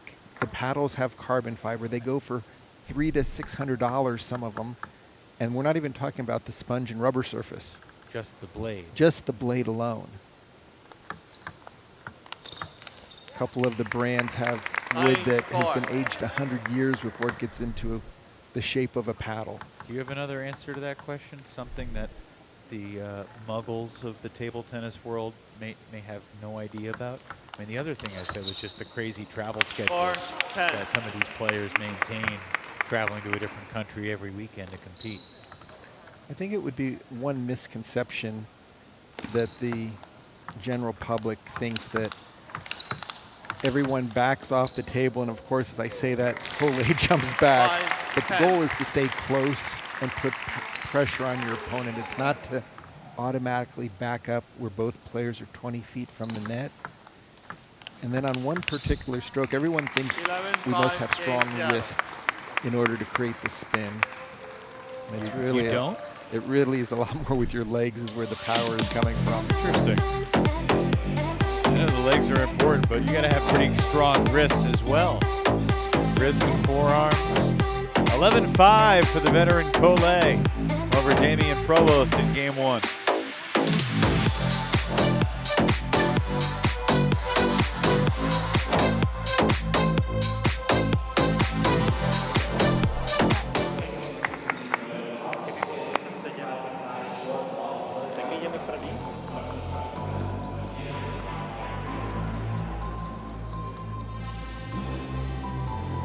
Time.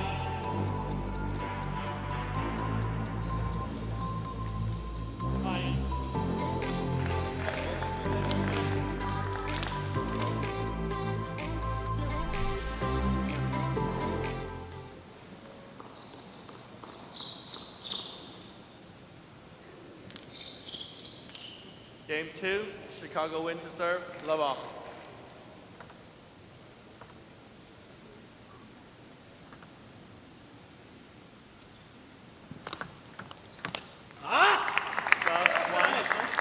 And Provost knows he has to get out of the gate fast if he's going to be competitive with Coley.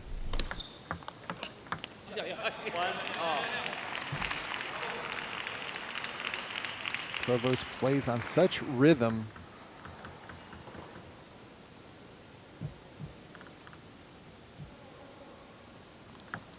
That. 1 off.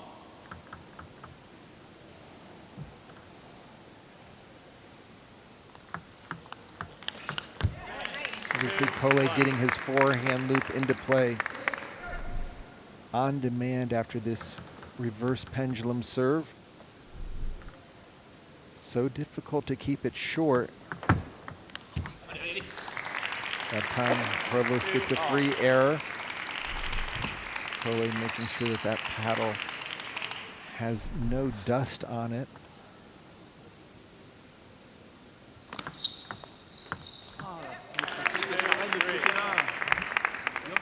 Frustration building right now for Damian Provost.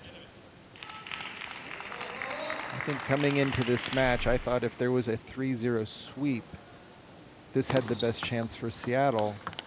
I definitely felt that Audi Serene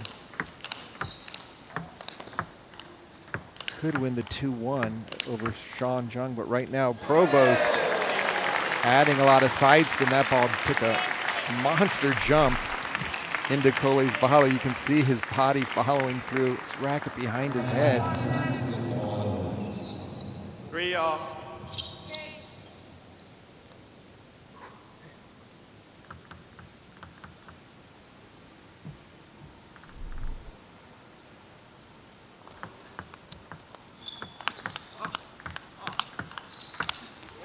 Coley doing a great job on defense there.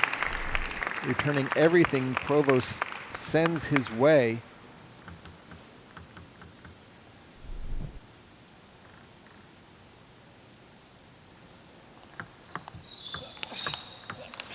Look at that power. We saw that in season 1 when Cole played for the Paddlers. Such a strong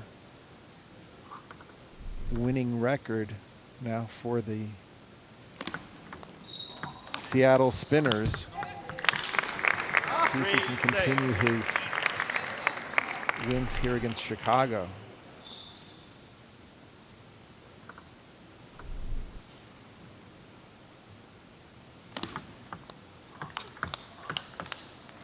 Almost caught that one.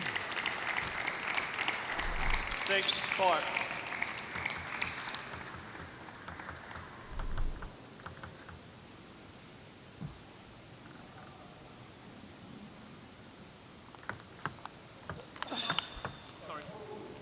Nice block down the line by Provost.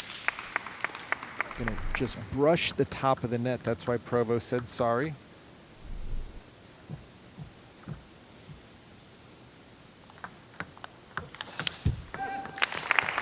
That's just too difficult to defend when Cole gets a free swing like that off of his serve. You have no idea where he's going with that ball.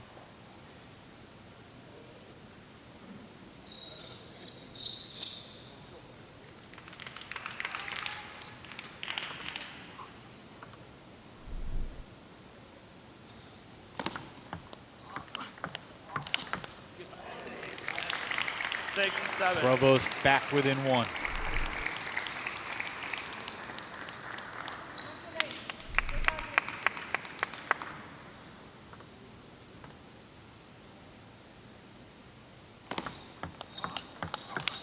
Oh, great backhand by Cole. 8-6. Often going out to Provost's wide forehand.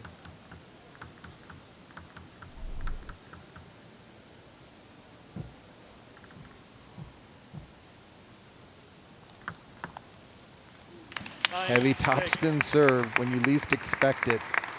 Nice free point. At a great time to keep the momentum going. You know, Evan, we talked about the equipment from our last point. We'd be remiss if we didn't thank Butterfly for what they've done for MLTT. And the great uniforms, table, ball. They've provided everything for MLTT. And the players really appreciate that. 7-10. Provost found a wide forehand lane right there.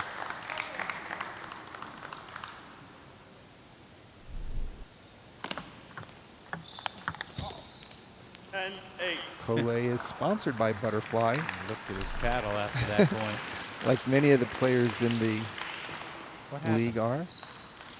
It's never your fault. It's always something that's at the end of your wrist, not doing what you've told it to.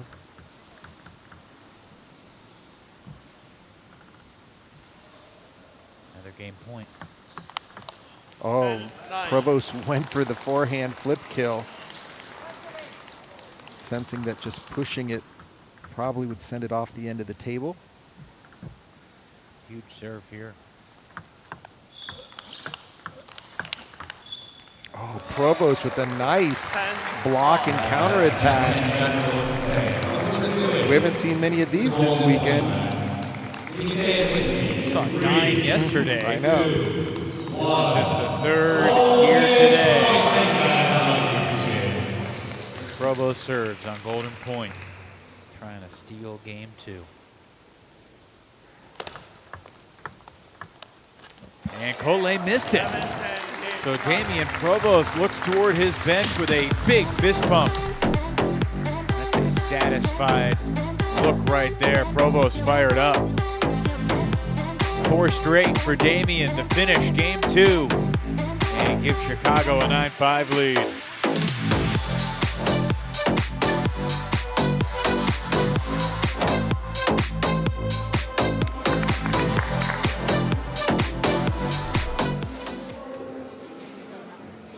When you put pressure on it, because I don't use it. Yep. After I feel like I can. Yeah.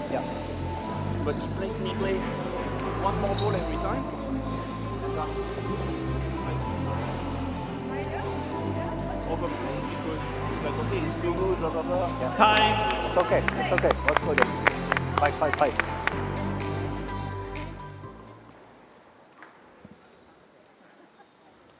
Game 3, spinners to serve, love all.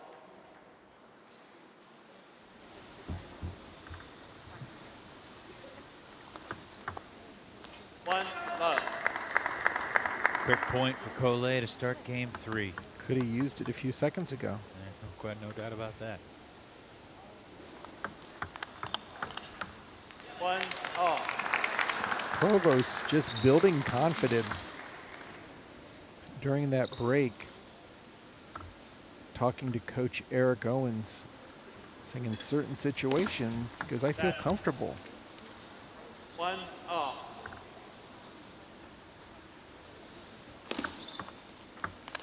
Oh, that's a nice third ball attack. We've seen matches like this, Sean, where it seems like one player's in total control, lets a game slip away. Provost frustrated at the service error. And then it feels like the whole mood of the match shifts entirely. Confidence, such a big part of table tennis. Three, you feel you're the better player. Seems like everything's easier. If the opponent gets a net or an edge, it feels like such an uphill climb to bring it back to even. Whoa. You can see Provost giving himself some pump-ups there. Game 3 has been a relatively sloppy start for both players. Winning a lot of points thanks to the opponent's errors. Yep.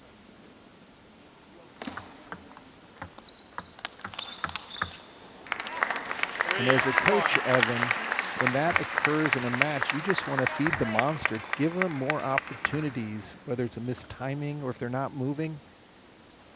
Just keep the pressure on them. Don't try to make bigger shots when they're having issues with their timing.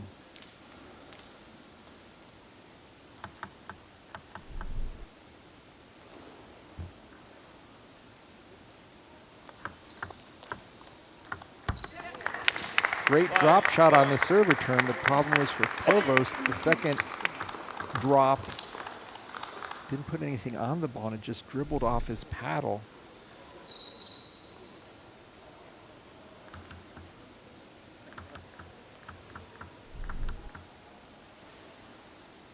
MLTT Season 2 continues tomorrow here in Pomona. And then 4 more regular season events: Miami, Charlotte, Katy, and Lawrenceville, New Jersey, all leading up to championship weekend in Philly. Tickets for championship weekend go on sale this Thursday at MLTT.com/tickets. And while you're on the website, don't forget to subscribe to the newsletter if you want to keep up to date on all the happenings with these players that are playing internationally, or opportunities to even win some cool prizes. I do always get excited when the newsletter shows up in my inbox. I love it. I love it. I instantly repost it to my Facebook page, along with all the great plays of the day. 6, 7. Sean, are you going to be a little bit emotionally off tomorrow without TikTok in your life anymore? I've got MLTT, so it's not going to be an issue. Okay, good. We've got social media on Instagram, on X, and of course on Facebook. Still Twitter to me. Okay, and YouTube. That's the place where you want to be for MLTT with all the full matches, highlights. Just subscribe, as well as click on the notify button early on, and it'll tell you when our next matches are the week going into a competition.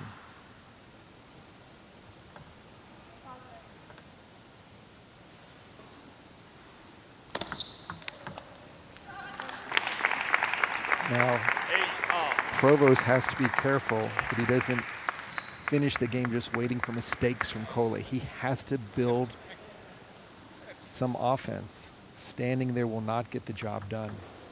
Kohle's just too seasoned of a player. Into the net, and Provost takes the 9-8 lead. For much of the first two games, it felt like Kohle was on cruise control. But now he's in danger of dropping 2 out of 3, and given the wind, a 5-point head start in the Golden game. Guess what? The score is Timeout, Spinners. This could potentially go for Golden point. Something to need you guys help. Take your time, don't rush into it. Get your setup with your serves.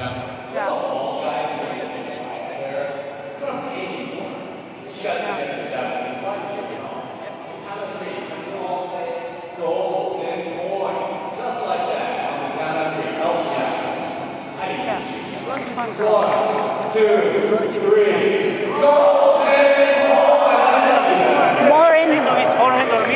Yeah. Let's go find that middle.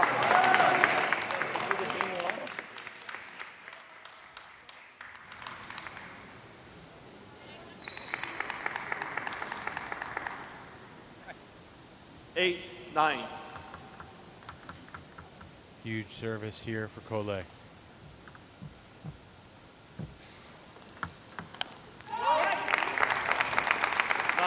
We've gotten some fantastic facial expressions from Damian Provost in this match.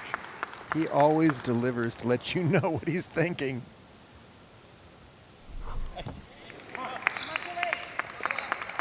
Serve goes back to Provost at 9-9.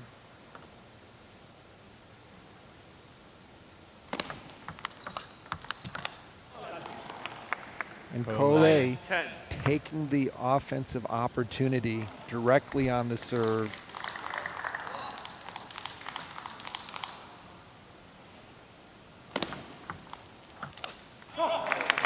Provost misses it, and Kohle escapes with 2 out of 3 games to make it 9-6 in favor of Chicago heading into the Golden game. So the Wind will have a 3-0 head start as they try to get their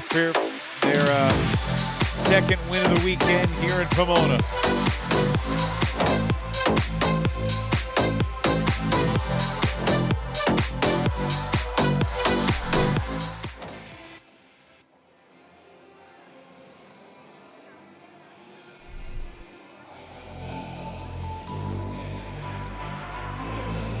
Seattle and Chicago, second meeting of the season. Lubomir Pitchford taking 2 out of 3 over Emmanuel Lebason at the start. And then Mo Jong was just a buzzsaw, taking 3 straight in convincing fashion over Debbie Vivarelli. In the doubles, Lebason and Daniel Tran playing together for the first time. And they pulled off the upset over Omatayo and Pitchford 2-1. Competitive match in third singles. Sean Jong and Adi Serene split the first 2 games. Sean Jong closing strong in game 3 to give the win to Chicago. And then Provost versus Lay. Kohle dominant in game 1. Provost won the Golden point in game 2. Kohle escaped with an 11-9 win in game 3. It's a 9-6 lead for Chicago. Golden game time. Here's the commish. Flint Lane, take it away. Okay, we're at the Golden game. It's a race to 21 for 6 points and will decide the match outcome. The Chicago Wind are leading 9-6. You will be starting with a 3-point edge in the Golden game. Seattle, since you're behind, you have the first pick. Deborah Vivarelli is your first pick. You're number 1, coach. Sean Zhang is your number 1. You're 2. Daniel Tran. Daniel Tran is your 2. Olajide Amatayo. Olajide Amatayo is your 2, and you're 3. Adi Serene. Adi Serene, you're 3, coach. Mo Zhang. Mo Zhang is your 3, you're 4. Emmanuel Lebason. Emmanuel Lebason is your 4. Coach, you're 4. Lubomir Pitchford. Lubomir Pitchford is your 4, and you're 5. Kohle. Kohle is your 5. You're 5? Damian Provost. Damian Provost is your 5. Good luck, coaches.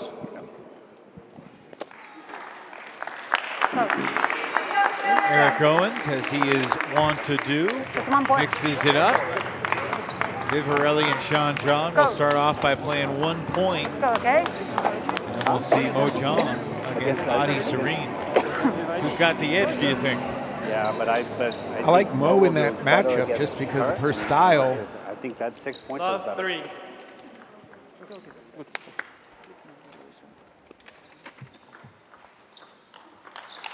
It's okay, it's okay.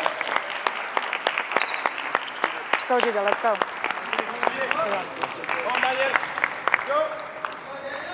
John Jong makes it 4-0 Chicago. Daniel Tran playing singles for the first time this season. His first Golden Game of the year as well. Now they're on the right side of the table. Daniel serve. Chicago's supposed to be serving.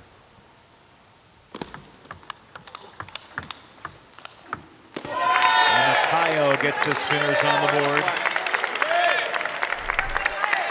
In season 1, Daniel Tran had an excellent Golden Game record. He won 17 points, he only lost 12. He lost his first 2 here in season 2. Emphatic finish from Olajide.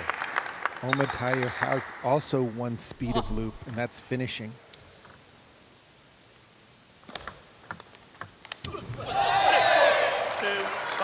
All 3 points in this sequence, won by the returner so far.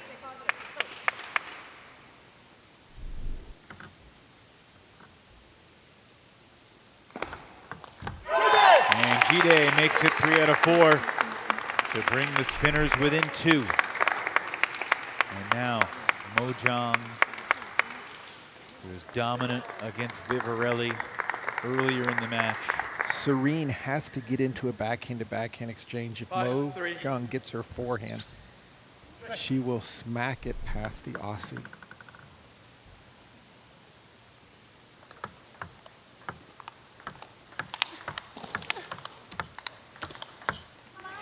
Serene takes the opening point. Couple net balls on that exchange.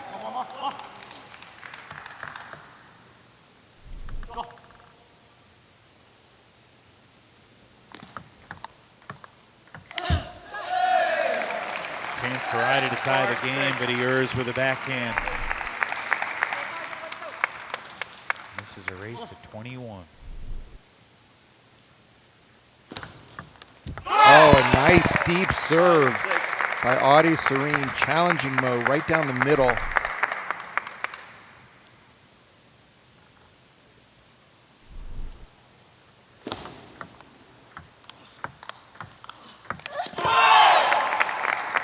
And we have a tie game right now. Omatayo and Serene both take 3 out of 4 over Tran and Zhang respectively. And now the big guns. Pishte took 2 out of 3 in singles earlier tonight. 4 points for Levisan and Pishte. Levisan strikes first. Just a great point from both players. Pishte pounding the backhand out to the forehand, but unable to convert with his forehand step around.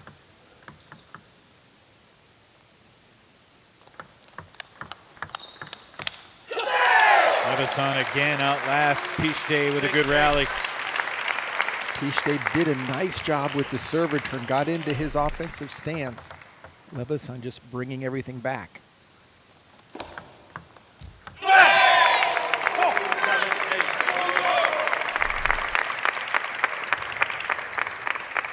Those are the easy points that you love to see happen.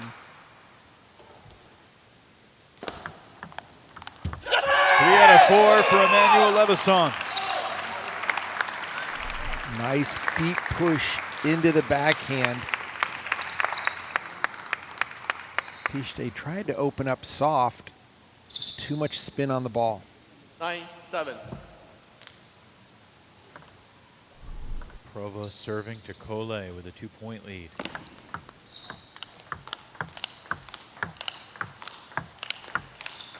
What a rally.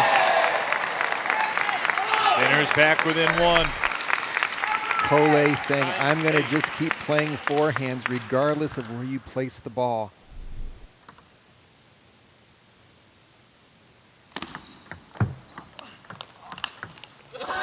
Great angle from Damian Provost there. Sweet timing from the Frenchman. Just right off the bounce. 8, 10.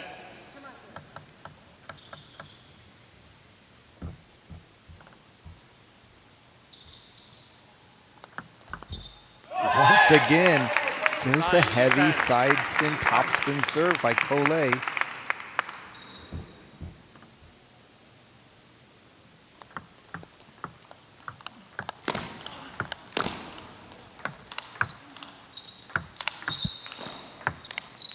Damian Provost stays in the point and wins it.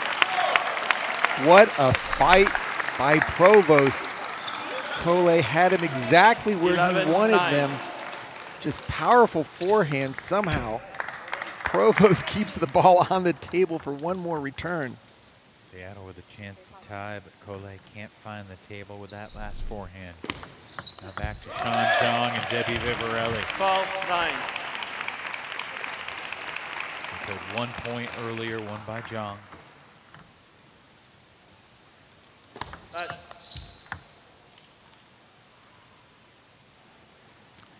Warning for spinning the ball from his hand.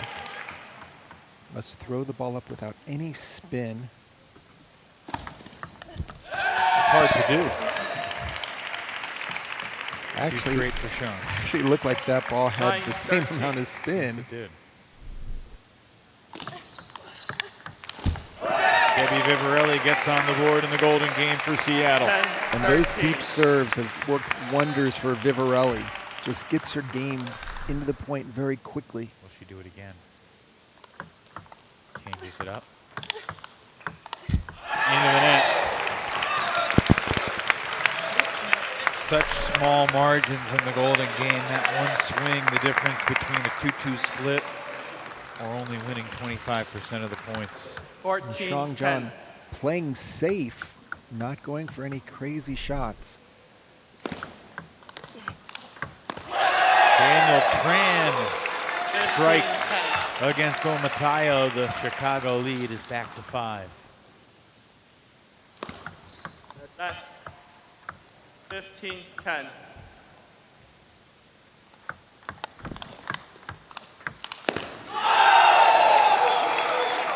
Daniel Tran has a great pattern off that serve where he can get his strengths directly into the point. Timeout Seattle. Water? Okay, okay. Set up your point with your serve now. Yeah. Just take your time. Okay, let's go. Stay positive, okay? Stay positive. Time.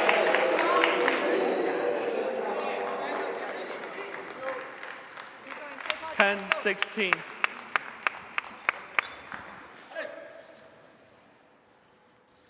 Couple of must-score points for Seattle if they want to stay in it. Great placement by Omatayo out to the forehand. And we've got lefties all over the place here for Chicago.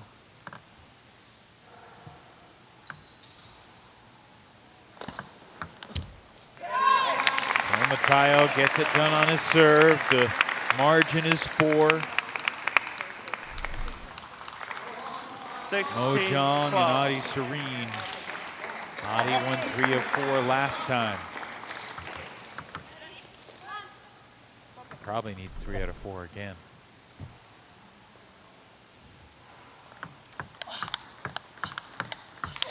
But Mo Jong has the goods. Mo's forehand. Pinpoint down the line.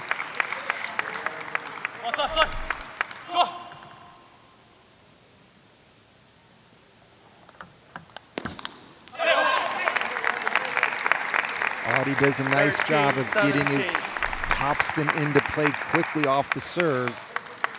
4-point game, 2 serves for Serene. And there's Serene's third ball attack on the backhand side. Adi's now won 5 of the 7 points. Final point of the night for these two, and before it happens, we'll get a Chicago timeout.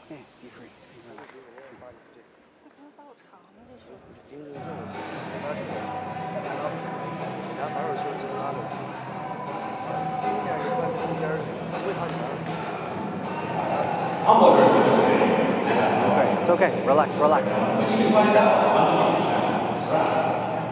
Be confident on the serve return. Okay, you can do it. Yeah, be ready. Time.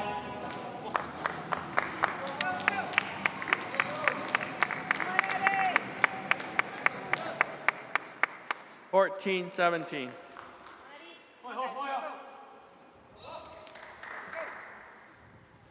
One more point here for Serene against Zhang. 3 out of 4 for Adi for the second straight time against Mo. You don't see that often. Mo Zhang, 6 out of 8 points against her. So it's a 2-point game. Lebasan versus Pitchford.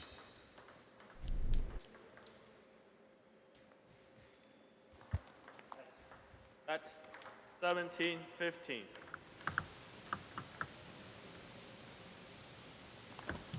That 17-15.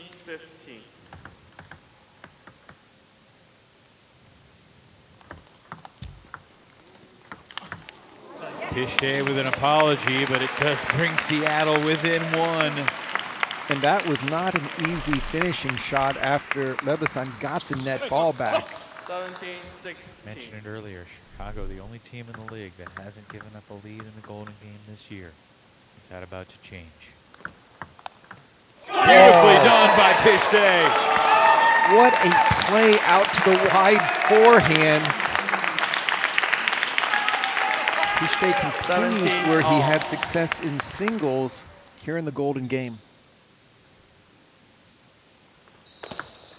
That's 3 in a row for Pitchford.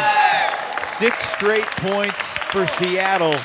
And the Spinners have the lead here in this Golden Game for the first time.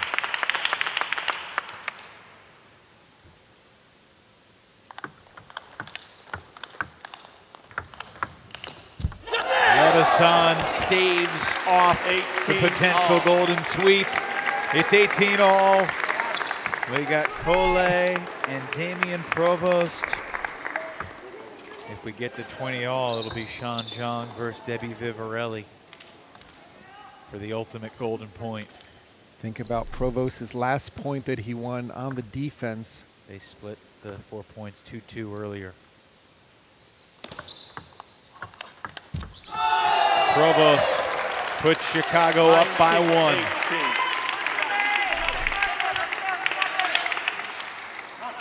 Debbie Vivarelli won the ultimate golden point last night. Could she do it 2 nights in a row?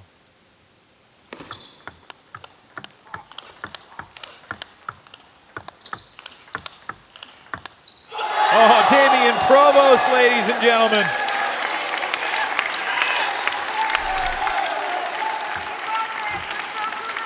Going toe-to-toe with Cole.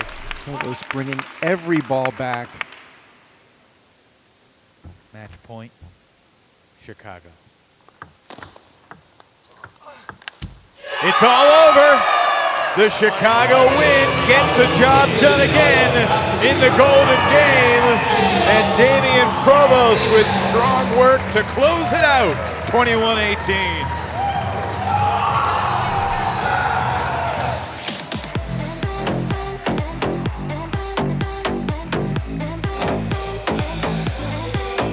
Every point counts. Would have been a different situation. Let's say if Cole had won the golden point against Damian earlier, maybe only a 1-point deficit instead of a 3-point deficit. Every point counts. Chicago's 2-0 so far this weekend here in Pomona.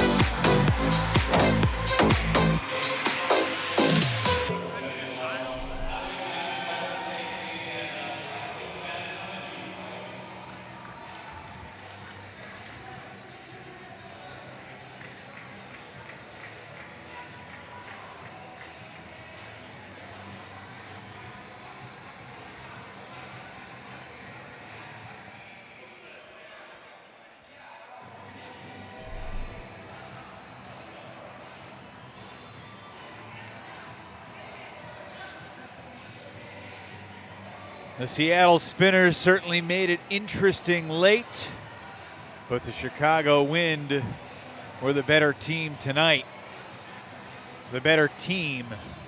They did it together, and Damian Provost left his heart out there on the table in a really gutsy way. He's still celebrating right now.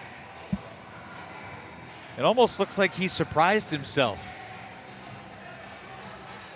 Hardest part of the night is getting the pose for the team photo.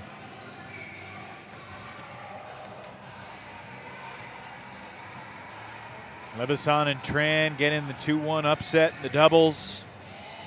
Sean Jung getting it done against Adi Serene in singles. And then, you know, the Wind just scrapping left and right. And even though Mo Jong didn't deliver in the Golden game for a rare occurrence, because she's been so steady in the Golden, everyone else stepped up. We're here with Eric Owens, the coach of the Wind. Eric, it got a little tight there down the stretch, 18 all. Strange things have happened in these nightcap Golden games here in Pomona, especially with Seattle involved, but Damian Provost, what an effort. What was going through your mind with Damian at the table there against Cole? Yeah, I mean, it's a tough matchup for us. Historically, Damian doesn't do too well against Cole, but he played well against him today, but at 18 all, it was really 50-50. But I have confidence in Damian, and he pulled it out at the end, so it was great. Eric, talk about the significance of the doubles match, putting two lefties out there in a situation where you're playing against one of the best doubles teams in the league, and how did they pull that off? Yeah, I mean, two lefties is tough. It's a little bit easier for Emmanuel. He's French. He's used to playing with some lefties, but Daniel Tran has never played with a lefty in his life, and it's his first MLTT match this season to play doubles with another lefty. So you couldn't have asked for a more difficult scenario for him, but he really pulled it out. I think in the beginning they were just sort of figuring out their rhythm, but once they found their rhythm, they were fantastic. So I think they're actually a really, really good team. Sean, you're 2-0 to start this weekend. We all know you're chasing Carolina and trying to stave off Princeton. What's the key heading into tomorrow to complete a perfect weekend? Yeah, I mean, I think we just need to enjoy the moment for a little bit now. That was tough all the way through, but we have to regroup and think about what we want to do for Florida tomorrow. We had one lineup yesterday. We had a completely different lineup today, so I think that gives us a lot of data to explore and figure out what's the best matchup for tomorrow. You're going to have a desperate and angry and frustrated Florida team, but we know you'll be ready to give it your best. Look forward to seeing what you guys can do tomorrow. Congrats on the win tonight. Enjoy it for a few hours. We'll see you tomorrow. Thank you. Great. The early match tomorrow, 11 a.m. Pacific. That's 2 p.m. Eastern here in Pomona as the Chicago Wind get another victory. So they are guaranteed to have at least 2 match victories in each of the first 4 wins this season. Before we dive into the standings, let's take a look at the nominees for play of the day. Going back earlier, Amoda finding the range. This was yesterday against Pinto. It was so good we wanted to see a little bit more. Yes.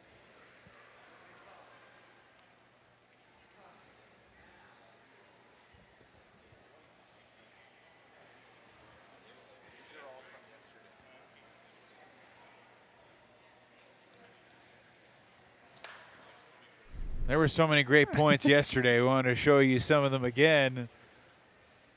Chicago victorious, winning the Golden game 21-18. And look, with Carolina dropping 3 straight games last week, Chicago with a good day tomorrow can really put the pressure on the Gold Rush. They're just 18 points back. If they get another 14, 15, 16, they'll be right there. And with Portland going into the Spinners, looks like they will have a chance to overtake the Blasters unless something falls out of the bottom. They lose at 0. Portland's in second place in the West Division unless they don't show up tomorrow, literally. And I think they're going to show up. But it's going to be a tight race.